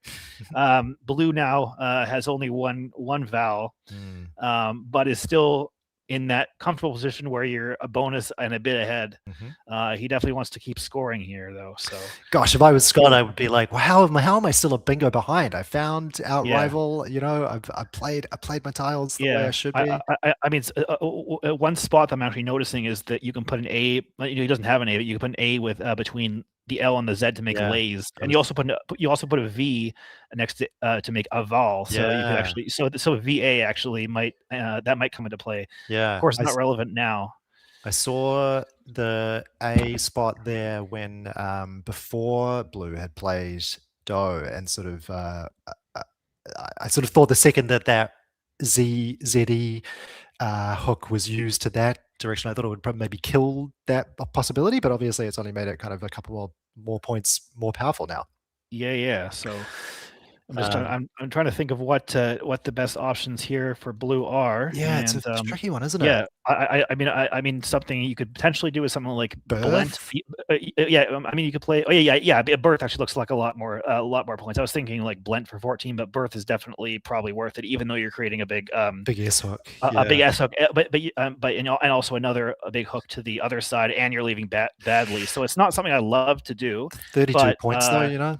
32 points, which would put him over a bonus ahead. Yeah. The only problem there is if you do get bonused on one of the spots, the other one's still open, and there are pathways to losing the game after that. Whereas whereas my idea of Blent doesn't score very much, but doesn't take an S, and the bonus line that it keeps open, which is next to the B, would only score 60, and you're still in good shape. So you're suggesting playing that through the E of Hornier. Through the E, just also keeping the lone vowel just in case, because what you want to avoid is the scenarios where you have no vowels. Yeah. And then you get then either you can't respond to a anyway, it looks like the stream might be a little bit back. It's cutting out, but hopefully it'll come back soon. Yeah, I think it was me. Okay, sounds good. And so it looks like a similar idea for blue. Blue doesn't want to use his lone vowel just in case something happens. I think the only issue there is he's not responding to any of the floaters doing that, but it's still not a bad idea. And it looks like Scott just whacks him right back without even thinking about it. I mean, it's too bad. I don't think he had anything with the J going through that R for 60, but yeah, I mean, like I don't think Jerd is good or anything like that. So it's close. It's definitely close. Yeah. So I would have been trying to get rid of my right? Yeah, exactly. And I know Juted is not good because I had that taken off before. I mean, you want to play judo from that rack. But Scott has immediately found out edge on his rack. Nice. And is that going to play? I don't know. I'm not surprised that he found it immediately. I mean, I think Scott definitely for the high and the mid probs, he is pretty automatic at finding those. That's one of his strengths. He's definitely a word studier, and so and I guess I'm not surprised about that. The cool thing about Scott, Scott's jumped in at the bottom of the A grade this year. It's an incredibly strong Blue A grade. Looks like Blue has a good in Kenji's words, he has a huge rack, but does he actually have bonuses? He actually blocked himself. He blocked himself from bleeding, unfortunately. And I'm looking through the or belading. The E and the R. I don't think so. You'd sort of be like cursing it, but he obviously blocked it in order to block it from Scott, right? So you'd be I took the spot, but maybe I still did the right thing. It's not so bad, yeah. Yeah. Is there anything through the R or through the other E? Oh, no, it looks like there is, and there isn't any. And look at that. Something we haven't really talked about, and this is we did talk that Scott is really fast player. Blue has 4 minutes left, and so he might go overtime again. And what I hope he doesn't do is something that I did against Bob Jackman in Sydney, was playing the singular BANN, which is a plural noun. So hopefully he doesn't fall into the trap that I did. Because that actually looks pretty tempting just to slap that down, but no, don't do it. It's one of the words that, what's the phrase? It has a sticky S. I learned that from sticky S. Yeah, exactly. Yeah, I learned that from you when you played. Oh yeah, Do you remember the words you played? I'm not sure. It was, what was the word I played? It was Spherix. Spherix. Okay, yeah. And you tried Spheric, and I challenged it, and it came off because it has a sticky S. Yeah, well, I do remember when I first met Jason Lee in 2013. I played Abducens, which is a sticky S, and he was very impressed that I knew that word. But I just knew it because I saw it played online one time, not because I know him, not because I studied that point. And it looks like Blue is finding that spot that we talked about. Really he's putting the N there, and again, So what that does is it blocks the DOHS spot. It scores enough that even if Scott bonuses, he's going to be ahead again still. So Blue is showing a lot of situational awareness in terms of the game state. Scott's having a think about it. He's having a think about it. You can see him sort of considering NABE in his head. Yeah. Well, I mean, and it looks like he's. I thought he was reaching to the clock there. Yeah. But yes, he is going to challenge. Oh, he's going to challenge. Yeah, okay. Yeah. I think so. Yeah. Yeah. Although his clock's still running, but the thing is, he has so much time that it doesn't really matter. Yeah. Yeah. I mean, the thing is, as your situation becomes more and more desperate, you start challenging things that you normally wouldn't, just because if there's a 1% chance it comes off. If he gets a free turn here, he's in a good spot, right? So, or he's not in a good spot, but he's in a better spot than he would have been. There's no. Are there any 8s that are playable without edge? I can't see anything off the. There are 3 8s, and none of them are playable. Yeah. There's of course out edges, and then there's 2 more. One of them is with a D and one with a W, actually. So if that'll be a puzzle for the chat to see. Well, the D one surely is out edged, right? No, it's not. It's not.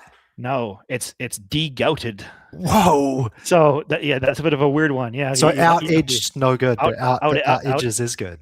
Yes. Wow, yes. Interesting. Okay, so there's another one with a W. All right, yeah. Shout out if you find it.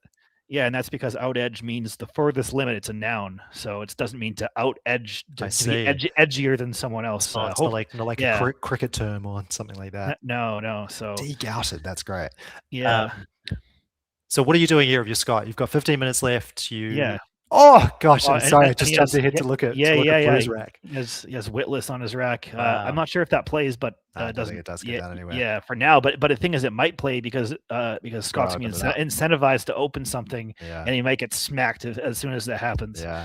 And I think Scott does need to open something. So, interesting. I mean, you could play Daegu,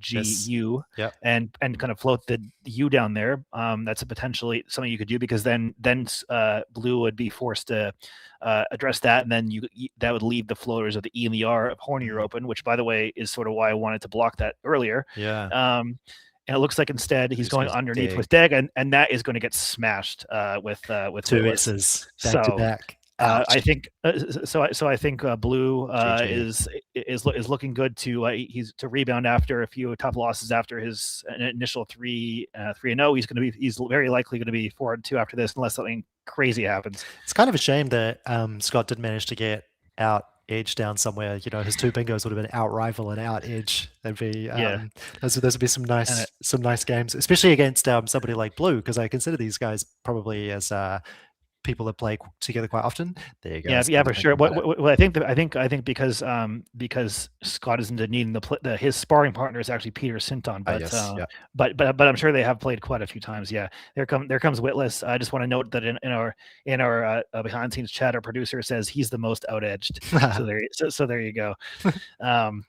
But yeah, so Blue's ahead by almost 200 now, little less than that, 150. I feel like the scoreline doesn't quite reflect the. It feels like it's been closer than this. No, I mean we had the find of out rival, and it's just Blue's gone. But what Blue's really done well is sort of limited Scott's ability to score outside of that bonus by really keeping the board constricted. Right, he didn't play MUT when he could have just maybe for a little bit better leave. He played UM, and I think that sort of set the tone for the game. And it looks like he's picking up what Scott originally got rid of at the beginning of the game. Shout out to the annotator who's managed to keep up with us. Keep up with Scott. Yeah, exactly. We're fast. It's always a torture when you're annotating and the player just plays so crazy. So well done to Callum behind the scenes for keeping the scores pristine. Yeah, for sure. Okay, so yours just goes with EA. That's actually something I wanted to flag up to. Is whenever you exchange, and then make sure to shake the bag, because if you exchange, let's say exchange QV whatever, you don't shake the bag, your opponent could just your opponent might see you, and then they'll just go to the bottom of the bag, right? You always make sure that, and they're allowed to do that. Just make sure that you shake the bag whenever you exchange. It looks like that's happened because the Q and the V didn't come up until later on, but it's just a little bit of a live player. If you're just an online player and you never really get into the tactile sensations of the game, that's a little tip from some of the old school. When you draw tiles out of the bag, do you go straight in and pull out, or do you go in and shuffle and pull? Yeah, I mean, I think it depends. I mean, I usually do one at a time. But if I notice my opponent's just dumped a bunch of bad tiles on the top, I'm not going to the top. Yeah, right. true. That's just Yeah. and that's on them for not doing that, right? So Yeah. it's just a little bit of a tip. Yeah. Yeah. Yeah, I remember you telling me about the pulling one at a time because North American rules are so much more punitive on overdrawing than they are here. Yeah. There's that too. Yeah. Yeah. If you didn't know, the overdraw rules are a little different here. You only get punished one. You only have to give them 2 tiles instead of it's X+1 instead of X+2. If people understand what that means, well, I think only the experts will. Probably the people, the casual viewers, what is he talking about right now? And just ignore me.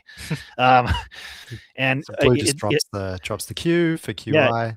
Yeah, I mean, I think he's a little bit concerned about. I mean, there's still a U and a blank out, but other than that, doesn't look like many good spots for the Q. So I think dumping it now is pretty prudent. He doesn't want to get stuck with it in any scenario, because he's such a favorite that he just wants to find ways not to lose, and getting Q stuck is a way to lose. Yeah. So just get rid of the Q. Now Scott's going to be thinking pretty hard about if he can summon any 5s to make it over with that F hooked above the Y, right? I can't see any.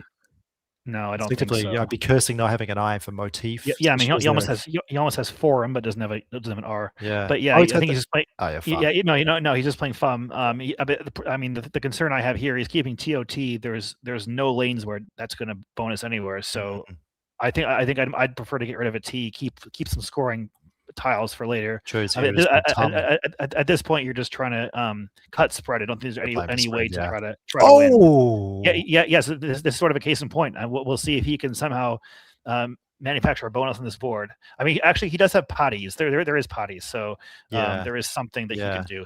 But you need a second lane though, right? Because of blue blocks it somehow. It's tough to block though. I mean, I guess there's UME he could use to block, but he's not doing that. No. So he's just playing. Yeah, right. He could have played something down. Yeah, right. UMP. So Scott does have the time, and he does have playable bonuses here. So we'll see. So just for our chat, Scott has AA, double T, OS blank, and he needs to start with an S in order to bonus. And he's putting the S near the start here, and this is Scott's strength in terms of finding bonuses, although these ones are a little more challenging than the high prob ones he found, like Outrival, but I think he has a good chance of finding them. Instinctively, I'm going to like musical words. I see what it is. I can see one with a T. Yeah, there it is. He just shuffled into it. Wait, with a T? With a T blank? Starting with the T, sorry. Starting with a T, yeah. But he's doing it. Where's it going to play? Where's it going to play?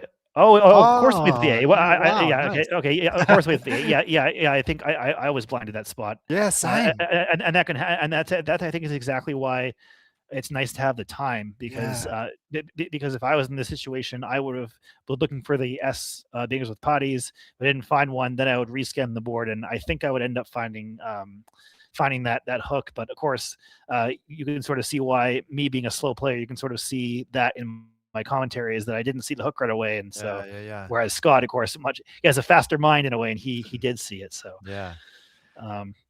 and looks like that's a bonus out, I think. Lovely for Scott. So that's going to get him closer on the scoreboard for sure. It's not going to win him the game, but I think he'll be happy to bonus out on the stream and keep it pretty reasonable. So knock back that spread as much as possible. Yeah, that's actually interesting that Blue decided to just go for the score and empty the bag there and allow that to potentially happen. Because it's the bottom of the board there's getting cut off, so I can't quite see what he did play to the triple word.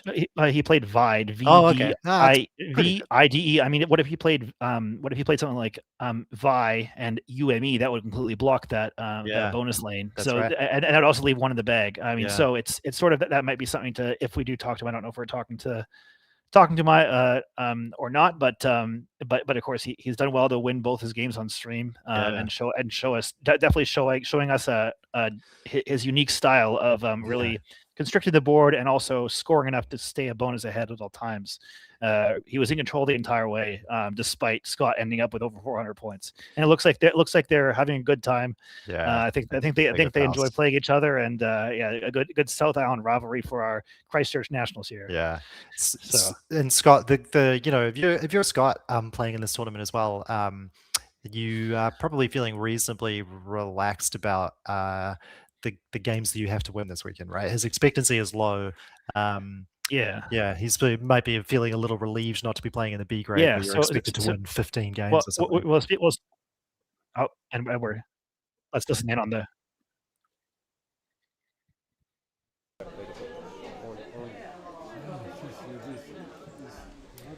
Can't quite hear Blue, but yeah, we'll just let them talk for a sec. Yeah, you've been hearing us talk for a long time now, so these guys probably.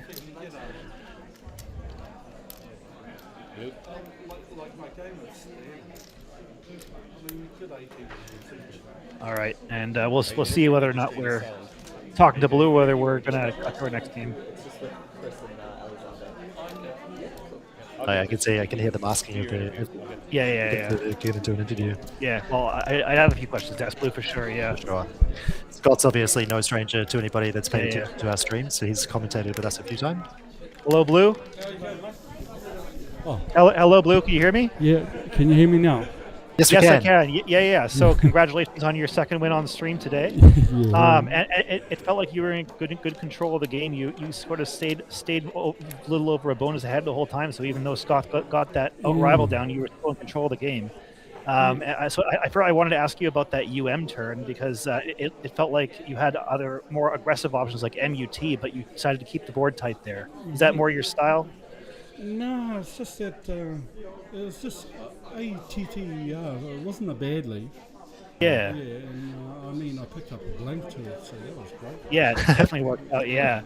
And then near the end of the game, when you played Vide, when emptying the bag, did you consider something to block the bonus lines, maybe like Vi and UME, or did you just decide, hey, I'm just going to score, and if he bonuses out, he bonuses out? The only place I could see is got to end with A or no. And yeah. Lo and behold, he ends with an A. Yeah.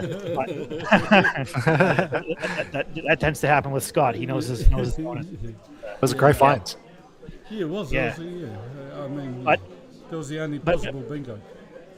Yeah. It seems like you're rebounding a little bit. You started with 3 wins. You had 2 close losses, but you're back up 4-2, looking good. And I think there even some of the big dogs like Alastair's lost 2. Yeah. So I think you're definitely still in contention to win. And I just want to wish you the best of luck the rest of the way. Oh, thanks, mate. Yeah, had a close. Let's go, Blue. With Alastair, that was very tight. Oh yeah, did you win that game? Did you win that game, Blue? It was like a 470 to 460, but yeah. Wow, yeah. It would have been nice to get that game on stream, but you can't stream them all, unfortunately. Yeah. And Joanne, she tripled me, but I. Oh my God. Yeah, I still stayed in the game, and I was actually. I put myself in the box. Yeah, that was when you lost by 10 points only, right? Yeah, it was just a tough end game, and she played it well at the end. Wow. What was your score against Alastair? I'm just pulling it up. Yeah, 470 to 460. Wow. Yeah, it was a good game. He started with 2 bingos, so I was chasing. Oh yeah, you beat him by 8 points. Yeah. Wow. Yeah, that would have been a great one to stream. We're saving Alastair to stream him sort of end of the day. He'll always have it on Alastair. Yeah. He doesn't lose anything not playing. Nah. Yeah, well, I'm sure all of the hometown viewers are rooting you on, as well as, of course, Lewis and the rest of the Christchurch people. But yeah. All right, Blue. Thanks a lot. Cheers, mate. Good luck. Yeah. Good luck for the rest of your games, Blue. You guys are doing a sterling job. Thank you. Thanks, mate. Thanks, guys. Cheers. See ya. Absolute legend. Oh, now Jake's just done us a great favor and brought up the page to with all of the donation information. So we're obviously a sort of team of volunteers here at the NZ Scrabble streaming machine. So if you guys are enjoying the streams or want to see more, you can hit that link and buy us a proverbial coffee. And this year we have a couple of prizes that you can go into the draw to win. So if you're a New Zealand resident, you go in the draw to win a $50 voucher to Lamplight Books, which is my partner's bookstore. Just a little bit of nepotism in there. And if you're an overseas player, you can win a free entry to any New Zealand tournament of your choice. You can also elect to have the book voucher as well, but unfortunately the shipping will probably nullify the cost of the book. So better that we give you free tournament entry, and you can come over and play yourself. So thanks very much to Lamplight Books, to the wonderful Courtney at Lamplight Books for helping us out there. Anything to add?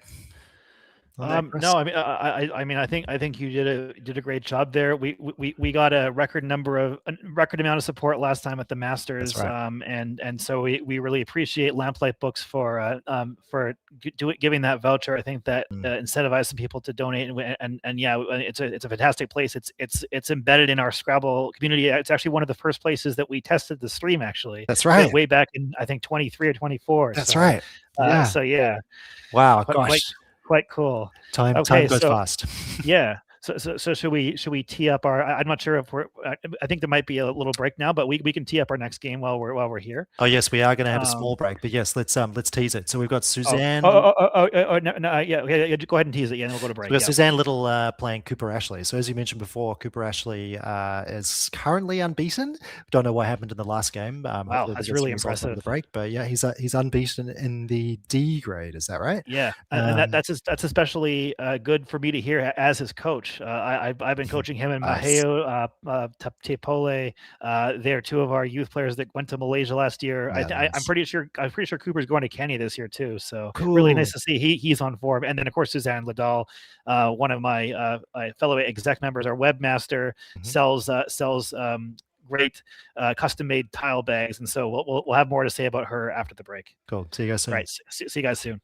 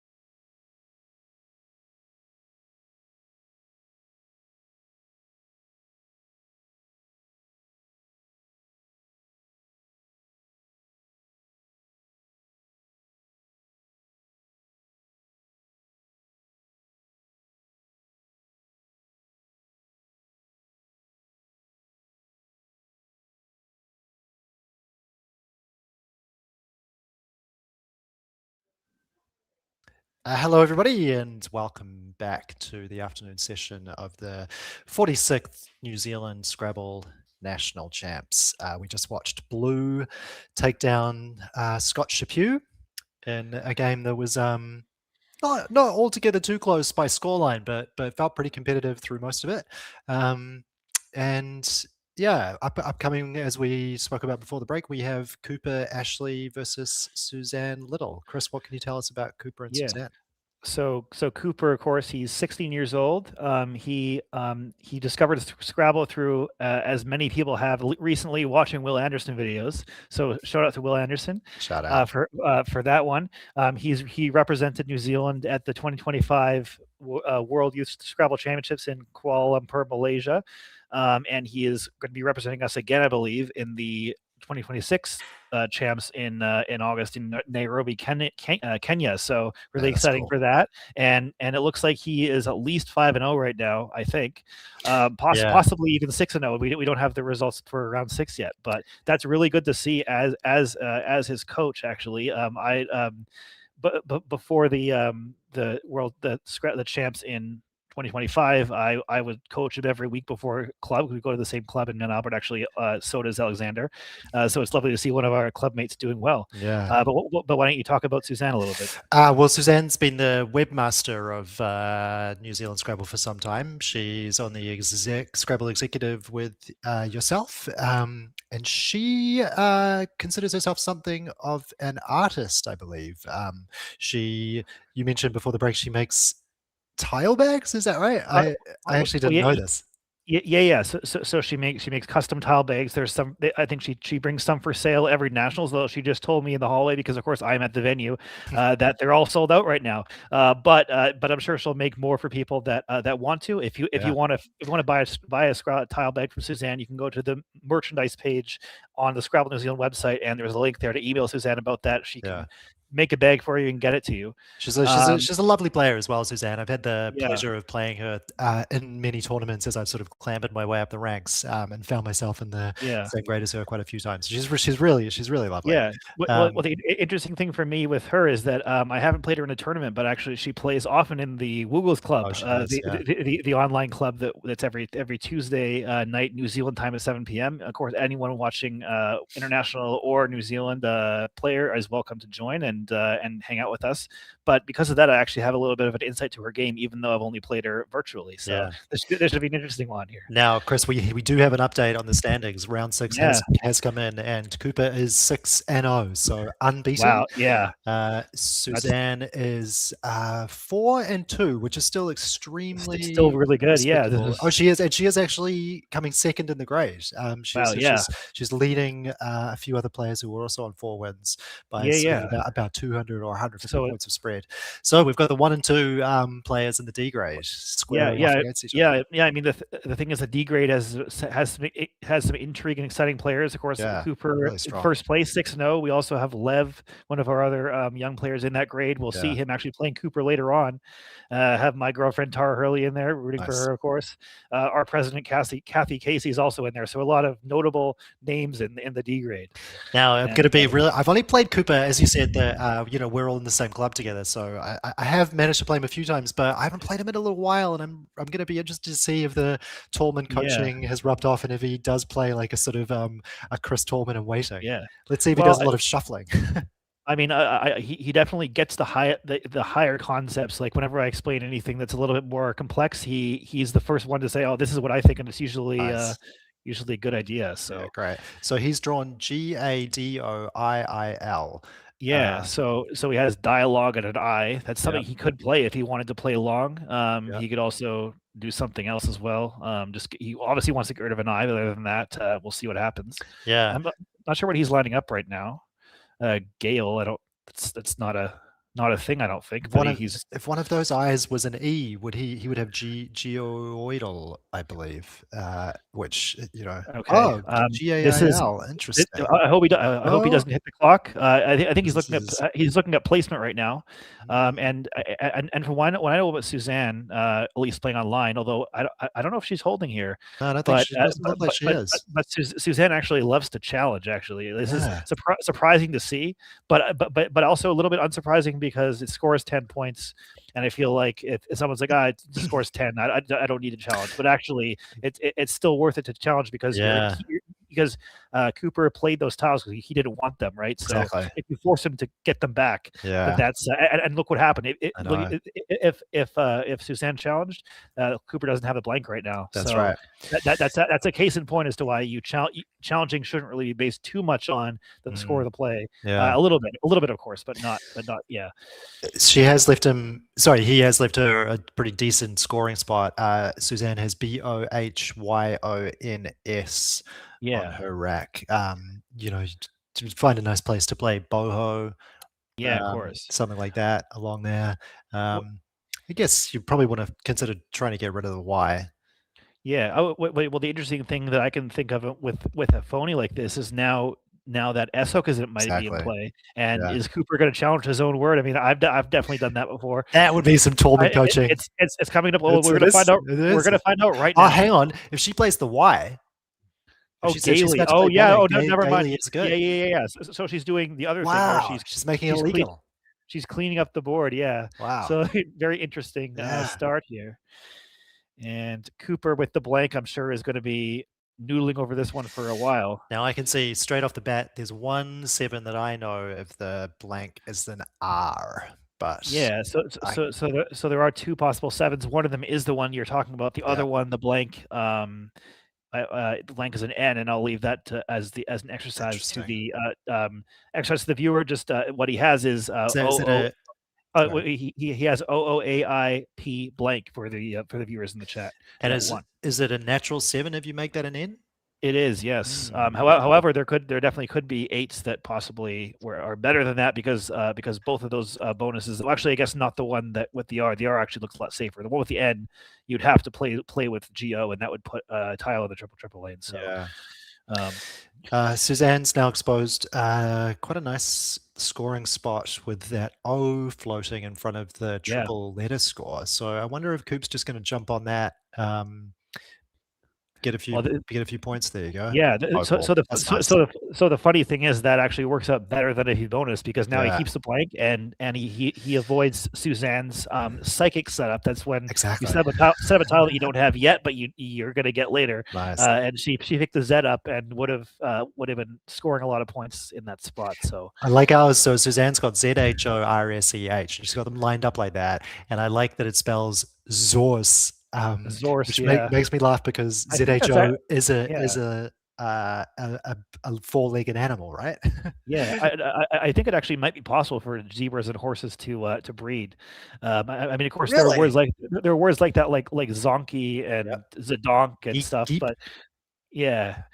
But yeah, I mean, I don't think Zorse is good, but I think it maybe it'll be added to it sometime because I think just something in my head says that that's a viable situation there. So yeah. Anyway, let's get to the Scrabble instead of talking about biology.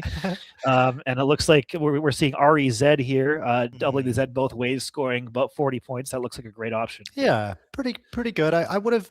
I mean, I think she had more of the right idea by trying to play off one of those H's. I don't know that I love the double H leave, although I guess you can play Ho reasonably easily next turn somewhere. But would ZHO in the same spot, making OBO, would that have been a slightly better option, maybe? I mean, I don't think so, because that puts the Z right next to the double letter and gets an easy spot. The thing here, though, is that there is a very important hook to know, and I hope Cooper does know it. It's a four-letter word, and if he knows that his bonuses are gonna score a lot more points. Yeah. So let's see what happens here. I do have faith that he knows it, but actually, this is a fine play too. Actually, this is great so he's playing antidote. The hook that I was talking about was the T on top of REZ, but this is just as good. That is just as good.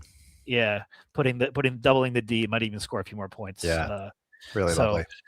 Yeah, just if I'm estimating points, I don't have Quackle up or anything like that. I'm a new commentator. I don't have the ability to quickly analyze the game, so I don't know. Hey, this is 82. This is whatever. But I'll just have to use my my brain here for that one. It's just raw brain power on the stream, on the commentary stream today. That's how we do it in New Zealand. Well, not completely. I do have Ziziva just for up, so I'm not looking for bonuses. But other than that, yeah. So Suzanne's got HONSLHT on her rack. She I think will know that T hook for Trez. Is it just the T and the P, the front hook in front of Rez?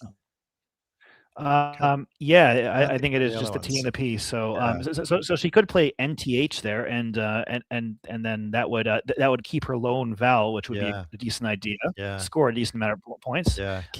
LAOHS, pretty good. Yeah. Tell me, does Cooper, is he sort of advanced enough to be thinking about whether he prefers a closed board or an open board?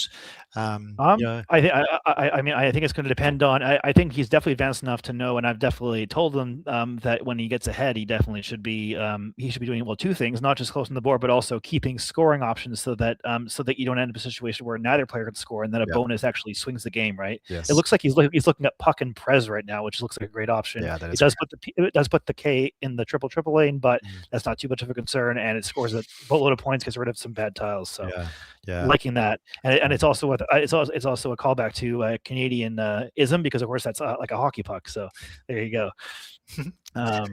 But Antidote was a beautiful find. I think definitely was. Proving why he is top of that grade, and almost certainly deserving of being up in the C grade. Well, I mean, we have several players that are rising quickly. I mean, Cooper won the F grade last year. We had 70 players. We split them up into one more grade than before, and he won F grade at Nationals last year. And it looks like he might be winning the next grade up again. So really, really good. It looks like. Oh yeah, sorry. You go. There you go. No, I was just saying. It looks like Suzanne is choosing to score with the two H's. And the nice thing with the leave she's keeping, although it is a dangerous leave, she has the hook to Rez, she has Trey, and then also that E at the bottom synergizes well with those tiles, and is unlikely to get blocked unless, of course, Cooper has an A for Hoha, or I guess he can block it, but it's always nice when you're keeping a slightly unbalanced leave to have a beneficial floater, and that E potentially could bail her out. But of course, it can go the other way too, where she draws three consonants and is in trouble. So we'll see what happens. So Coop's got PEC UKNV on his rack, and I actually wonder, Chris, if he's about to play PEC off the Prez hook, and then this is nice too, actually. Oh, he's playing PEC there. Yeah. He's interesting. I was wondering if he was going to line up PEC for the K back hook. Oh yeah, that would be interesting for sure. Of course, he does take an S also, but that is interesting. I think I'd rather just play puck there. But the chances of it getting used if you float the hook out are pretty high. Just because now, I mean that scores maybe fewer points, but now you're keeping pretty clunky leave, and you're also getting rid of your hook here. So, but we'll see what happens. Suzanne did get an E, but she got the Y as well. There are no bonuses for her, at least as far as I can see, and she is using the hook finally here. So she's played pretty fast. Although I'm looking. Oh, she's playing entry. Yeah, go ahead. Yeah, I was going to say. Oh, what's she up to here? She's got around the wrong way. Don't hit your blocks, Suzanne! She hit it, and it's Cooper. It looks like Cooper's gesticulating. I think he sees something. Is he going to draw? Has he held it? Has he held the play? No, he's too busy focusing on his own rack. Oh my God! Wow, this is insane. Well, I guess that's only fair play because Cooper got away with a phony.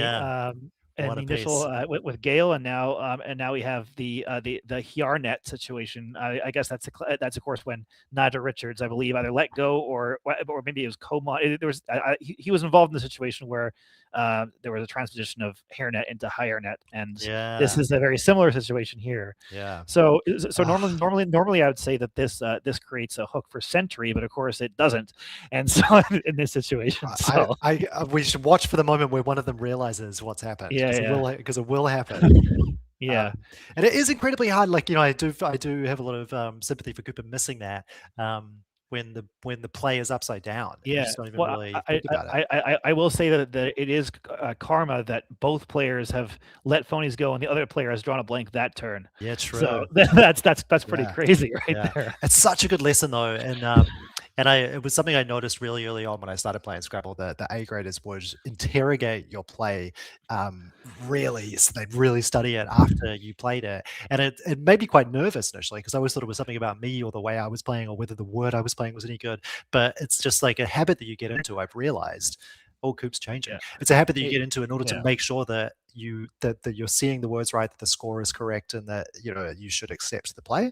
Yeah. But yeah, it's just something you've just got to learn just by doing, right? So Coop's changed Yeah. 5. He had RNKUVLL on his rack. So I think choosing to change the KVULL is a good choice there. Yeah, I mean, he's kept RN, which is a good leave. It also synergizes very well with that E at the bottom, which is quite protected now. I mean, if you're not bonusing with that E, it's unlikely you're going to play there. So that's right. And he's drawing pretty well. He's drawn some nice after the tiles. exchange. So he has Menacer, I see right away, and that does play right now, and maybe some other stuff too. So Suzanne has blocked her rack from view, but she has TINDLS blank. Yeah.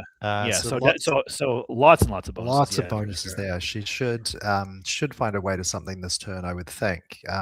Dentals occurs to me right out the gate. Dentals, slot that under the E and how do you pronounce that word? Enerty. Enerty, yeah. I mean, I see something enlisted as well, which would go to the triple. Yes, nice. Maybe what she's doing. That's very nice find there. Nice. And what I like is she's playing it quickly. I have a tendency to waste a lot of time when I have hundreds of options, and she's deciding, you know what, I'm just going to play right away. So yeah. That's great. And I just noticed that Cooper, the perfect gentleman, despite his young age, has giving her the blank slip. So that's very nice to see that. Coop's going to feel a little. It's always a sort of crummy feeling when you change and then you get bingoed on. You sort of have to. It sort of feels like you kind of missed 2 turns almost. His tiles, they are really nice, and I know that you said that he had Menacer. I think that's his only one. So it's definitely he doesn't have it lined up now, but I think it's definitely obviously it's something. It's a word with the suffix. I'm sure he'll be shuffling around and looking for that. And it's one of those. I have faith that he has a chance at it for sure. It's one of those words that I wouldn't be sure about. Yeah, I mean, I think famously when I've told you that I've trouble parsing which of the ER words are valid or not. So many of them. So I don't think he's seen it yet. But even if he does see it, I mean, he has men lined up now. I mean, he also has to look at men. Oh, he's got men there. He's found it. Let's go, Coop. So that's step 1. That's only step 1. Step 2 is actually finding the cojones to play it. So we'll see what happens. Yeah. So you're a bingo. You're just under a bingo behind. You're like a small baby bingo behind. I imagine he's probably also looking at that D that Suzanne's just floated into space down the bottom and wondering if there's anything that can go down there. For sure. Is there anything with the D? No, there's not. The only 8s are Menacers and then Menarche with an H. Interesting. So I think the game situation sort of lends itself to him trying it. I mean, he's down by 57. It would put him up. It would put him ahead. A big swing of the game, and otherwise he's going to be not a favorite to win. So I think. And he's looking at cream now somewhere. He's looking maybe at creams. Come on, Coop. He still might do it. I think he's, especially being on stream like this, right? You don't want to be on stream this situation. Let's go. He's not doing it. He's playing Menace instead. I mean, he's playing Menace, which is still quite good. It puts the C on the double, scores about 30 points. It's not a bad play. Gets him within 20 and still has the R. So this is I think he was also worried if he phonies, it gets challenged off. Then just so we're talking about last game, Suzanne would be in a situation she'd be ahead by more than a bonus, and that's always it's the inverse of what we were talking about before. You're behind by more than the bonus, then you can't even come back with one play, right? So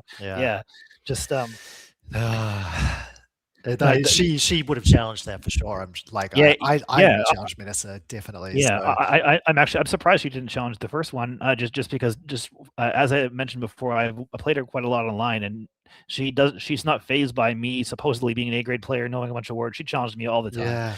Me too. Actually, So I guess it was just maybe being on the stream, 10-point play, whatever. It looks like Cooper's drawn a really good score and play of Vax. So we'll see if that may not be blocked. We'll see what happens. Although of course there's a potential of a Adobo below that, but that would actually just give him a Bodo, I think. Yeah, that would give make sure that's good. I thought it was Adobo. I think it's both. No, true. it is it is a dobo. So yeah, you can play a dobo on top, and that would block some of the X spot situations. I'll note with interest that in the definition scroll. We're gonna see century. We're gonna see it. We're gonna see. Come on, Coop! Look at that word. Look at his expression. Look at his expression. I think he's challenging here. I think he saw it before. Let's see if Suzanne sees it, because now Suzanne's she's counting that way, and now she takes it back. She sees it now.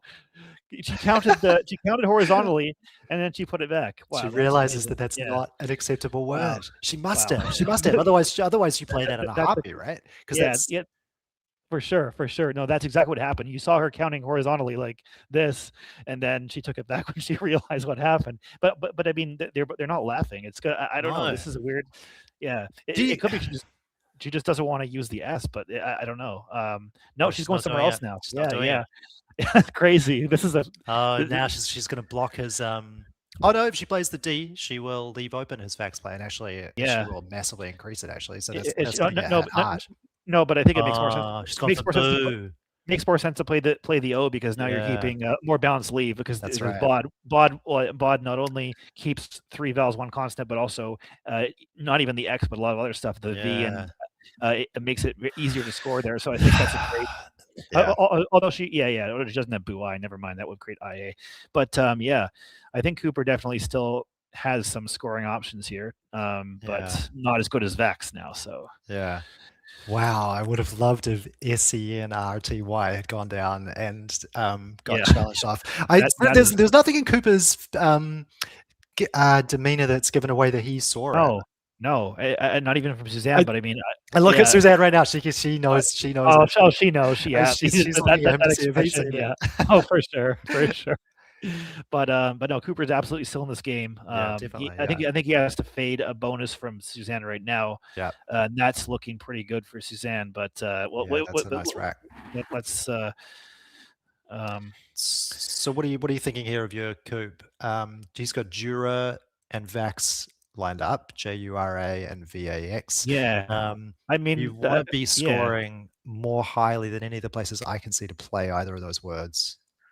Yeah, I mean, maybe he's looking at Jurat from down to the T in enlisted as a possibility. Yeah. I mean, you could also play that and Hoha if you want to just keep both of them, if you're not satisfied, with what Jurat does. Yeah. Jurat also, I mean, I don't really like blocking those floaters with Jurat, but it looks he's playing jars, which does set up his X. That's certainly I feel like he's setting up AX right there, which is not a bad idea. That is nice. Sure. Yeah, and Suzanne, he's actually setting up Vax. Yeah, so Suzanne is gonna bingo this turn, I believe. I'm looking at this, and I'm actually not so sure.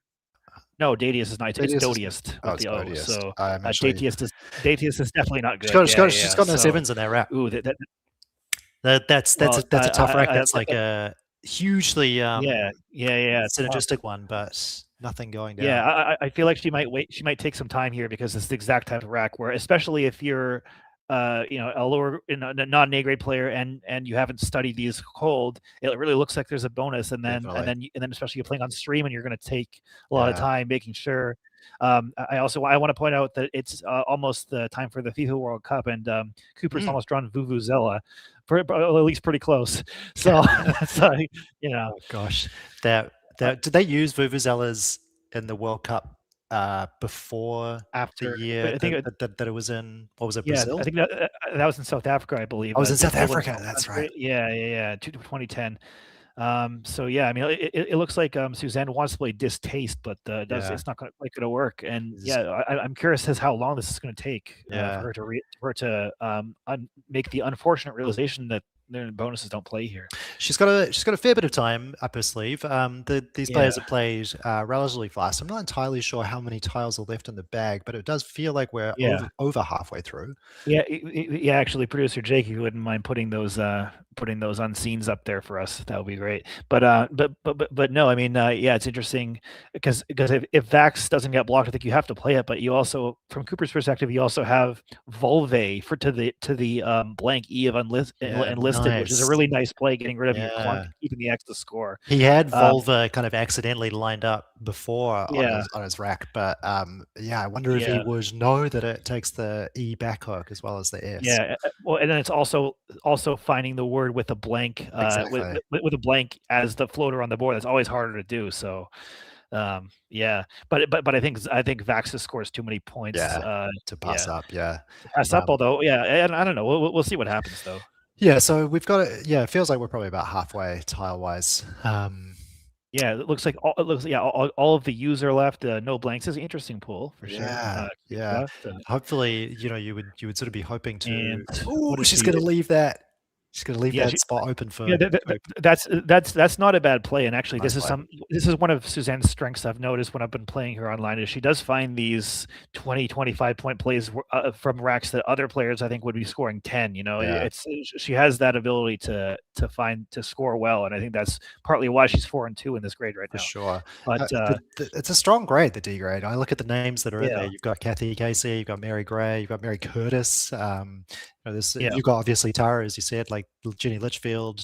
There's really good players, man. and also Lev as well. Also Lev, yeah. I mean, so this is going to be very interesting. As I said, Cooper is going to be on stream again on day 2 against Lev, and that's be for Lev's first streaming experience, and that should be great. That should be a great one, I think. But let's not get ahead of ourselves.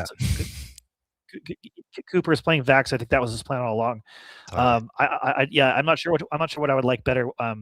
Between this and Volve, I do like Volve too, but yeah, this is perfectly fine and yeah, not so bad. So, Coop, he's got a beautiful 7. Is that going to play anywhere? I don't think that it is, and I don't know if that 7 is within Coop's study range either quite yet. It's one that I learned quite early, just accidentally, because I happened to have this rack against somebody and looked it up afterwards. But it's like I think it's extremely low prob. I think it's. I mean, it's not. I feel like Cooper. I mean, I've talked a little bit about what he studied, and I think he studied maybe the top 1 or 2,000. I don't think he's down to this bingo yet. But it's not that. I mean, it's within the top 10,000. I think just because it's 7 unique tiles, only one really rare tile in there. So it looks like Suzanne has Dottie's lined up. Does that play anywhere? So does it? Okay, 2 questions. Does it take does it take a T back hook for Dortiest? And no. Okay, never mind. The second question then. No, the second question was HOHS. That's right. Yeah. I think so, and the answer is yes. Yeah, I had to look at it. She's gonna try it. She's going to try it right now, and I think Cooper has to challenge here. Especially, this is more where it's like it's a 5-point challenge. Now, is he going to challenge the entire turn? I mean, yeah, that'd be interesting because then he could make Suzanne think that one or the other is not good, and then she might try something else with. We'll see what happens. Cooper doesn't look like he likes this. I think he's challenging. Yeah, he's going to challenge for sure. Yeah. That's the Tallman training. Nice. What we don't know is if he's challenged. I think that's risk management. Yeah. We might be able to see from the phone right here. It's sort of off screen a little bit, but that's okay. So Cooper's gonna take the lead here, and as long as he doesn't think that the bonus that you found is a verb and takes a D, then he's gonna probably take the lead. But we'll see what happens. Now, there is a chance that he's just challenged HOHS, right? Oh yeah, maybe. But like, I hope not. I hope not. That would be so unfortunate stream. I think that is what's happened because she's counting it again. She's counting it again. Yeah, I don't. Oh, that is what happened. He challenged Hose and he kept. Oh my god! Yeah. Damn, Coop. Well, I mean, I don't think that gives him anything either. We've been teasing this bonus, so he has IERL GUV on his rack, and the bonus is Virgule, which comes up in Ziziva as a verb, meaning to slash. Oh, cut with a interesting. sweeping stroke. So I thought it was a from that, punctuation mark. so that's something that if Jonas Weiberg, who knows all the definitions, was playing, he might think that it takes a D and played Vergil on the triple right now. Right. But that just That's not looks. good. It just doesn't look right, right? So No. I feel like it's not going to happen here. This is like if I was Coop, I wouldn't feel bad in the slightest about that position. Like this is just real challenging both of those words and knowing that you should challenge both of them. That's just A grade material, and like he's going to learn that stuff so quickly, and so over the next couple of years, that sort of stuff is going to become second nature. So it's a bummer that it's happened, but yeah, he shouldn't feel bad about it at all. He's played great. Yeah, there are types of mistakes that you see players make, and you're like, you know what, this player is not going to make these same mistakes in a couple of years because it's not a thought process mistake. It's just it's just word knowledge, and that'll come for sure. Yeah, so. and just like getting your reps basically, right? Like exposure to the game. So he's looking at playing Rev, which that's actually Reeve. Yeah, nice. Reve. Is that good? It is not. It means green in French, right? Yeah. Although I think there's an accent on one of the E's in French, but true. Yeah. So Reev, like a bailiff or whatever. That's anyway. We'll see what Suzanne does here. Yeah, she may well challenge that. This game could be a New Zealand stream record for number of phonies staying on the board. I'd love to know what the actual answer is. Well, it actually might be the game that Cooper and Maheo played last year on stream. I believe there was a lot of phonies on that one. There. She's challenging it as well. She's challenging it. Okay, that's gonna come off. That's a bummer. Yeah. And what's even more of a bummer is that she has a massive play through the D of Dottius now. She does. Yeah, so that's an automatic play. Yeah, so I think this might be game over, unfortunately. GG. But Cooper, of course, still doing really well. We'll still be 6-1 after this, even if the Kadi comes down now. Yep. Definitely still in strong contention to take out over the weekend. Probably still a favorite to take it out. Yeah, exactly. Yeah. So here it comes. Cooper's expression. Yeah, he's not happy, but that's That's the real that sequence there is basically the swing moment of the game, isn't it? I mean, in this situation, if I saw Vergil, I probably wouldn't try Vergil. I mean, that's Divulger. But if I had any doubt, I might try it at this point because you need to have a Hail Mary in order to have any chance. So yeah. Vergil definitely doesn't play anywhere, does it? No, it doesn't. Not even with the Q. Obviously, you've got to have it in the eye. Cute. Yeah, the sort of shame about Vax, which you still do automatically, is that it blocks any bingo lanes down there. What Cooper was trying to do, what he was trying to do with REVE was set up an S lane, try to get back in the game, which is a good idea. See, he has the right mental concept. It just is there's word knowledge issues there, but that's natural for any up and coming player. For sure. And I'm not going to be surprised when he's playing with us in the A grade at some point pretty soon. He's going to be taking some scalps before too long. It's going to be and that of course if you notice what I did there, I said us because I think you're going to be A grade too. So there you go. Thanks, man. Yeah, it'll take me a little while. In actual fact, the last tournament I have played was this nationals tournament last year. So and you did and you came third place. You placed in it. So I did. Not so bad in the B grade. So, but I believe the two players that were ahead of you, we've seen them both already, Scott and Murray, I think. So anyway, that's right. Yeah. So it looks like Cooper's thinking about Furlier, which I also don't like. And it's not good. Hopefully that doesn't. There's nowhere to play that anyway. But hopefully there's not a spot created for it because he's going to try it here. Sort of at the position where it doesn't even really matter anymore. Like even if you do manage to get a Hail Mary bingo down, you probably still lose. Yeah. I mean, this is coming to the point where if you do come back from a deficit like this, he might end up in his idols. Well, I didn't say idol. I mean, the person who got him into Scrabble's videos. He might get into Will Anderson video if he comes back from this one. So yeah. Take that as motivation, Coop. You can do it. So Suzanne's thrown open an S hook right there. Neither of them have an S on their rack. It's slightly reckless play, even if you are 130 points ahead, given that there are 2 S's unseen.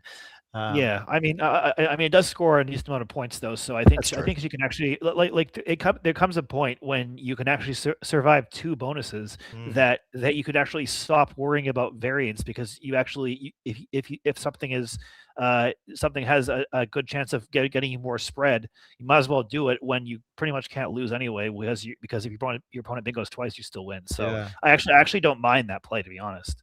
This is a nice play from Coop. Yeah, this is exactly what he needs to be doing, is just chuck it, just throwing it open as wide as he possibly can. Yeah, I mean, the thing is, you do always want to put a consonant in the triple in if you can, because it's possible your opponent won't be able to play through if they have 7 consonants, whereas a vowel they'll always be able to play through, even with other vowels. Sure. So that's a little bit. If you are opening triples in desperation, that's sort of a. And it looks like tile. The tile's an E. It looks like few too many double ups there. Yeah. And yeah, it looks like Suzanne probably gonna do something maybe like Grum or something like that, just to take. Yeah. She's definitely gonna go there for sure. So she has MGONEUD on her rack. I mean, she might make a play like Ground just to get low enough that it blocks Jaws as well. But we'll see what happens. Yeah. Is Mudgeon's not good, is it? MUDGEON. No, I think it is. No, it's not. No, it's not. Never mind. Yeah.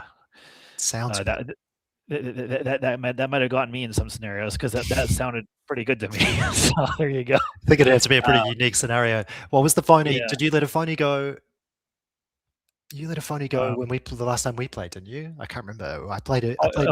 Yeah. You played with Zyga, making Zygas, because it opened, and you bonused with opening a triple, which I then decided to take the triple, and she's playing Ground, so I think she is trying to block the Jaws hook as well as the R, which is a great idea. I mean, I don't think she necessarily needs to for winning the game, but I think just even for spread, the chances Cooper has one of the last 2 S's and can bonus there. Yeah.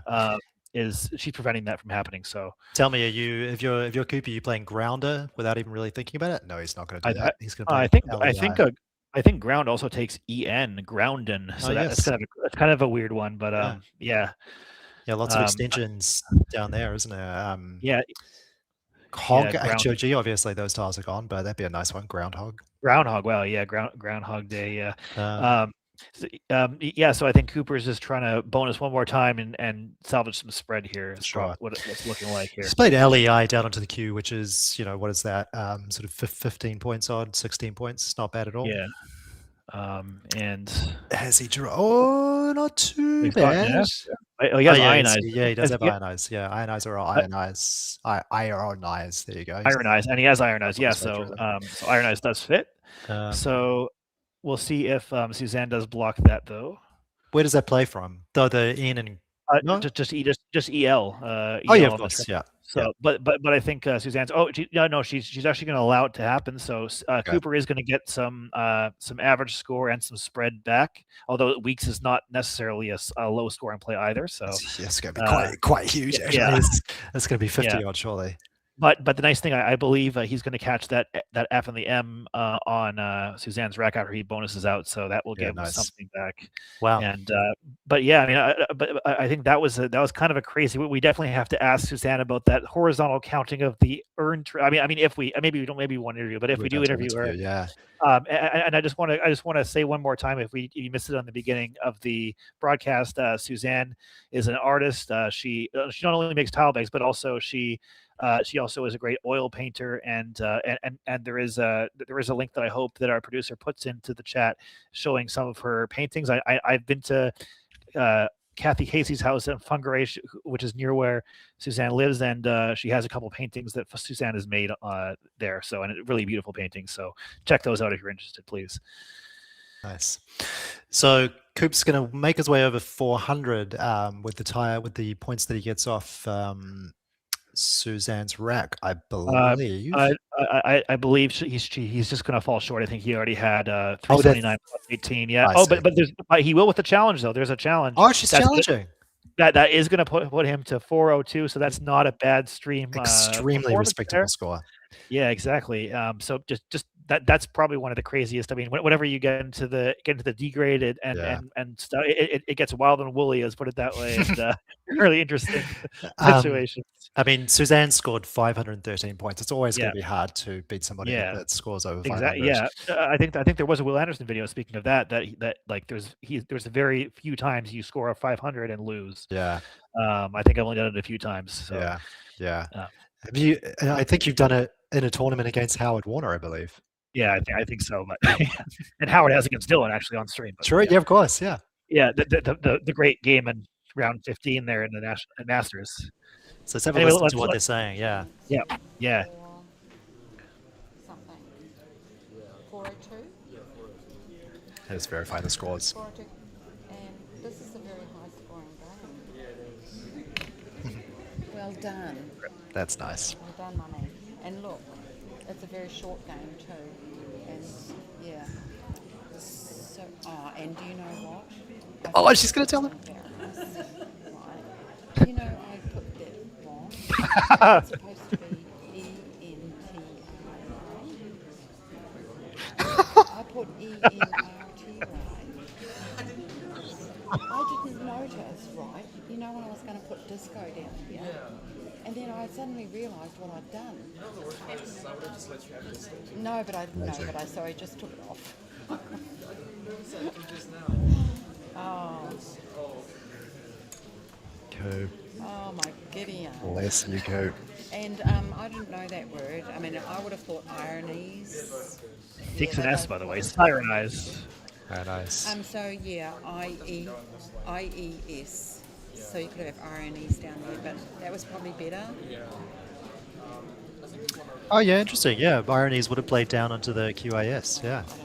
Oh yeah, I didn't see that either, to be honest. Ionizer is the other one of that, right? Yeah. Just go with what I know. Also, ironiest as well. Yeah. Was. Oh yeah, true. Yeah. Yeah. Knowing, 2 or 3, I might know one. Well, I didn't know that. Oh no, Coop! Should have checked that. Should we check? Oh my god, this is doing all the job of a post-match interview. It's so good. Yeah. That's what I thought you were going to check. No, I didn't know that, so I thought there was another one as well, right at the start of the game. G-A-I-L. Oh, really? Oh, Jake's telling you. The G-A-I-L. I thought you could have that. Did you see that? Yeah, I saw that. And then we saw this when you put disco down. I know. I didn't realise until I put disco down that I made a mistake. Yeah, and I thought, no, I can't do that. Yeah, that's okay. And Cooper said he would have let me have it anyway because he didn't know. Looking at it upside down and I didn't even notice. Yeah. Yeah, I didn't think that he noticed. Oh, what a game. So I wonder, are they about to check Dortiest? Check it. No, they did check it. Yeah. Okay. I think, I think Jake told them. Oh, okay. I think we're about to have an interview. We're going to chat to, even though they've basically answered all the questions that we had. But you go for it, Chris. Yeah. Leave there or hold a little closer if you'd like. Hello, Suzanne. This is Chris and Alexander here. Hello. Hello. Well, that was a crazy one. Although I feel like with your post game chat with Cooper, you kind of discovered a lot of the things we were going to ask you. I'm sure you know what those were. I know. So we're both feeling a bit like dummies for not seeing. No. Yeah, when I put down disco, obviously you probably had a really good laugh. Yeah, we did. Well, because we saw you counting it down, and then we saw you counting the phony across, and then I think that's when you saw it. I when did. You were counting. Yeah, that's nuts. I said to Cooper, I don't think I can really do that, and he didn't know why. Yeah, and then I think there were 4 phonies or 3 or 4 phonies that weren't they good? Left on the board. Yeah, but just a crazy one. So Suzanne, I don't think that you officially looked up Dautiest, D-A-U-T-I-E-S-T. No, I thought Daughtys was all right, Alexander. Daughtys is all right. It is. And I had nowhere to put it, so I thought, I may as well try. Yeah. Daughtyiest. So Dautiest is not good, and yes, I know. When Cooper challenged, we thought it was going to come off straight away, and then slowly realised that he'd only challenged HOHS. Ditto. It's very, very. It's an incredible sequence. We both were extremely nervous. Oh, well, it was great. It was a great game. Yeah. It was really entertaining. I I enjoyed mean, it. something that I was telling the viewers is that I actually played you quite a bit on the Woogles club, and you challenged me all the time, and so to have all those phonies staying on the board, it seemed like a little bit out of character for both of you guys. Yeah. But just I guess just the stream and how it goes. But no, it was really probably the most entertaining game we had so far. Yeah. So I really appreciate it. Put that all down to all those phonies and things down to nervousness, because we Jitters, just we really were. It's extremely fair enough to be nervous. No, but you know what? You both scored over 400. Actually, you scored over 500. So that's a great game, wasn't it? Great in any books. Yeah, absolutely. Now, Suzanne, can you do us one favor? Can you tell Cooper that Menacer, MENACER, is good? MEN. ACER. Menacer. Did you have an R? Yeah. But where could he have put it? Exactly where he played it. Yeah, but the thing is, those ER words. Yeah, I have trouble with those too. You can tell them that I have trouble with ER words all the time, so don't feel bad about it. So. Yeah, he doesn't need to feel bad about it. But would you like to have a chat with Cooper? Yeah, go on. Let's have a little chat with him. Only if he wants to. Only if he wants to. Yeah. Thanks, Suzanne. Well played.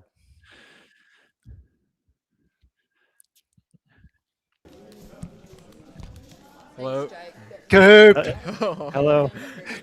Dude, you played great. You played great. No, you really did. You don't need to feel bad at all. It was a great game for the stream. But yeah, we wanted to tell you that Menacer was good. Yeah. We were willing you so hard to pull the trigger. We know why you didn't do it. But... It just sounds odd. I don't know. Yeah. I saw it, but no. I mean, the game situation was such that if it comes off the board, and then Suzanne makes another play, you're down by more with the bonus. Whereas this way, you're still in the game no matter what. So I completely understand the psychology, and I may have done the same thing because the ER words are always difficult for me. And I also just want to say that you're doing really well so far, 6-0. Yeah, obviously 6-1 now, but don't let this one game derail a great tournament. I think you're going to be in great shape. I remember last year you lost your game on stream and you won your grade, so I think that doesn't really mean anything. So I just wanted to say that. Yeah, I mean, and I can't complain. I mean, this was my lowest scoring game, and it's still 400, nice. so I'm getting pretty lucky. So yeah, wow. I think it's only right that it comes around. Yeah, yeah. As Suzanne said, there were obviously a few stream nerves playing out. I'm sure you would have picked up her entry bungle if you were really. I don't know. I straight up didn't even notice that when she played Sentry. I was so confused when she stopped. Took it off. Yeah, when she took it off, I'm like, that looks like a great play. Why not do it? And I probably would have let it go too. Well, I also want to say I liked your setup of the X with jars there. That was quite thank creative. You. Yeah. That was nice. I was thinking about Listen last week. I was like, I don't, because I was just gonna play Vex. Below the ME of medicine, and then she plays Boo. Yeah. I initially thought she'd played BOD, because she had a D on her rack. Oh, yeah. And I thought she'd made you play even better, but unfortunately she blocked it. Yeah. There was definitely a moment there where it could have gone either way, but yeah, you sort of got the. Oh, for sure. Well, yeah. I think both of us thought you had the big advantage after Dottie, and then you hit the clock, and I was like, all right, Cooper's in a good spot, and then it didn't come off the board. But that's all good. That's just more swings for the viewers and the entertainment. So if you don't know what happened, yeah, exactly. So anyway, good luck rest of the way. Really enjoyed watching you. Yeah, pleasure playing you. Yeah. So see you, mate. Take care. I'll see you. Yeah. Bye bye. Good luck, mate. Bye. Yeah. All right. It's always great to talk to Cooper and Suzanne. So I'm just shielding myself from the fierce afternoon sun that is streaming in through my window, and I will pull down the blinds in a second. Now, are we going straight into? Oh no, production has told us that we are indeed going to have a 5-minute break. It looks like we're take a 5-minute break and then we'll be back for round 7, so round 8, which is a really exciting one. The stream debut of the 2021 World Champion Alastair Richards, along with stream favorite Lawson Sue. So stay tuned for that. See you guys soon.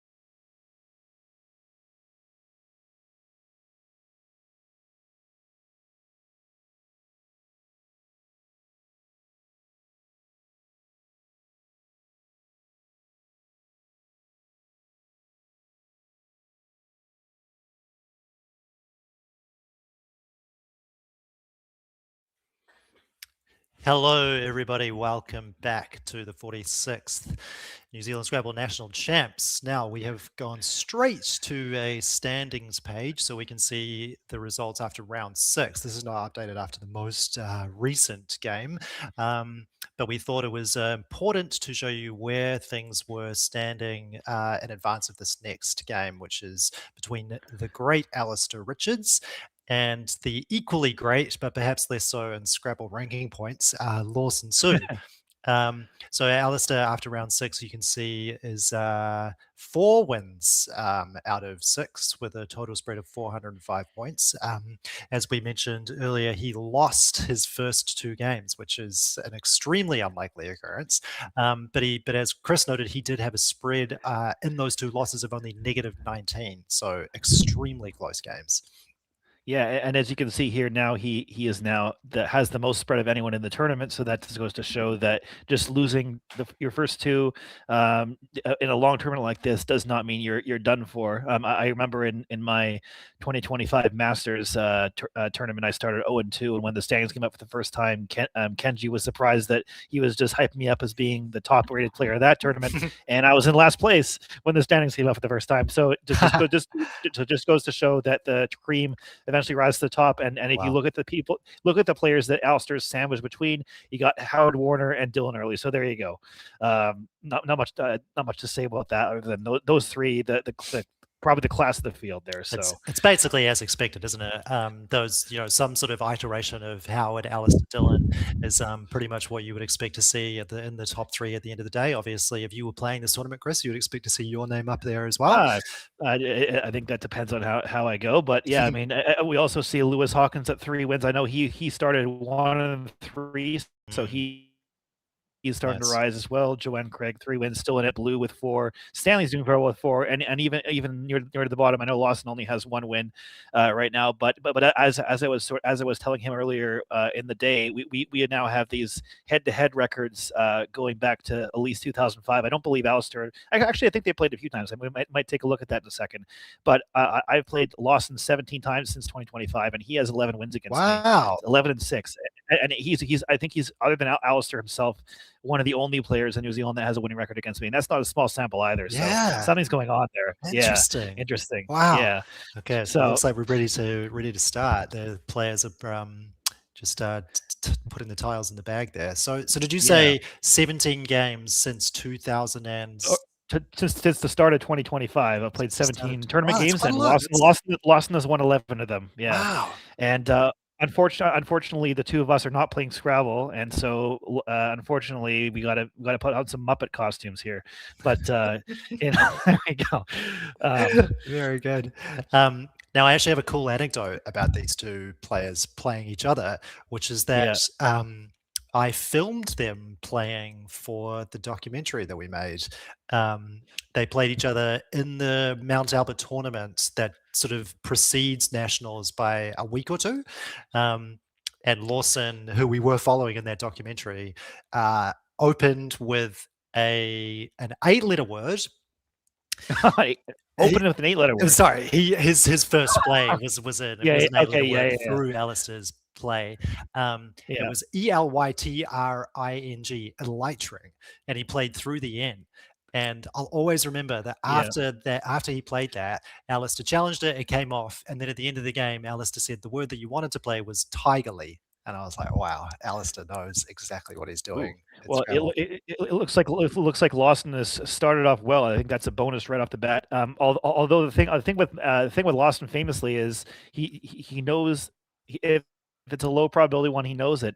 If it's a high prob, we're not so sure. Yeah, exactly. So this one might. I think there's a chance that he might miss it here, but and just because I think he cares a lot more about looking at the dictionary at all the fun words to play. But it does look like, although I think the stream is lagging for us, that he's playing all of his tiles here. So I believe Aniline is coming down. Yeah, it's coming down.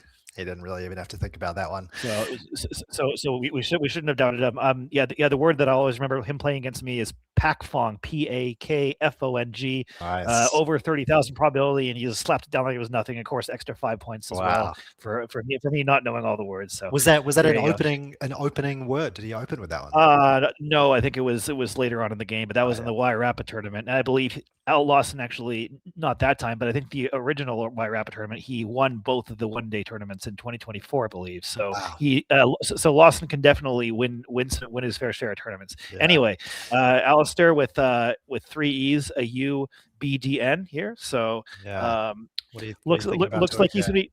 It looks like he's going to be playing from behind because he doesn't have a bonus even through all these floaters, which is going to make it really exciting to see how he navigates coming back in the game. That might be just the A to save him at the end. It might be a little easier for Alastair to come back in the game if Lawson's strong like that. Yeah. But Ouch.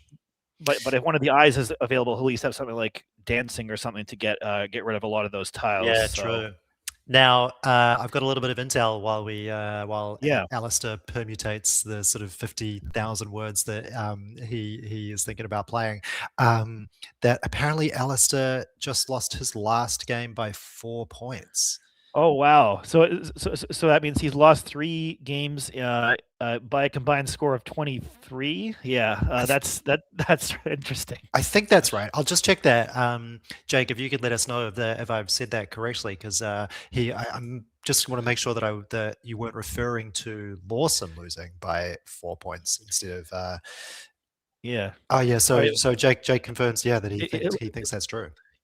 Yeah, but it looks like Alastair is considering playing Unbend here. Although I'm not. It'll probably play. It plays down through the end and also up toward the top of the board. It'll be interesting to see which one of those he decides to do, if that's what he's thinking about right now.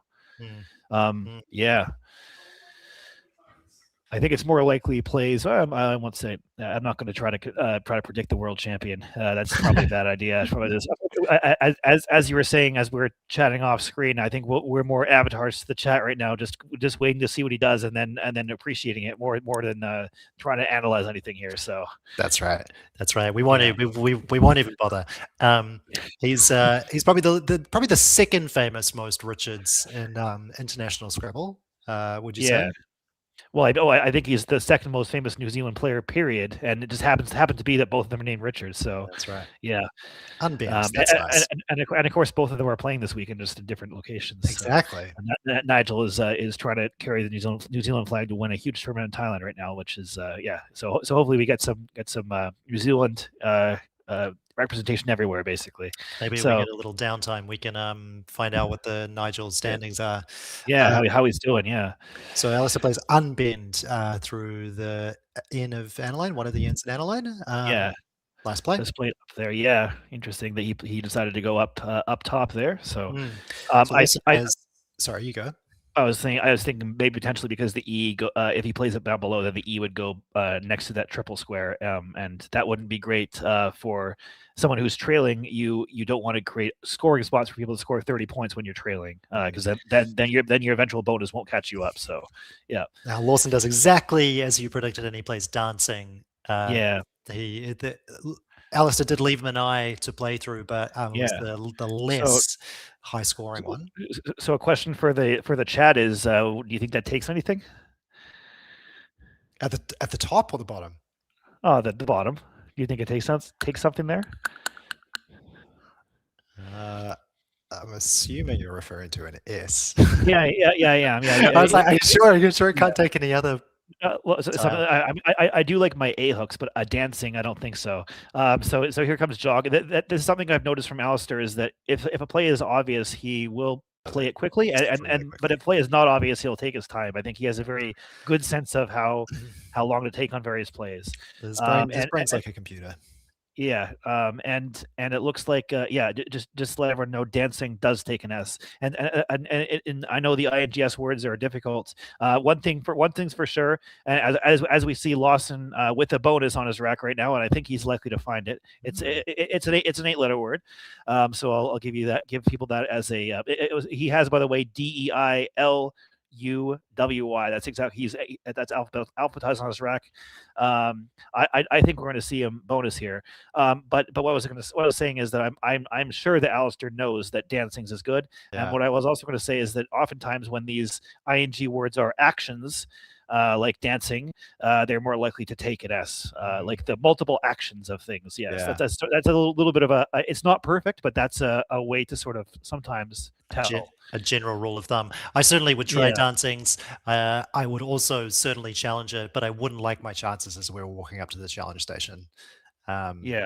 Now, if Lawson's W was a T, I can see Yuletide, but I'm like, what 8-letter word? It's not going to be Yule-wide. He's going to have a tough time. Oh, I've got it. I was going to say he's going to have a tough time wielding all of his tiles to play it on the board right away. So so it is unwieldy through the N is what he has here, and I'm not sure I think if he had seen it, I thought he would necessarily. I mean, it's a word he'd know for sure. Yeah. So maybe he's just looking right now, but we'll see. Pretty sure he'll find it. Yeah, and if and when he does, he's going to be in a good spot against the world champion here to maybe take another game off him. Which as I said, I mean, against me, he's a giant killer. He not only beat me, but when Kenji Matsumoto came over and played in the 2024 Rotorua tournament, which I think is one of our quiz questions, that I've spoiled the answer. The only people that beat Kenji, one was the famous Lorraine Van Veen anti-vaxxer situation, and the other one was Lawson. And so Lawson essentially won me that tournament by beating Kenji. So because of course I didn't beat Kenji. Kenji tripled on me with aircraft for 158, I think. So did not win that one. But yeah, so just some commentator on commentator violence right there. But anyway, now unwieldy is extremely findable. It's a weird one, and this is a funny example. I think the last time you and I played WUD, and you told me that there's a player that says if you can play WUD, you should. And this is an example of if you can play WUD, you absolutely should not. Although I think it's pronounced if you can play WUD, you should. And I believe the person who said that is actually also commentating as we speak. That's Matt Canick. I believe he is commentating in Thailand as well right now. On the Causeway. I think at some point we'd like to get him on our channel too. At some point, that'll happen. I think that'll happen. Yeah. So the only thing that would stop me from playing WUD in this position is that I would also be looking to find a place for the Y. The thing I guess I would be doing is I'd be looking at that B exposed triple letter score to maybe get the Y both ways on that. Might be the thing that would stop me trying to find unwieldy. Oh, he's found it. No, he hasn't found it. It looked like he had. Yeah, it looks like he's playing. He's playing wheel. This is Lawson. I think he's trying to set up the Y for wieldy. That's what he definitely. Yeah, I mean the thing with Lawson is that Lawson loves to set up letters that he has. He loves to do that. So, unfortunate there, but he still is a favorite in terms of the board situation. He has the lead. He has that Y hook for wieldy. It's just that's. If we interview afterwards, I'm sure he'll be kicking himself for that one. But the only thing, although to be honest, if we interview him, that means he's beaten Alastair. I don't think he'll care. Exactly. So there we go. Oh, and their EUY leave as well is not lovely. I know you can just play UE somewhere, but it's not great. So Alastair has EFOGTES on his rack. Not the most terrible rack. But it doesn't really give way to a huge amount of stuff. There's actually only 1 8 with that rack, which is through an R, which is Gorefest. But he's playing defog. He's playing defog quickly, which is a great play, keeping EST, and also since he's behind, creating another S hook over there to bonus with. So really strong play. Yeah, really good. Now you could probably just find a place to play UE. Lawson's found his way to the first blank, which is great. So he's got blank EEOUY. So the blank's great. Everything else on that rack, not so much. I would be looking to play UE without really thinking about it too hard. Well, I mean, I can see several ways he can go. He can hook his Y onto wield now and just play either I or OYE.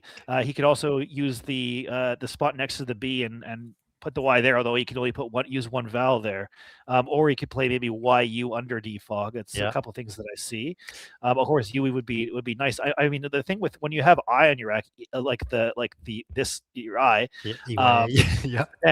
then often you might have a compound word even if it doesn't look like it. In this case, he doesn't. But I'd actually I'd even look with this rack, because oftentimes you have words with a lot of vowels in them, just with the prefix of I. So true. But not in this case. So, and I would also assume that unbend does not take a Y at the back. It doesn't. Although there is something, there's weird stuff with with that word, because bendy just on its own takes an S, which is a Wizard thing. I can't believe he's played wieldy. I can't believe it. I swear to God, he's trolling us. He 100% set it up. I mean, this is interesting because he's creating an easy sevens lane when he's ahead. But it probably does score the most without playing the OY and BY, which you don't want to do, keeping that many vowels. So I guess opening it when you have a blank on your rack is not the worst idea in the world. Because he doesn't have an S as well, so there could be situations where bonuses fit down there where they wouldn't if he didn't open that spot. So I actually don't mind it that way. Sure. So Alastair has FITOTES on his rack now. Again, like really getting close to some 7-letter words there, but nothing that I can see. Nothing fits, even though I think maybe he'll end up playing that. But it looks like he has that. Lawson's actually right now. blocked the S spot of dancing, so we're not going to see that come down. Yeah, fit comes down. That's nice. and we do see fit there. Yeah, and actually, it takes a clever little hook. It takes a T, which Alastair has. So both players are utilizing a strategy of making plays with hooks that they already own themselves, which I think is a sign of a player that's thinking a little bit more than the average player. So, and of course, both these players are more than the average player in many ways. So sure, yeah. So Lawson's got EIIOUS blank.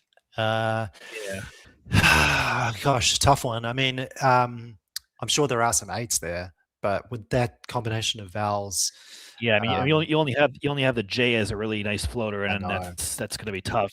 I mean, of course you can't play Ouija, of course, and we might be. I'm not even sure if there's a spot for the Cry Bacchic Frenzy other than I guess EE there, which is not the worst idea, although it's also not the best, because you don't really want to create big scoring spots when you're about to bonus and not score. So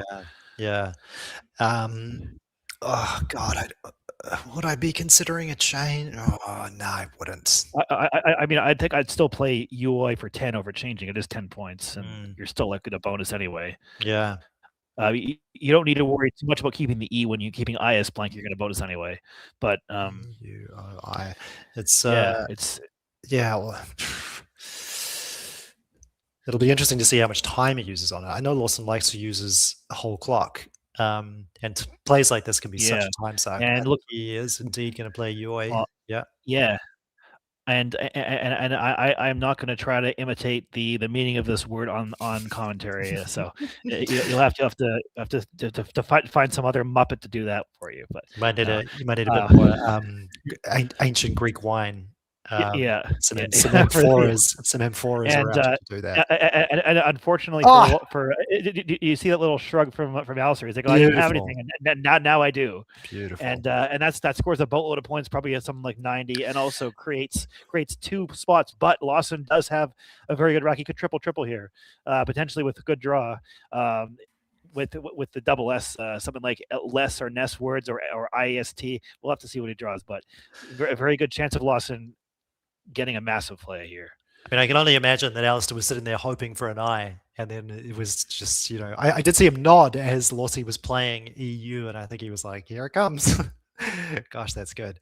So Lawson is teasing us a little with his tiles. He's got his leave was SI blank, and he's now pulled KOLE. He has like. That's beautiful. He almost has likeness, right? Like, that's close. Yeah. So right. You're looking through the S at the bottom to see if you can get a triple. Kiss something. Love kiss. Yeah. Because then you. Well, yeah. I mean, that's I'm not a word, but yeah. Well, I'm not gonna spoil it. I'll let people look a little bit. I've got an or 8 reveal that plays nowhere. Never mind. I've got an 8 that actually Lawson once played against me. Yeah. And Kilo Ergs. Kilo ergs, is that a word? I know Yeah. kill ergs is kilo. I feel like it is only good without the O. Yeah, it's only kill ergs. Oh, it's only good without the O. Oh, true. Because I thought it meant a measure of 1,000 ergs. I thought that's what it was. So anyway, but I think that is what it means. wow. That literally is what it says on Sisyphus. You can't do it with the O. No, that would be a case of knowing the meaning's actually working against me. Yeah, well, that's similar to the Virgule last game, where if you knew it was a verb, you might try Virgule. But, true. But luckily, none of players did that. Yeah. So I will reveal there are no triples available here. Okay. Of course, there are bonuses, and we'll see how long Lawson takes. I don't think it would take me too long to discover there were no triples. Like I'd be looking at less LESS words, but then that sort of OIK blank, what are you going to find in there? Hoikless, like, doesn't kiloless. None of that seems very plausible, does it? But lots of sevens that he can get down onto that other triple word score, I'm sure. Yeah.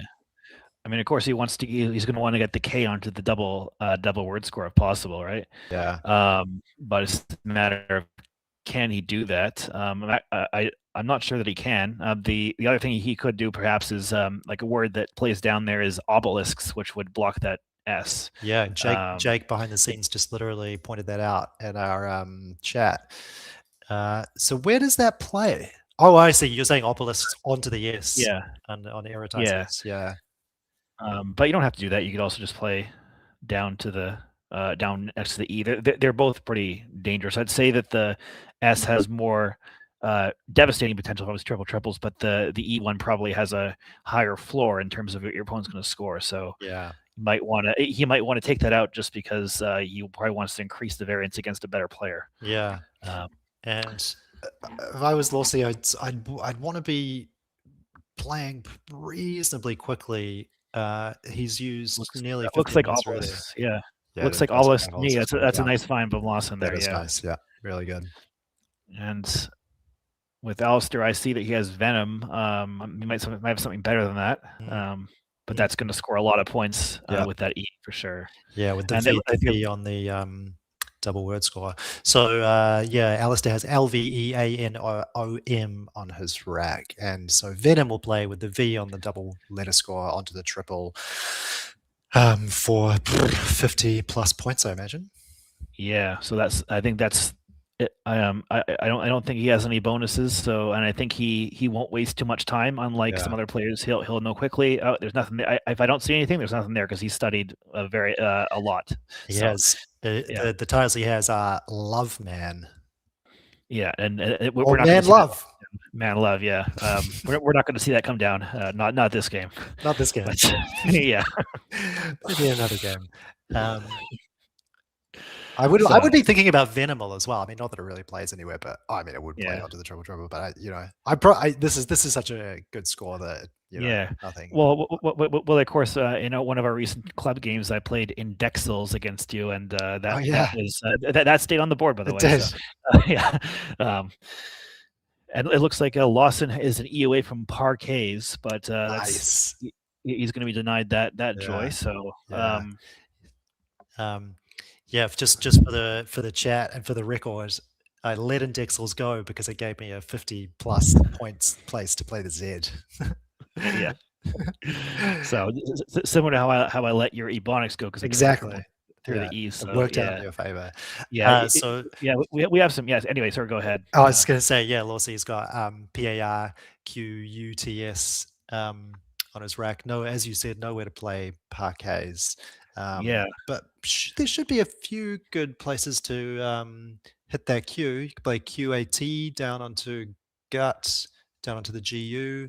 Yeah, Yeah. I mean, that's not so bad. I mean, POUS. I mean, I'm just looking over at Alastair's rack and Lawson's. It seems like the best players, even when they start behind, they find a way. And totally. Alastair, I mean, in this case, it was just that Irritizes pull Venom for 50, and then but it just seems like anyone can get that luck, but it seems like the best players consistently do, and it's because they're making small adjustments that make it more likely for them to get lucky in the first fight. So. I think that's such a good way of describing it. It's something that I've definitely noticed playing you is like you play you. And you feel like you have good luck because you are like, how are you managing to do this? And then you kind of realize that luck is actually, it's belying the skill that it takes to, as you say, make all those small adjustments to your rack. And because, when you're a player like you, when you're a player like Alastair, I wouldn't say, don't put me in the same category as the world champion yet. You're close. Yeah. But, the net that you have of knowledge allows you such a wide ambit to find plays, whereas like the net as you go down the rankings is just so much smaller. So the luck that you need is so much greater. Whereas, like it feels like luck. It's like luck, quote unquote, but it's really not. Yeah. So, this is a tough one for Lawson. I mean, I think QAT is reasonable. Obviously, you never really want to split up the Q and the U and keep the U there. Yeah. So you prefer to play QUAT, but there's not really a good situation to do that right now. So, and I don't think you want to play courts in either spot, under the E or under the O. Either way, that doesn't seem worth it. So I think, I think I'd take my time. But the problem is he is now he's down on the clock by quite a bit against Alastair, and Alastair's a fast player. So what this means as well is that if it gets into a close end game, Alastair has the time to think about it for sure, and the skill to do it, and Lawson might not. So I definitely think he's playing courts. Looks like. I wonder if he generated COD as an option, or whether he just didn't even think about getting rid of the Q without the U. This isn't necessarily worse, though. So. Yeah, it's an interesting play. It sort of feels almost like a. I mean, it feels like a give up play because you and I are looking at Alastair's rack and we know what's coming. But it's like in the middle of the game when you are Lawson, it feels like the right play. Yeah. I mean, he's down by 12 points. This puts him up 20. Blocks the easiest line, and then maybe he can block the other line next turn. And so it's not. It's just unfortunate for him that Alastair's gonna. This is actually going to help Alastair, because once Alastair bingos, the board's going to be shut down more, which is going to be harder for Lawson to come back. But of course, that's our omniscient perspective. So exactly. I do still feel like I prefer cut, even though, as you say, you don't want to, you want to try and avoid. I mean, I know also, I guess in this sense, Lawson's playing for turnover to try and find that second blank. Sorry, while I was speaking, I realized Alastair could play asshole. Oh yeah, which I believe Lawson was involved in one of. We have a photo competition, and I believe that Lawson was involved with Mike Currie, with the photo that may not have contained something to do with that word. So that's right. There you go. Does it actually play anywhere? I know it's got loads lined up, LOA blank H. But does asshole play anywhere? Well, the problem is that B actually is harder to it can't overlap with the E. So. No, so you do it with the O. So you go HOLE. Oh no, because then you got LE.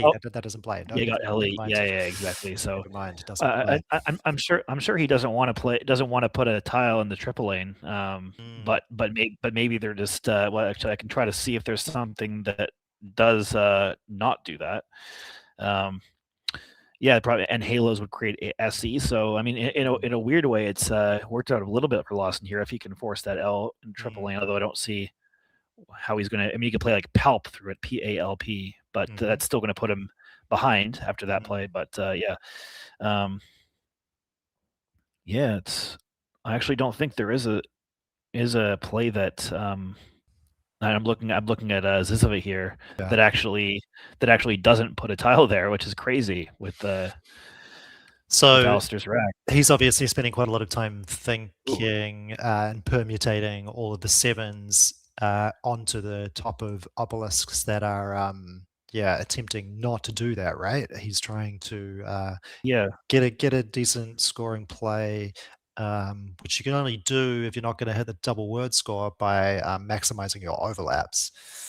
Yeah. Well, the nice thing is that Alastair has the time to think about this. There's actually a cool plan that I almost for sure would have missed. Not necessarily think it's that good, but you can actually bonus with the J as well. I was going to ask if word to what we were talking about. Yeah. So the word is jaw holes, which is insane. Wow. But I don't necessarily think it's better because it really creates a huge overlaps potential bonus at the top. So I think this is a better play than jaw holes. It's less slashy, but Alastair cares about winning. Yeah. And so he's going to make the play that wins the most often. So jaw holes, Jarholes. No. Jaw holes, JAW. Oh, jaw holes. Oh, wow. Yeah, right. Interesting. Jaw holes. Like a word for your mouth. Wow. It says on this of a cesspit. So either I don't know. It sounds like a sort of a weird Scouser word for your mouth. Shut your jaw hole. Yeah. Or just watch out your exactly. Yeah. So Lawsy, Loads scored about 74 points, pretty good. And Lawsy's got AAI PPRT. As you said, Palp is maybe the kind of automatic play there for points, but that RAIT leaves pretty good.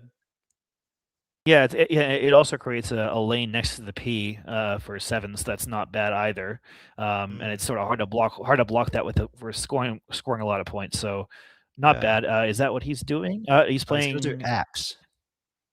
He's doing apt. Okay, interesting. I mean, it is good. Although now I don't really see any really great lanes for him now. He's not really threatening any bonuses anywhere, and he's down enough where Alastair can now start scoring and make sure he never comes back without a bonus. So I would have preferred Palp, but at the same time, we'll see what develops here. Yeah, it was a sacrifice of a few points. Pair seems like an okay leave to me. It is. It's more the positioning that. We'll see what happens. So there's still time left in the game, and I'm looking at the unseen tiles here. It's quite interesting. There's not that many vowels, so one E left only. So whoever gets that E should probably hold on to it. And some clunk in there, 4 R's and V and a W. So interesting. It's going to be an interesting end game, and of course, who has more time? The world champion, of course. So we'll see what happens. And also, he also has. I like how you keep referring to him as the world champion. I like how you keep referring to it. You got to give it because if it's. I don't know. When someone wins something of that magnitude, you have to make sure that you give them credit for it. So for sure. There you go. It is, and it's astonishing achievement, isn't it? Like, I can't imagine the fortune it would take. Yeah, well, I mean, the person that he beat was David Eldar, and I played David in Sydney in the tournament that he went 18-0 against a pretty decent field. And it was interesting. I was keeping up with him, and then he displayed a very good end game and took me out. But it was so just knowing that that's who he beat and that's who Alastair beat. That's pretty impressive. So was that game? No, there was no stream there. Australia still. Oh, that was the unstream one. It's the one that So Alastair has TTBAYOX on his rack. Few lovely places to play. That Y is still begging to be played on the B, I reckon. Yeah. So I mean, he could play Tay or Toy, get rid of his duplicate T's, and also score a bunch of points there. You also play the B there. It looks like he's considering that now, just for a few more points. It might be that the B is actually more clunky than duplicate T's with if you get BVW or something, maybe worse than TTVW maybe, and also the score could be consideration here. So it's going to be hard to see how Alastair loses the game after that. Because if Lawson opens, he's going to be forced to open, and then Alastair's might get ahead enough that even some sort of miraculous bingo is not going to be enough. So we'll see. It's really, I think we can trace the loss if indeed it does become a loss, we can trace it all the way back to unwieldy. I think if Lawson finds unwieldy, he's in a great position to win. Obviously, that sort of sequence from Alastair, Aeritizers, and Venom, you never know what happens, but there you go. You see Bay come down. Yeah, I mean, I don't necessarily think Uoi was a mistake necessarily, although I was a little worried about the floaters, but more for scoring than for bonusing. Yeah, so there goes Bay. Alastair's up by 50-ish, and we'll see if Lawson can do.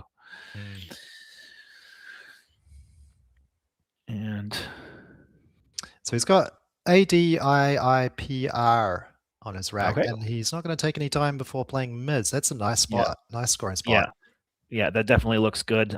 Keeping in touch with Alastair there. I much prefer that. You want to open it at a time where your opening can actually win. And the thing with scoring a lot of points now is that now you can maybe open next turn, and then your bonus will actually win you the game. So I like this option. And as far as he's concerned, there are a couple of big scoring tiles left in the bag as well. Well, actually, there are, except for the X, which we know is on Alastair's rack, but the H and the V.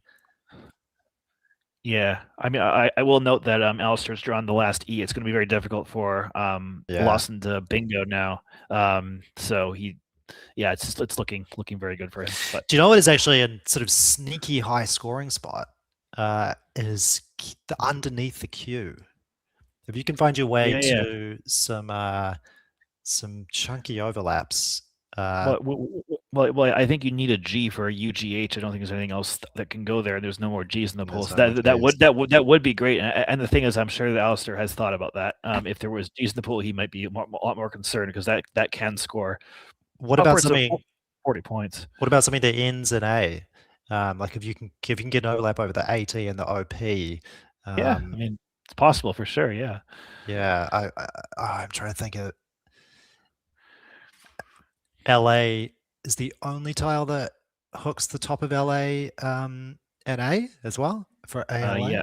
Yeah, I think so. So, but I mean, I guess maybe Lawson considers something like going over the U and then creating a situation where that now does have a tile that fits there. I don't see an option like that, but that's the sort of thing he might be looking at. But I think the combination of the fact there's 3 more A's, or I guess 2 more A's unseen to him because we're in Alastair's perspective right now, makes that less attractive because Alastair probably can just go there himself. That's right. The score's actually nice and close: 318 to Lawsy, 346 to Alastair. Alastair's got TOWTEXR on his rack. Now are you just gonna get that X down above obelisks if you're in this position? You mean just playing like WEX or something like that, and just scoring enough? I'd like to keep the E, but that does score quite a lot of points. But yeah, if there's any way I could keep the E and also score a decent amount of points, I'd be more trying to do that. I mean, maybe something like TOW over the. I think he has it lined up over to Fog with WAF. Maybe he's looking at that. Yep. You got to be careful that doesn't open anything though, because there does take a D for it. So I wouldn't fight or tempt fate there and open that lane at the top with DOF. So, but then even if your opponent does do that, I think if you're Alastair, you're looking at the remaining tile pool and thinking that a bingo is pretty unlikely. So if they manage to play above you on that OF. Actually, never mind. Of course, WF doesn't take any front hooks. I'm stupid. So actually, I do like it. I for whatever reason, I was thinking it was just WO and you could play over, and I was like, no, that's just me. My brain works both quickly and slowly. Working slowly. I can relate. Yeah. It's a unique position to be in, to feel both intelligent and stupid at the same time, isn't it?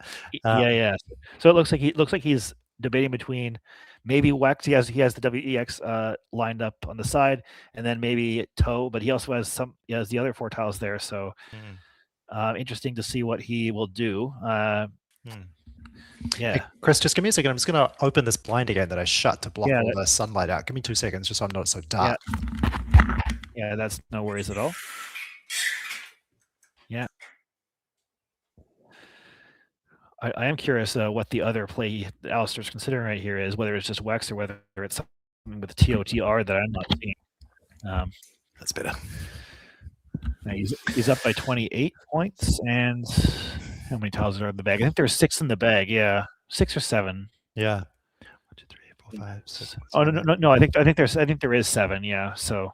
Yeah, 7. Okay, right. So Interesting. we got it. Yeah. So yeah. In terms of I mean, I don't think endgame timing is as important as usual. I think he's in a good position, but he's playing. He's playing Wex there. That's nice. Yeah, that's really nice. Yeah, that's something that we didn't think about. That looks. I mean, it does block the J just in case, I guess, and it also just scores more points than anything else. So that's a nice play. I think that Alastair does need to worry a little bit. He has something like Vitiator and stuff if Lawson opens something. Yeah. But yeah, I think spread is still quite important to Alastair. He's still pretty close. People like Howard and Dylan. So any extra points he can squeeze out of this, he's going to do it. And he might use all of his clock to do it too. So might be here for a little bit, despite that it's near the end of the game. But that's all good. To be more time with us is all good for you guys. So Lossie has ACDIPRR on his rack. Yeah. So if Alastair played 3 tiles off, he's just 4 left. In the bag. Yeah, Lossie's just had a little count there to check. And Alastair's rack is basically Viator plus a T. Yeah, interesting. So if you're Lawsy, you're kind of accepting defeat at this stage, aren't you? Well, I mean, you're still you're still in a situation where if you bonus, you could potentially win. The issue is obviously the Alastair just played that E, so there's no E's in the bag. That's not good. And you have to do something if you're going to try to win. Do something that opens something that cannot be blocked, because right now there's not really 2 threats, and it's hard to fork the board. I mean, you want to fork it through the J to try to score some points, but you can't really do that here. If you had a word like if you had an H, you could play Haji, and then that would open the top and also open the H for bonuses, maybe a B hook, but it's not in the cards here, I don't think. So I'm struggling to see a way to create any threats that can actually have a chance to win. So if you determine that, then maybe you just you do accept defeat and just try to cut the spread at this point. But we'll see. I was thinking maybe because you want to play 3 tiles, leave Alastair 1 in the bag. So if you play PARD underneath the A and aniline.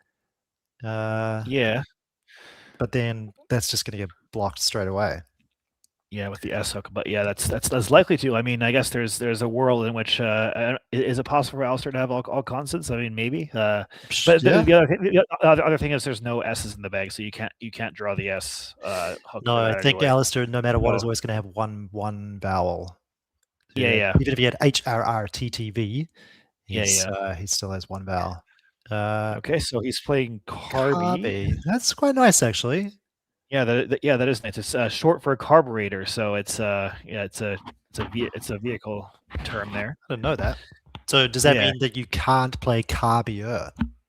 No, I think you can play carbies though. Yeah, you can. And it looks like that's good to know, actually, because sometimes obviously a lot of players do permutate those sort of IEST words by knowing that they can play with a Y.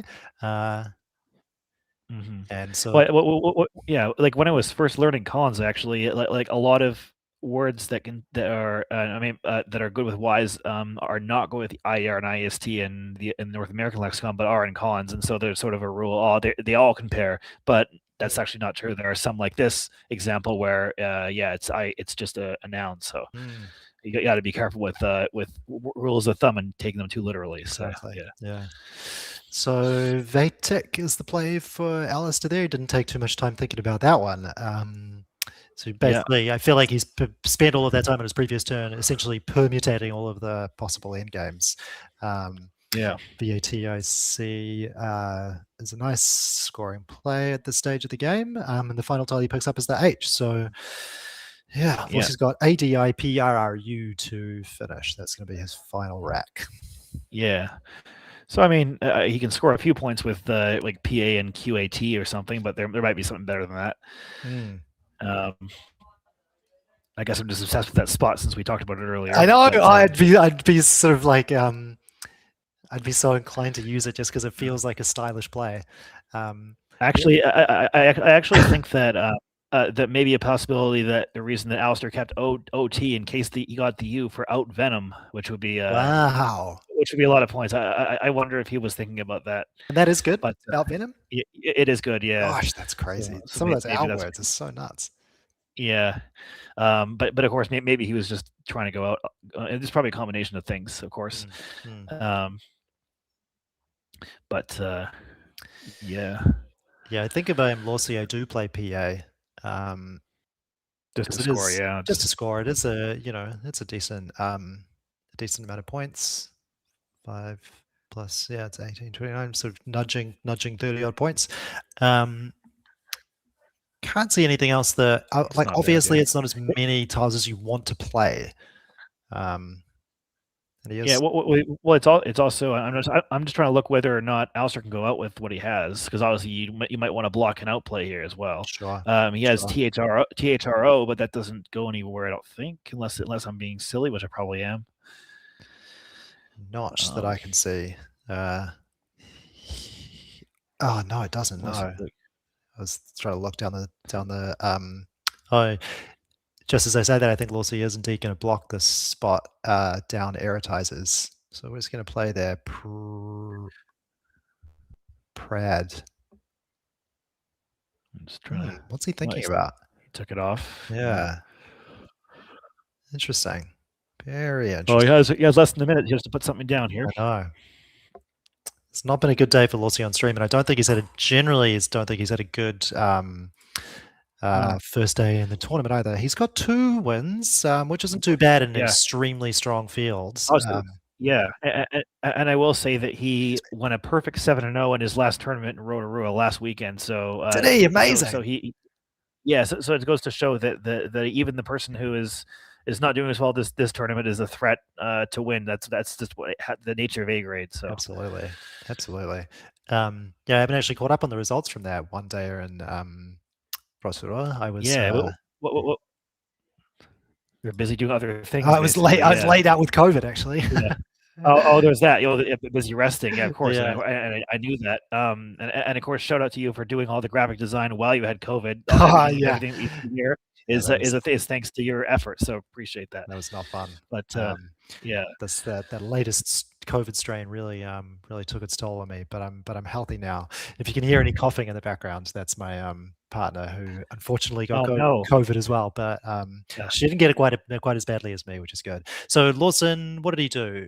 Played OH and OOP. Oh no, that was Alastair. That was Alastair. Oh, Lawson played Crap. Oh yeah. Yeah. So Lawson is over time now, unfortunately. But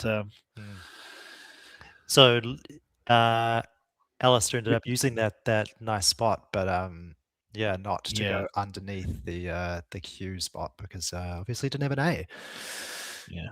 So he might play DUR. Looks like he's playing DURR. Of course, the name of a famous poker player. So there you go. Yeah, it's a nickname, Tom Dur Dwan. Anyway, wow, and he gets the name Dur. Yeah, that's cool. And Ruth to finish. Going out with Ruth.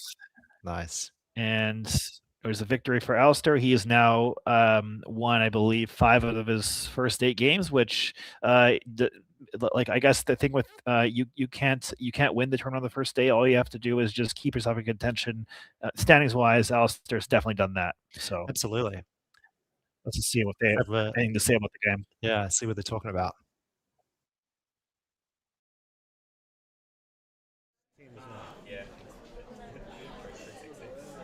I eventually take off 10 points for the time. We've seen a few time violations on stream today. Yeah, I think people just really want to make the right plays on stream, and also some of the games have been just tough situations, right? Exactly. So heaps of permutations. Yeah, I think so. I meant to do R there because I needed so many R's left. Then I had AMP straight away. I saw that before, and I just wanted a few more points on. So. You don't mind my back up? Yeah.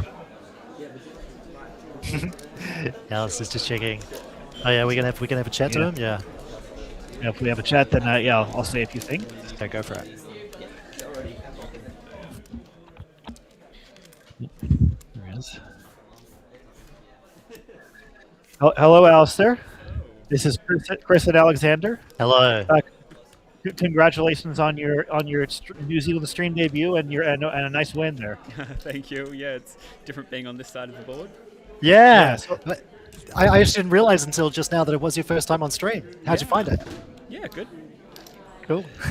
Yeah. So something I'm interested in is I'm interested in this game, but I'm also interested in the I think 3 losses from the combined 23 points.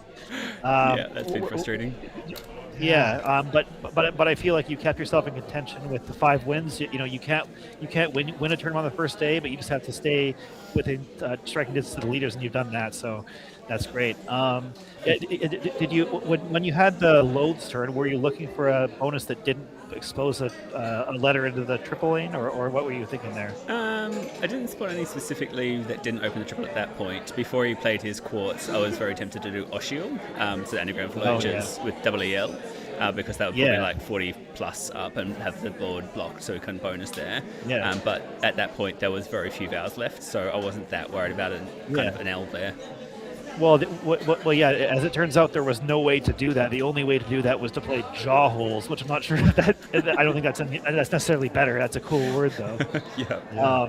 I really wanted you to play arsehole somewhere, but there was really nowhere for it to fit. Yeah, I thought I'd probably keep the stream a bit PG rated. keep it clean for the stream. Yeah. Well, it would have been interesting because, of course, Lawson bonused right away, and then about turn 3 he had a chance to play unwieldy when he played wield. That would have really put you in the hole. But luckily, I think he was trying to set up his Y and get too fancy and got away with that. Did he actually have unwield on his rack? He did, yeah. Threw that in. Yeah. Oh, wow. It was crazy that he played wield and not unwieldy. We couldn't believe it. And then obviously he played wieldy after that. It was so wild. Wow. Yeah. Yeah, you've got to make sure you ask him about it. Don't rub it in. You can do that. Yeah. Not an easy one to find, though. No, it's not. No. Well, we appreciate that you have taken the time to get on our stream on this side of the camera, and I hope you enjoy watching it back and all that. And good luck the rest of the way. Great. Thank you. Thanks, Alastair. Good luck. See ya. Really good game. You go ahead. Well, so thanks everybody for watching for the day. Chris and I have been with you obviously for the afternoon, and if this is your first time tuning in, then we've got a little competition that we're running. So any donations that you feel able to make, you are more than welcome to buy us a proverbial coffee by going to buymeacoffee.com/NZ Scrabble, and all donations, no matter how large or small, automatically go into the prize draw to win either a $50 voucher from Lamplight Books, which is, if I do say so myself, one of the best bookshops in New Zealand. It did actually win Bookshop of the Year back in 2022 or 3, I believe. And if you live overseas, instead of a book, because shipping costs might be a bit prohibitive, you can win free entry to an upcoming New Zealand tournament of your choice. Thanks very much to Lamplight Books for being a generous supporter of our streams. We love Lamplight. Lamplight loves us, and we love to bring you streams. No, thank you very much. Please consider doing that. But either way, we really appreciate you coming here to watch our stuff. And of course, if you are occupied watching the Causeway tournament, we hope that you come here afterwards and watch the VODs of these games, because we had some crazy games today. Of course, the crazy one with all the phonies, and then of course the debut of Alastair Richards on the stream here. I think both of them are must-watch viewing. So and we'll be here tomorrow, starting bright and early at 8:30, and our first game is going to be 2 players that have never been on the stream before. 2 of the fastest rising players in New Zealand, the New Zealand scene, being Jonas Weiberg and George Dodd. So we're looking forward to that one. That's great. Chris and I will be joining you back again on the broadcast tomorrow afternoon. Is that right? Yes, that's right. We're going to have Naween Fernando, one of the best Australian players, on there. We'll have Kenji in the mix. We'll have me in the mix, and Alexander. So should be a great one. Looking forward to it. Thanks everybody for watching, and see you tomorrow.